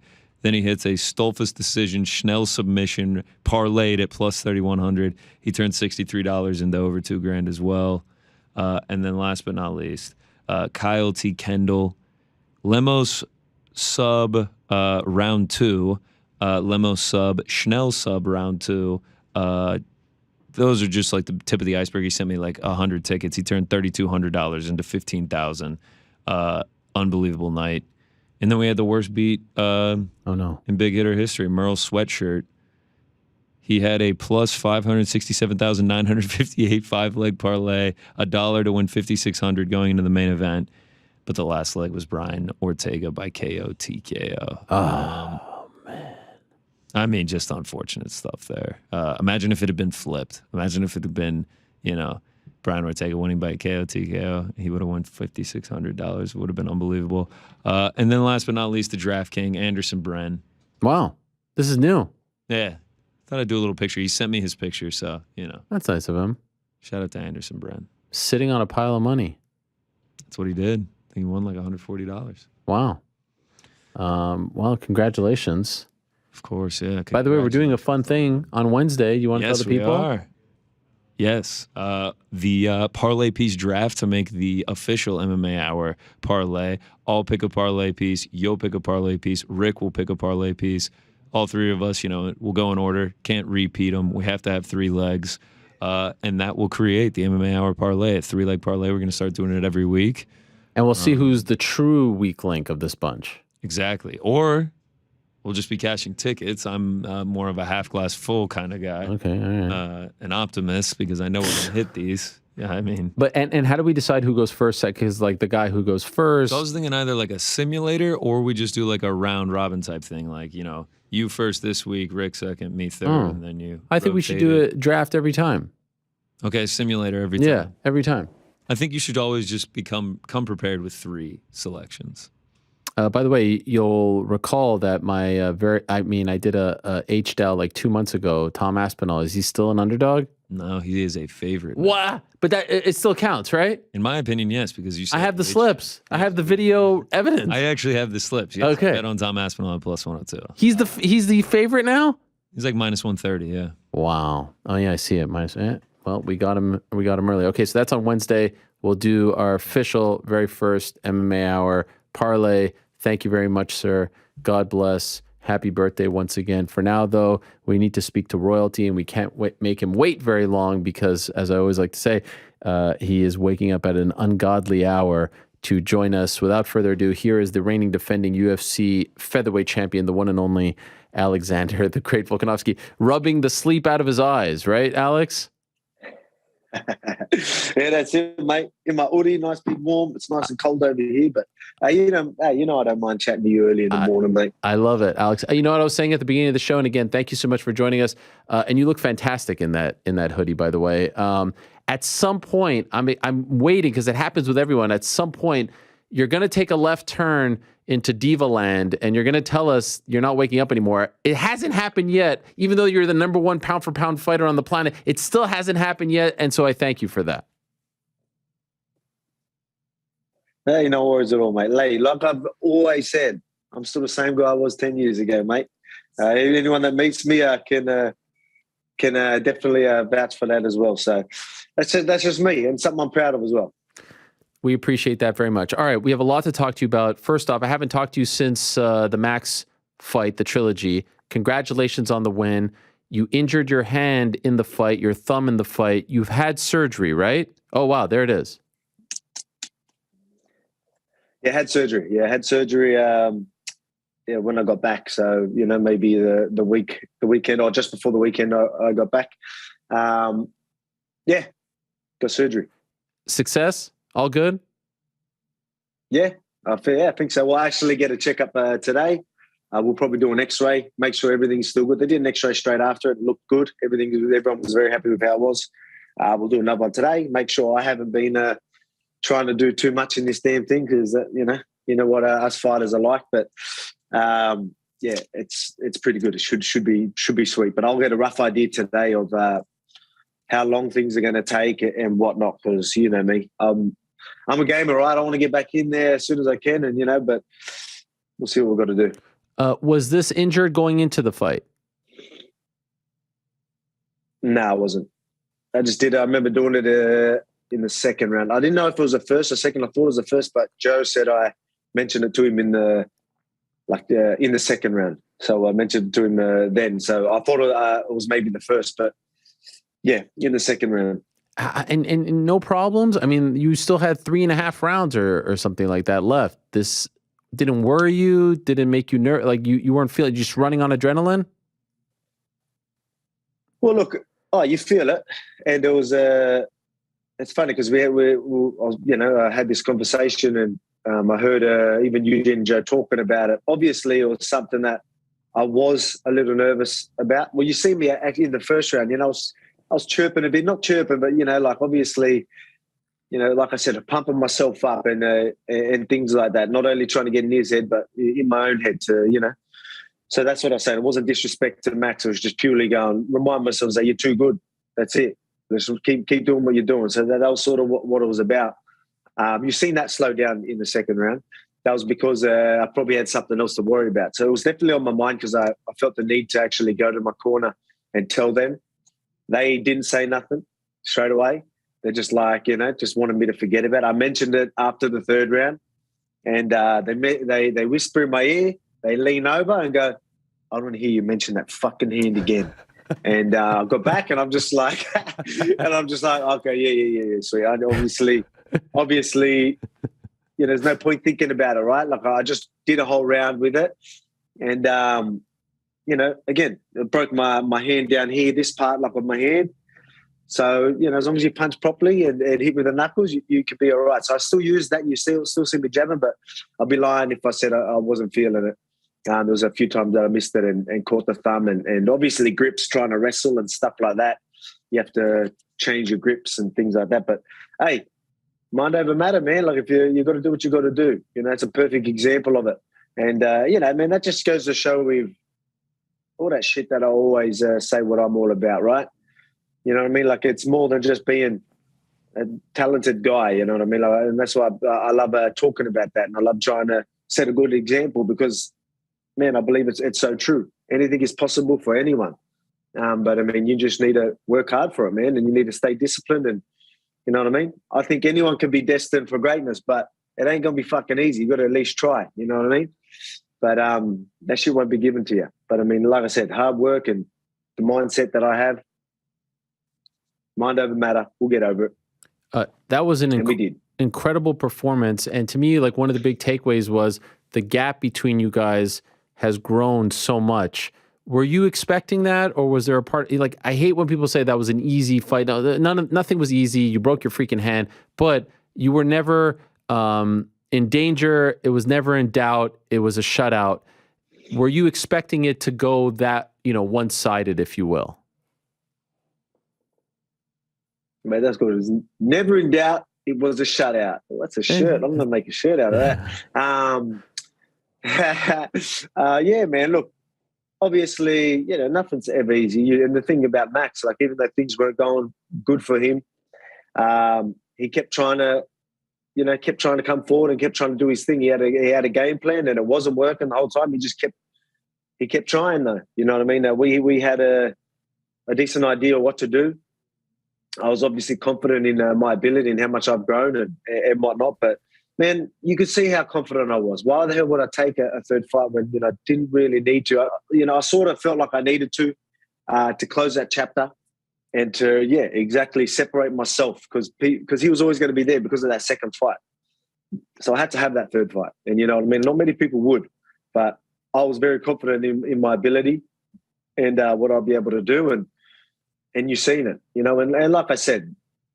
there's many reasons why I was comfortable. Obviously, that second fight was close, but we had a few dramas going into that, and that's why I knew I didn't turn up. I mentioned that I didn't turn up. It wasn't until after this third fight I mentioned some of the things that it was. But that's why I was confident. I was like, not only I believe in myself and what I'm capable of, I know I didn't turn up and I still won the second fight. I was like, put it in, and that's why I told a lot of people. I would have told you, Ariel, if there was ever a day that someone was going to beat me, that was the day. And he couldn't do it. So, that's why I was full of confidence.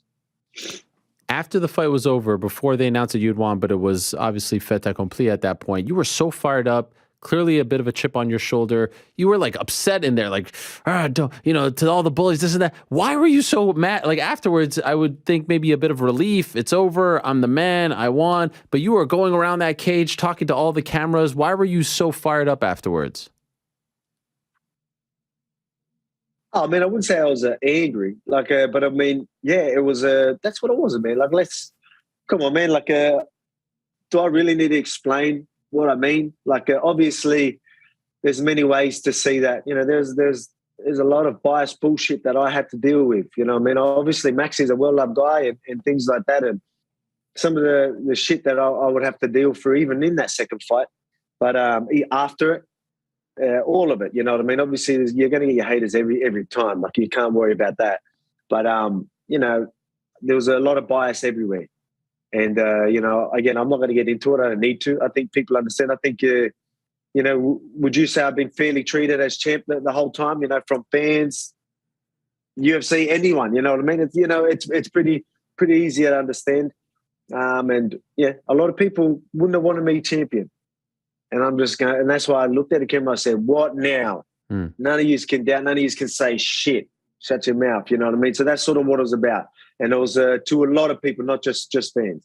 But again, I just wanted to. It wasn't me angry. It was me to just go, yeah. Now you can jump on board. Yeah, now you can act like he's all about it.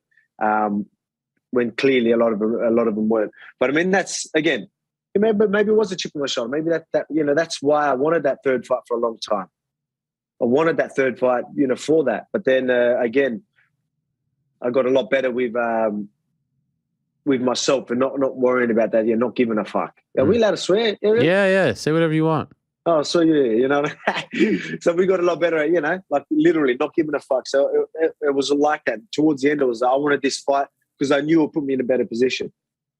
Cause of that close fight, and people still still talking about it. So, I'll go out there and I'll beat him up because I know I can. And then people are going to be like, whoa, blow out and all this type of stuff. So, look, I wasn't surprised that I won, but I mean, it was good to just get that there and obviously put me in a better position. Right now, I'm in a position where I feel like I can call the shots and I can have them conversations that, I didn't feel like I could have before, where now I can, and now I'm getting that respect from everyone, which I think is deserved. But I mean, yeah, that's why I wanted that fight. New contract as well. You know what I mean? Because I took that fight, and before it, gave me a new contract that I'm very happy with. Talking to Hunter and Sean, and they did a great job. So, yeah, it's good. And no, I will not tell you the terms of that. It's crazy that you just mentioned that. I was just about to ask about the new contract. I understand the night before you signed a contract, making you the highest paid featherweight outside of Conor McGregor in the history of the sport. That's what I'm told. So it's a pretty good deal. They're taking care of you.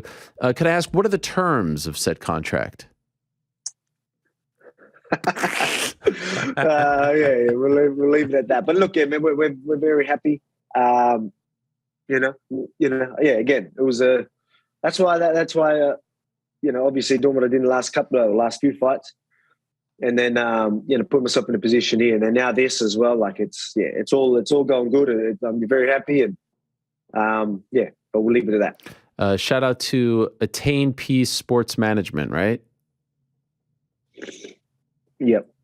And the whole crew over there. AP, yeah. Well, that's the cool. The cool kids say, isn't it Attain Peace? Isn't that what it stands for? AP. Yeah, it does. Yes. Yeah. Oh, I'd say it's just short for you. I'm just trying to show that I'm in the know. Good lad, man. Oh, you give him a shout out. Well done, brother. Come on. Ash is I'm sure my they guy. appreciate that. Yes. Okay, but part of those discussions, I'm curious, and we're obviously going to get to the stuff. You know, you're one of the most talked about guys in the sport right now, so we have a lot of very, very newsworthy questions to ask you. Part of those discussions with the new deal was that, hey, we get by Max, we're getting a lightweight title shot next. Was that discussed? Was that promised? Was that a part of the negotiation? Obviously, these are conversations you have, but, it was never going to be something that was locked in. I'm the type of guy, look, I want to be busy, man. Like, you know what I mean? So it's not something that I'd be like, look, if it's not now, it might be later as well. Like, I've always looked at it that way. But I mean, at the same time, it's something that we talked about, and they know that I deserve it too. And, I think we're all on board, and we all think it's fair. So right now we're just in a good position. So I'm in a good position besides this damn thing. Mm-hmm. But, yeah. Okay. What did your doctor say to you? And I know you're going to get it checked out today, but initially, recovery time for the thumb, realistically, with the training camp and everything, when could you possibly fight again? It's pretty hard to sort of tell. When you're talking, look, when can I punch with this again? Like, 11 weeks or something, I'll be able to punch with it again, and I'll have full contact. But obviously you want to have a camp and things like that. So I think realistically you could do something in December or something. But I mean, look, you're probably going to talk about this. I wanted to be active. I want to be active, but we know that. But it obviously slowed me down. And they're looking at coming to Australia in the early quarter of the year, in the first quarter of next year. And I need to defend my belt. I need to fight in Australia. You know what I mean? I think I deserve that. And whether I try and squeeze something in before that, or just and me squeezing it, that's me rushing things. Yeah. Or do I just do what obviously everyone in Australia deserves. It's what I want, and the UFC will be very happy to have me headline a card over there as well. So that's probably what will happen. Fight for the lightweight title in that early half or early quarter of the year. Okay, you're smiling. What do you think about that, mate? Here we go. Now we're getting into the. First of all, I said it, and you may have seen it. I watched George Kambosos fight Devin Haney at Marvel. I said not only does Alex deserve this, I think he draws more than this. And I think I heard reports of what George made. I hope you're getting in that ballpark, because I think you deserve it. I think you're a bigger, well, all due respect to George, I think he's a lovely fellow. I think you're a bigger star in Australia than George is, given what you've done in the sport. And so I'm very happy to hear this. Now, okay, I have a lot of follow-ups. Where would this show be? Would it be Melbourne Marvel Stadium? Because I think you deserve a big stadium show here. Man, but look, we haven't had that conversation. That depends, man. I think a stadium show would be good. But I mean, obviously, that happens very, very rarely as well. It's not something that sometimes a lot of the UFC don't like doing it, and I get it, because it's so big, and the atmosphere sometimes feels a little different, like because it's not as compact and everything's around. So I don't know. A lot of it's going to come in. I haven't had them conversations, but I mean, of course, I'd love the Marvel Stadium or something like that. But we've got to see what's happening anyway. We'll have them conversations, but okay. We're definitely looking to defend the belt in the outside. But I mean, yeah, again, we're still early days. All right, so I'm being a little greedy. We're still just trying to get over this. After today, I'm going to have a lot more of these conversations. I'm being a little greedy. It's good to know you feel confident after this checkup today. Right. You feel confident though that your next fight will be in Australia in the first quarter of 2023. Is that fair to say? Yeah, it's fair to say. Like I said, I'd love to be honest, I think I can punch with this October. No, you're crazy. You know what I mean? I stay on standby without a camp? You know what I mean? Oh, you're crazy, man. Just so no one else can, you know what I'm like? I don't need to. You know what I mean? Obviously, you know what I'm like. I'm like, hey, someone else slips in, and then I've got to wait even longer. Fuck it, I won't let anyone take my, what I mean? That's what I'm all about. That's what I've always been about. Don't let anyone get a chance. But I mean, obviously, I don't know. We'll see. You never know. They might tell me, "Oh, look, you can start doing this." I trained yesterday. Obviously, there's at least some things I can do, but I'll still be in half decent nick, But it'll be good to at least be able to wrestle with it again, grapple with it again, punch with it again, for at least a little bit to get used to some things before I jump in that cage. But you never know. Look, that's just me. Sort of spitting a bit of shit. October obviously doesn't look too realistic for me. But hey, the winner in Australia, why not? I think some of them might sit there and why should we fight over there? It's like, man, I deserve it, and I've fought it. Every single one of my fights have been pretty much overseas. I've defended all my belt, not on home territory this whole time. So I'm sure whoever's a belt, they can miss out here and there as well. So we'll see. But look, at the end of the day, I'm the type of guy that I'll fight anyway. I just think that we deserve a fight here, and that's what's going to happen. So I don't know. People will be like, "Oh, it's an advantage" and all this type of stuff. It depends how you look at it. Look at the last one.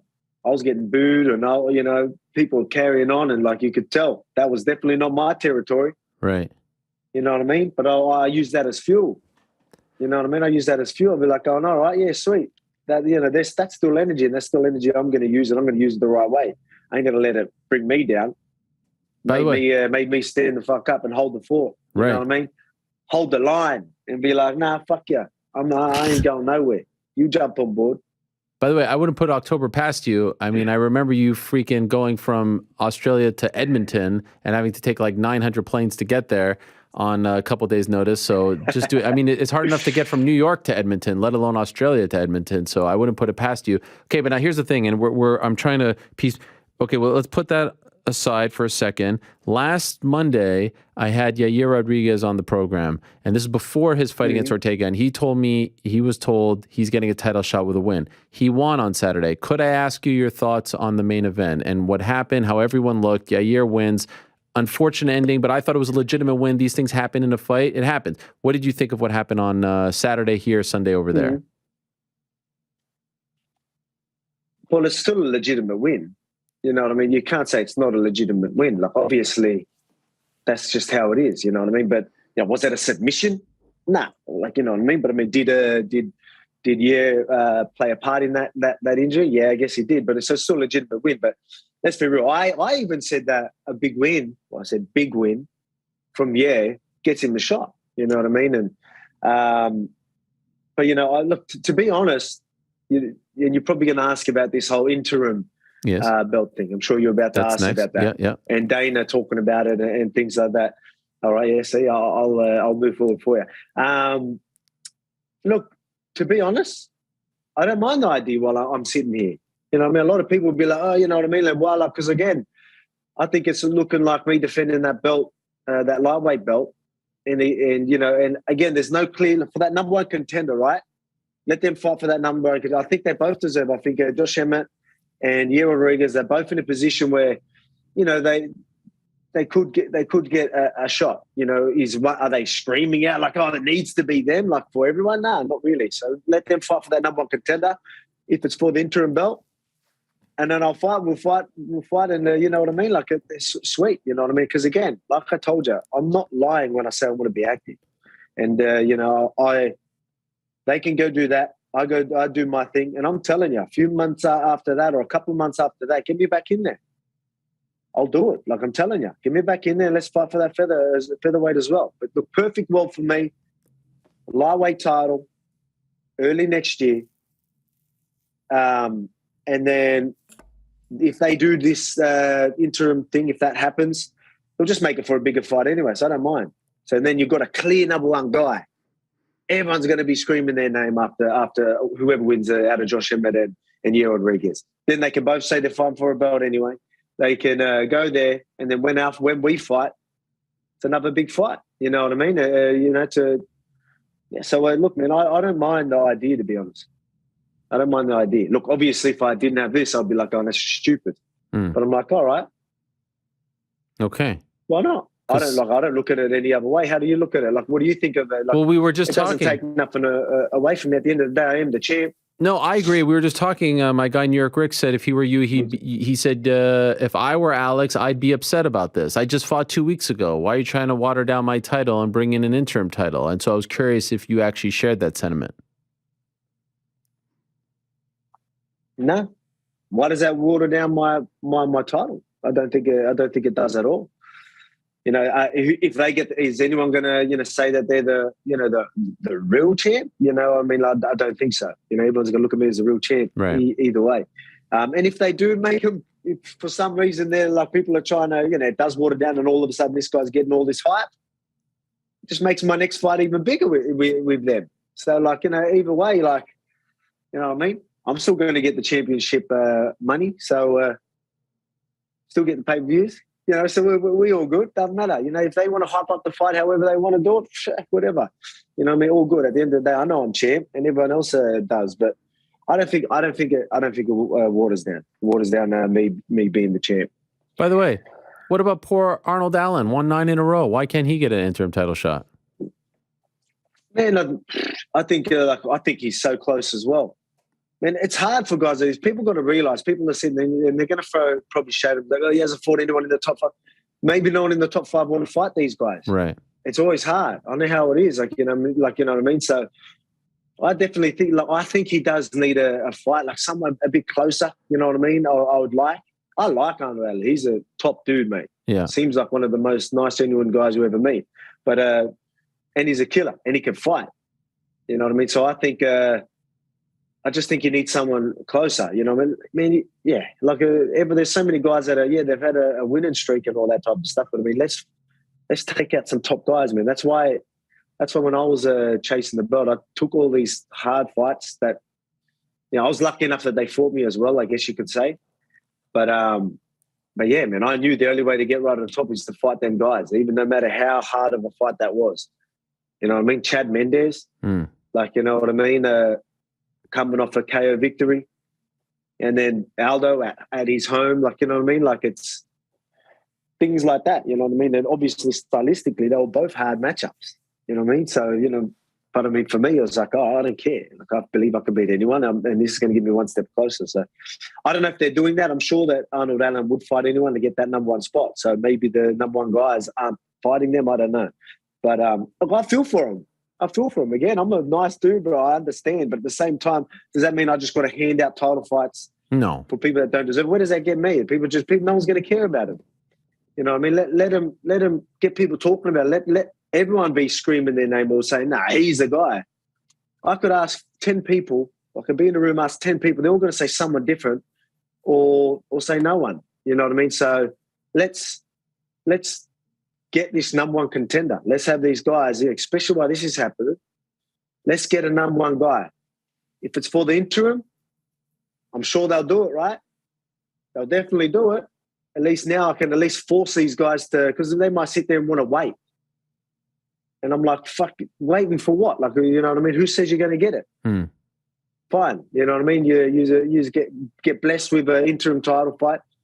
And again, I'm not having a shot at it, but I mean, again, for me, you know what I'll do. I don't need to repeat myself. That's exactly what I'll do. But I mean, you go there, these guys will go and not wait around.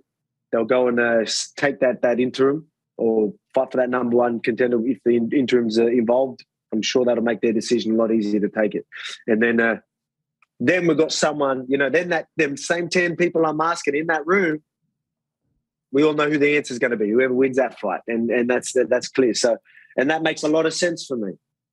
So at the end of the day, again, like, obviously if there's injuries and you need to fight whoever you can, all right, it's going to happen.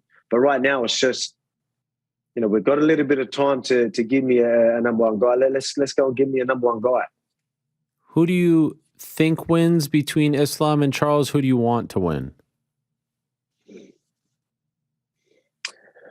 Oh, man, it's at the end of the day, I just want the belt. But what do you think the bigger fight is? I think the bigger fight is definitely Charles Oliveira. I think he's got so much hype on him now. Like, look at how exciting, and we know it's going to be an exciting fight. He's so exciting to watch. There's a reason why he's exciting to watch too. Like, obviously, this isn't having shots in my. I've got a lot of respect for him, but I think a lot of people miss that. They miss the fact that he takes damage. You know, he loses a good portion of these big, exciting fights. That's why they're exciting. But yeah, it's very fun. You know what I mean? A lot of people are hyping him up, and again, you know, I want big fights. I think Charles is definitely a bigger fight. But you know, if Islam has that title, I'll fight Islam for that title. It doesn't matter who it is. I'll do whatever. You know, they both have big challenges. You know, both have different challenges and big challenges, and that excites me too, right? Nice big challenge, and because again, you know, I think I love it when people doubt me. I love being the underdog and all that type of stuff. It's going to be it might be a while since I'm you know, till I'm the underdog, you know, in my division. You know what I mean? But moving up, there's going to be a lot of people that think it can't be done, and I'm going to show them it can. So I heard you say after your fight, someone asked you, like, how big will you go if you fight at lightweight? You said you're going to stay around the same. So I'm curious, like, outside of fight camp, perhaps right now, how much do you weigh, and how much would you have to cut if you fight at 55? Well, I'm about 170. Okay. 170 I'd be. I sit around 170. Like, to be honest, I'll still need to cut a little bit of weight for 155. Obviously, it's going to be a lot easier. You know, I end up being, what would I be? So even when the night before, like, you know, not even like your fight week, I'm around 165 maybe, 164 or something. 165, yeah. I don't know what that is. Is that around 73 kilos? 73 kilograms I'll be in, you know what I mean? So it's, that's what I mean. Like, if people, I know I'm small and short, but I'm you know, I'm 73.5 actually. Like, usually fight week. That's our number we want to get when it's fight week. By the way, 73.5 is 162. You're doing it? I'm doing the math. 162. Okay, yeah. 162. Damn. Yeah. So 162 is where I'll be, like, on the Tuesday. Wow, that's a lot of weight. On the Tuesday before I fight. So you know what I mean? Like, I'd still need to cut weight to lightweight from there. But I mean, yeah, look, I'm a pretty heavy set type of guy. Like, obviously, I could cut down to 155, and you know, probably not have to cut weight. I could probably do that. But I mean, I'll do something similar to what I do. Obviously, it'll be a lot easier. Maybe I'll like try and hold that little bit more muscle. I won't need to lose muscle while I'm dieting or anything like that. But I don't want to get too much bigger. I fight my best at 165. Now, you know, you're speaking about all this, like, with confidence and conviction. This comes with being the man, new contract, multiple title defense, all that. Are you certain that your next fight is the winner of Islam Charles? It feels like, when I'm talking to you, it feels like you know something that I know. It feels like you are pretty much confident that this is a done deal. Your next fight is for the 155 title. Is that fair to say? Well, just that's what I want. You know what I mean? Like, I'm not going to say it's locked in. I'm not going to say it's written down or anything like that. That's what I want. And yeah, I don't know. You know what I mean? Like, again, I haven't had too much of these conversations. We're trying to figure out. Yeah. You know, I'll find out today, and then we're going to have these real conversations after today. So unfortunately, I didn't get this conversation. No, that's fine. Done before I chatted to you, mate. Otherwise, I would have told you everything. No, you know, I would have told you everything. No, you're telling me enough. I told you everything I signed. You know what I mean? Everything. Yeah, right. I'm sure you would have told me the terms of the contract, everything like that. But by the way, I would have. I bet you would have. Terms would have changed, yeah. I have to ask you about this, and we'll just leave you with a few more questions, and then we'll let you go. This thing with USADA, right? I can't believe this. You tell us afterwards. I know you say you want to make a big deal, but I'm sorry. You brought it up, and you did tell me once before that something happened, but you didn't want to talk about it. Then you come out and say at the press conference that they woke you up in the middle of the night. You have 4 hours left to sleep. They wake you up to do a drug test, and then you can't fall. You have to water load to go to the bathroom. Then you can't fall asleep. You take the melatonin, and now you're all groggy when you wake up. How is this allowed? Why couldn't they have just waited for you to wake up? What's the difference? It's not like you're going to take any steroids in the middle of your sleep. Why the hell would they wake you up in the middle of the night? And by the way, did they also wake him up in the middle of the night? Because it's one thing to just do, but like if they did it to both of you, all right, you could say fair everyone went to bed at the same time. I don't even know if that's possible to even find out. How could they get away with this? Like, I feel like if you would have lost that fight, you could have sued USADA for that. How could they wake you up in the middle of the night like that before a title fight, the day of the title fight? Yeah. I don't even know how that is allowed. You know what I mean? At the end of the day, look, the thing is, I don't even know who was running that or it was on Fight Island. I don't know what was going on. Put it this way, like, I'll give Jeff Novitzky. Like he said to me, like, because obviously we're unhappy, like, what's going on? He said to us, he goes, that's bullshit. That should never have happened. He said it himself. He goes, if anything like that ever happens, they can sit next to your bed and wait till you fucking wake up. And which is fair. I was like, yeah, that's exactly what should happen. Like, we don't have to wake up. They can sit there, know that you're not going anywhere, but they can stand there and watch for hours till you wake up. And I was like, obviously, it would be hard to sleep with some creepy man just standing there fucking next to you. But imagine that, you'd be like, wake up, some cunt's just fucking there looking at you. It's like, you right or what? Look, obviously, yeah, man, that's what I mean. Like, it was it was already a bad camp. Obviously, I only heard about that fight 6 weeks out. We got a new contract. I was like, man, we need to do this with the new contract at the time. And even though we're like shit, fighting someone like Max, underprepared, it's going to be, I'll get fit, it'll be all right, we'll do it. So we did that. Obviously, this was deep in COVID when, it was hard to get training and all that. But anyway, so I get over there and then, that happens the night of. And then I wake up, at the end of the day, me taking the melatonin, that was my fault as well. That's stupid. Right now, I'm like, why the fuck would you do that? I didn't know. Like, I knew that I had melatonin. The boys, the fight dietitian and UFC, they'll give it to you to have at fight week to help you sleep and put you in a sleep cycle and all that. And it works. It actually does really good. And I was like, hey, I'll do that. But I didn't realize that I'd wake up and like literally be like on the nod. You know what I mean? So I was like sitting there like, fucking hell. Give me some coffee. I need coffee. And then I was even talking to my corner and I'm like, not my corner. I was talking to the coaches, and I'm like, guys, I'm going to need to warm up earlier.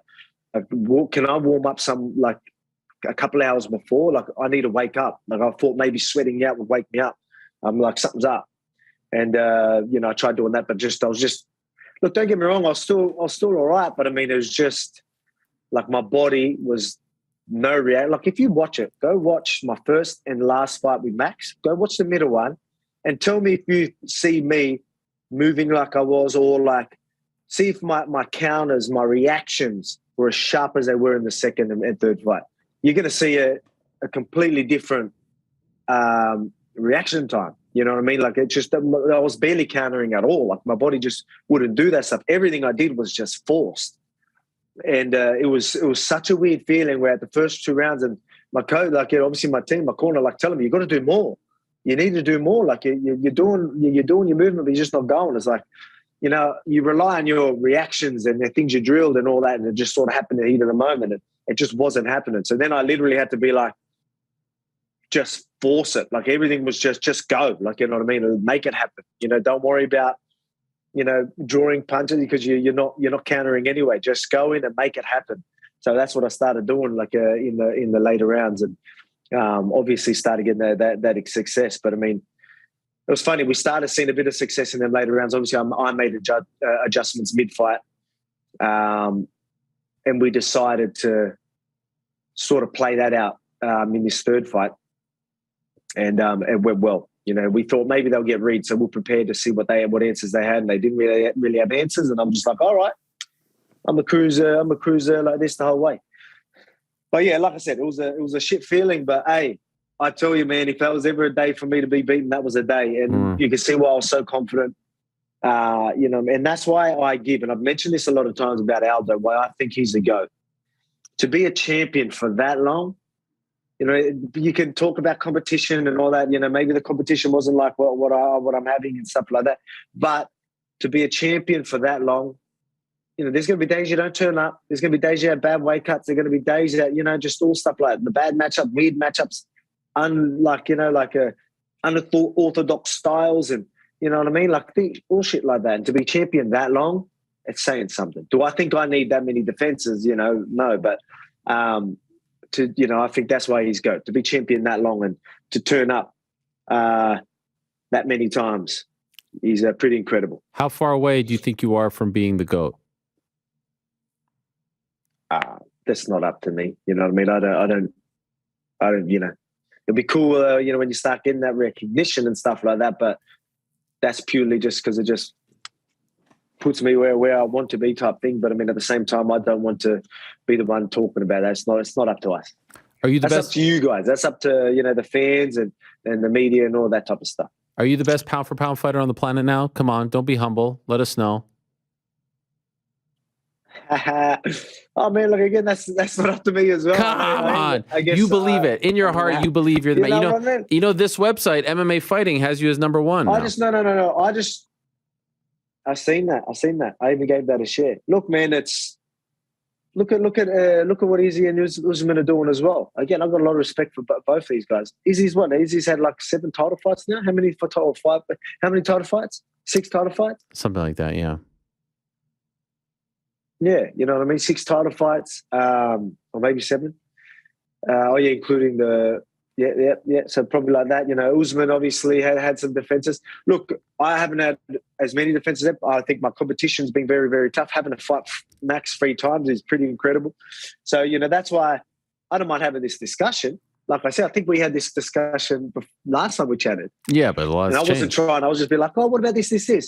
Yeah. A fair bit's changed. No, I mean, like after this fight, like, you know, where does that put me? But at the same time, like at the end, it doesn't mean, you know, who cares? You know, I think a lot of the websites have me at number 1 from what people are saying. But I mean, at the end of the day, you know, my paycheck's going to be the same this time. But again, having that number 1 spot, actually, the next time you negotiate will be a lot better. It is right? nice. So yes, it is nice. Maybe I do want it. Do you think Izzy maybe I do want GOAT status and then unfair criticism towards Izzy? Of course it is, man. Like, it's going to happen every time, man. Like, every time you have tough fights. So, the thing is, people need to understand, when someone only has a puncher's chance and that is all they're looking for, come on, man. Like, why does the champion have to take all the risks? Why does he have to come forward when he knows someone's up waiting for a big shot? You know what I mean? Like, you know, the person the challenger, you know, obviously, if things aren't going the way, and I'm not having a shot at Kennedy, but I think they need to make something happen. You know, I don't think it's up to the champ to make something happen. I've been lucky enough with Max. Max is going to try and make something happen. You know what I mean? And, you know, same as Ortega, same as Zombie. You know what I mean? Look, I'm not saying, I think the way I fight now and the way I'm, you know, my confidence of where I'm at right now, you know, like, you know, and that's not really my style because I don't have that really long range. You know, obviously my game plan is usually to get in there. So, you know, that's going to be a little bit different for me. But I mean, everyone knows that they need to try and get in on Izzy. Sitting back and letting Izzy just piece you up on the outside, I believe that's totally on the challenger. Mm-hmm. But I mean, again, you put it this way: if he done that little bit more, it would have been a completely different fight. And then everyone would have been talking about how great of a knockout or how, well, you know what I mean? That's the thing. People quickly forget. And, you know, I'm not shoving a shot at everyone. I know.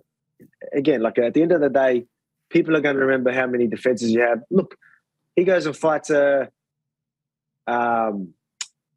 what's his name? Alex Pereira. Pereira? Yeah. Pereira? Yeah. Pereira. Sorry.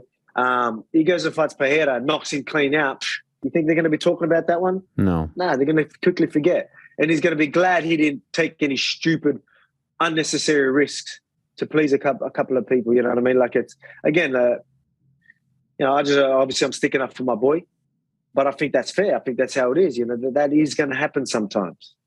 And like, same as like, look, think of it that it was happening to me. Happened to me, you know what I mean? Like, because you have to have a bit of strategy.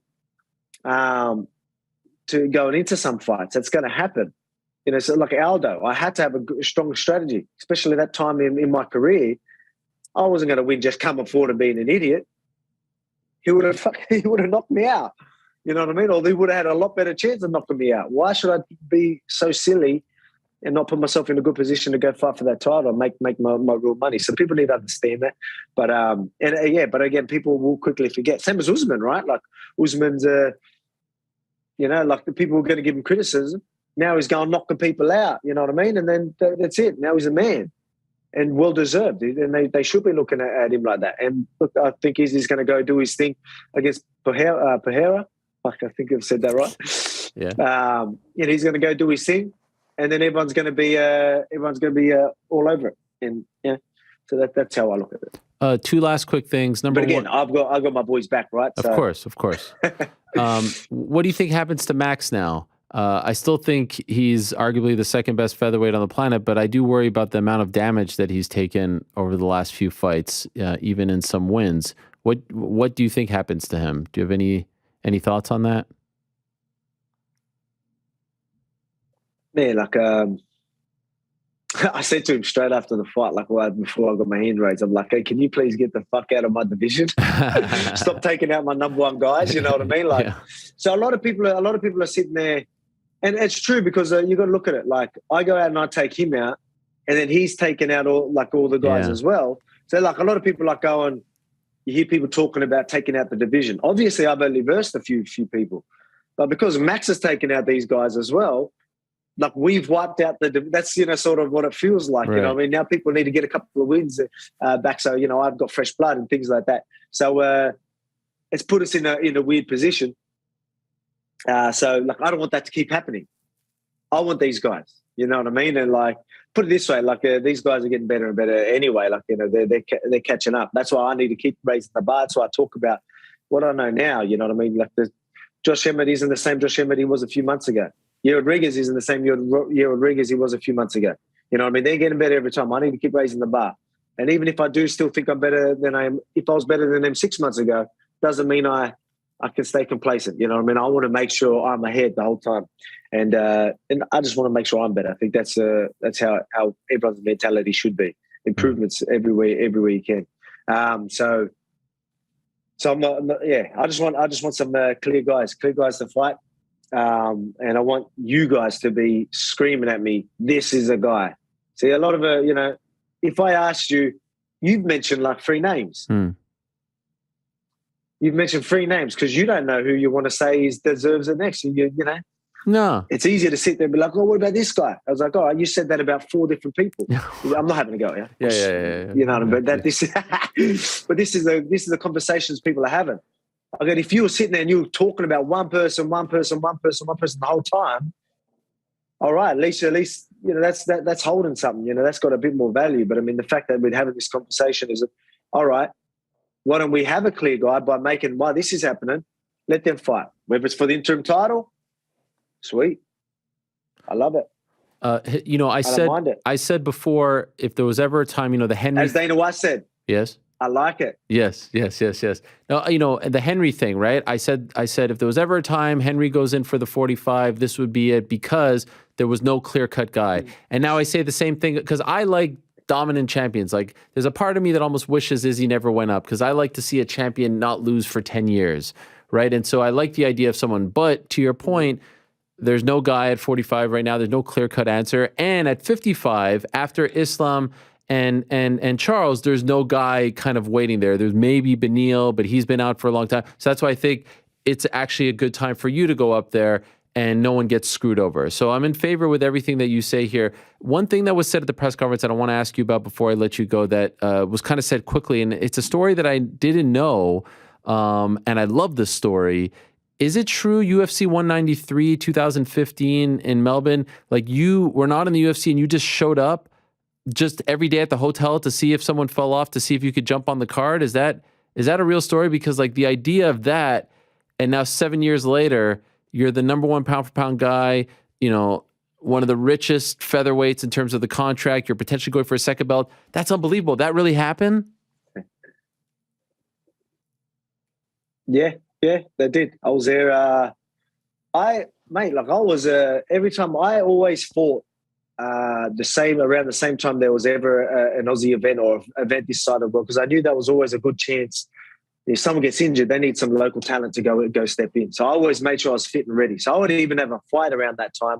And in the contracts have clauses that if UFC wants me, I'm going. You know what I mean? So then I'm fit, fighting ready, fight ready for whoever.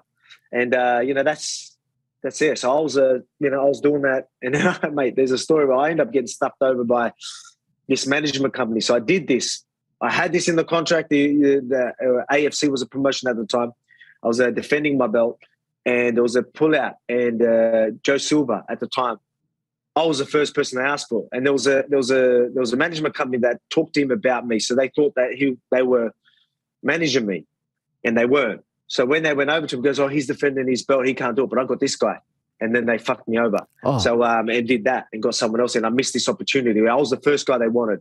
So there's a few stories like that. But I mean, that's the type of shit I've always been doing, man. Like even with Joe Lopez, my head coach, he's always been like, "There's an event here.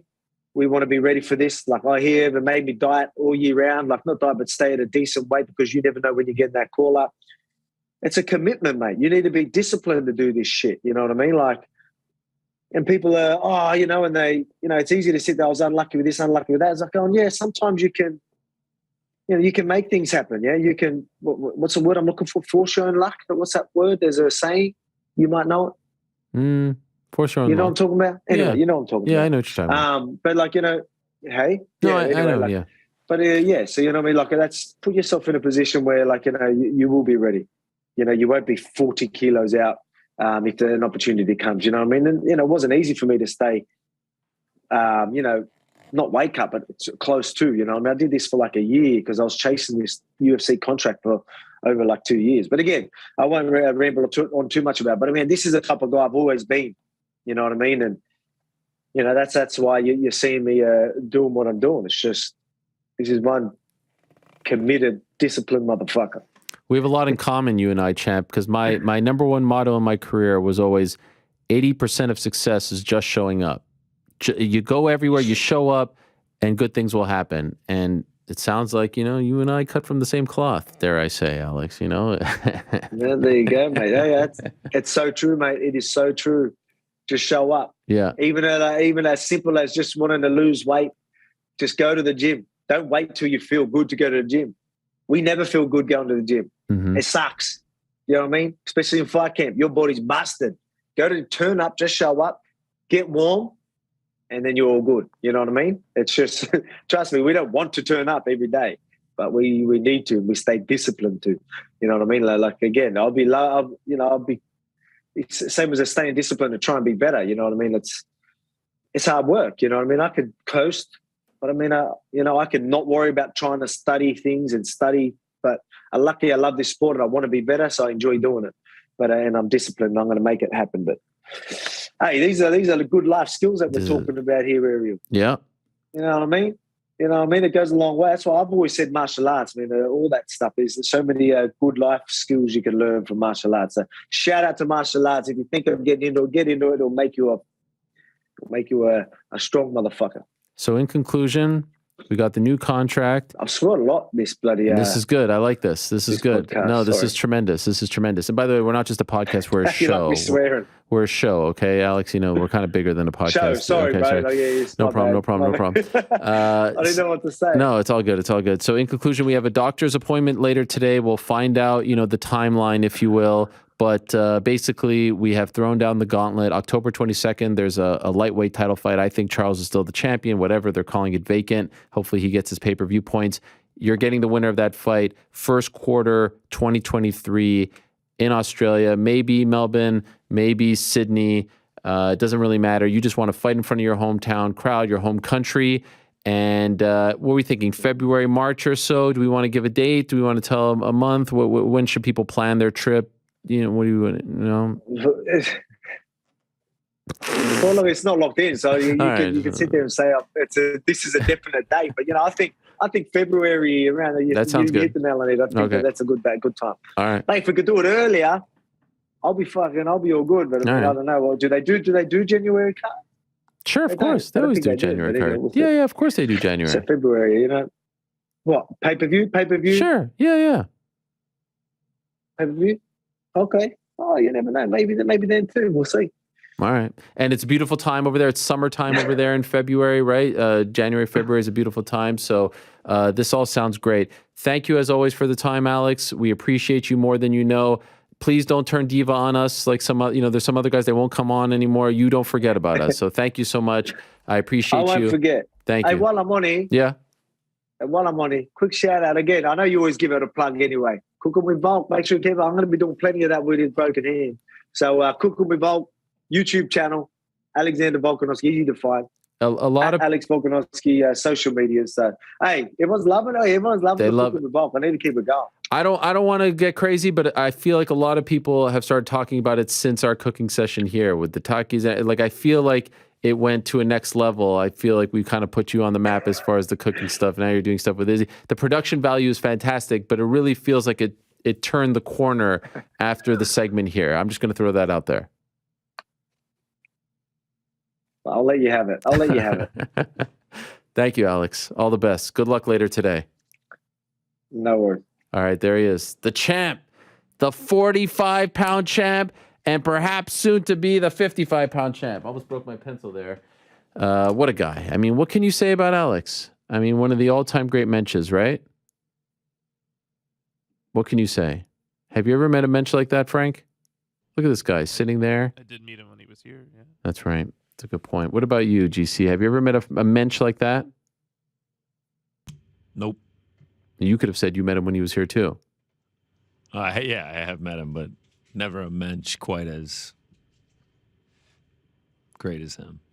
He is very, very quickly climbing my personal rankings for favorite guests. It's never an issue. I mean, it's just like,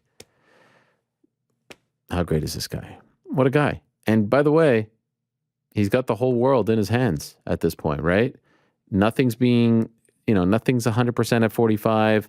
It's like, as we just laid it out, if there ever was a time for him to go get that other title, and there's only been one man in the history of the sport that held the 45 and 55 belt, do you guys know who that is? Anyone? Raise your hands very quickly. Only one man in the history of the sport has ever held the 45 and 55 title. I'm sure Frank knows the answer. Frank, take it away. Apparently my mic is not working. McGregor. There it is. Conor McGregor. He did it. Alex could be months away, literally, from seeing this come to fruition, and he deserves it in Australia. What a scene that would be. That would be incredible. First, we have to see what happens on October 22nd. That's a tremendous fight. I look forward to seeing how that plays out. Very interesting. Stylistically, it's fascinating. Who's the favorite, by the way? Has the line come out yet? For what? For Oliveira against Islam. Islam. Oh yeah. Big time. Like 220, I think. That's interesting. Let me get the official here. I mean, obviously, it's interesting because he's, an inckredible wrestler. I would say Oliveira is the better striker. He does take a lot of damage off his back. Yeah, it's hard not to back. Right now, DraftKings, Islam minus 200, Charles plus 170. Wow. I want to say it opened at worse. It was Islam opened at minus 240, Charles plus 200. You think that's good? You think it's accurate? Charles Oliveira plus 200 with what he's riding on. That's tough to pass up. By the way, both guys aren't incredibly big, right? I don't this is not a crazy thing that Volk is talking about. Volk could be the 55 champ. Oh, for sure. If he looks the way he looked on July 2nd. He fought who? Jamie Malarkey? Knocked him out in the first round? I know. Jamie Malarkey isn't of these guys' levels, but he is a lightweight frame, 6 feet tall. I mean, lest we forget, he once competed at 211 pounds as a rugby player. I think it's 214. 214. Well, ask Chael. Chael knows exactly his weight. He only references it every single time he talks about Volk. I don't think it's crazy. There's some moves up where you're like, this is not going to happen. Like when BJ Penn went up to fight GSP again, when he went up to 170 again, it's like, this doesn't look like it's going to happen. This time, I feel like there's a good chance it happens. So interesting days, interesting times at 45 and 55. Interesting day on the program. We got to go. We've had enough. But again, we're back on Wednesday. I've mentioned some of the guests, and it's going to be another fun show. And we shall reveal our very first official MMA Hour parlay. And it does feel like a pay-per-view fight week. Like these London cards, the talent pool is so deep. It's so rich right now in the UK and outside of the UK. And it's a great card. I know it lost Darren Till. But I think this card is better than the one in March. And we'll get more into it on Wednesday, but I think all the matchups are a little closer. I think the Aspinall fight is fascinating. I love that Aspinall fight against Curtis Blaydes. I mean, what a test for Tommy Aspinall, Tommy Aspinall, What a scene it's going to be on Saturday afternoon. Another afternoon card here in the United States at the O2, sold out for weeks. Fun little stretch coming up. Of course, 277 after that. Looking forward to the Edwards-Usman fight. Can't wait for Chito Vera versus Dominic Cruz on August 13th. So a lot to like. We're just getting warmed up. It's never a dull moment when you are a mixed martial arts / combat sports fan, because of course we talk a little combat sports on this here program. We had Hasim Rahman Jr., not to be confused with Hasim Rahman Jr. I could have sworn it was Hasim back when his dad was fighting, but nevertheless, I digress. Thank you very much, Yair Rodriguez, Dustin Jacoby, Hasim Rahman Jr., Matt Schnell, Shane Burgos, and of course, the great Alexander Volkanovski. Back on Wednesday, same time and place. Until then, I say peace.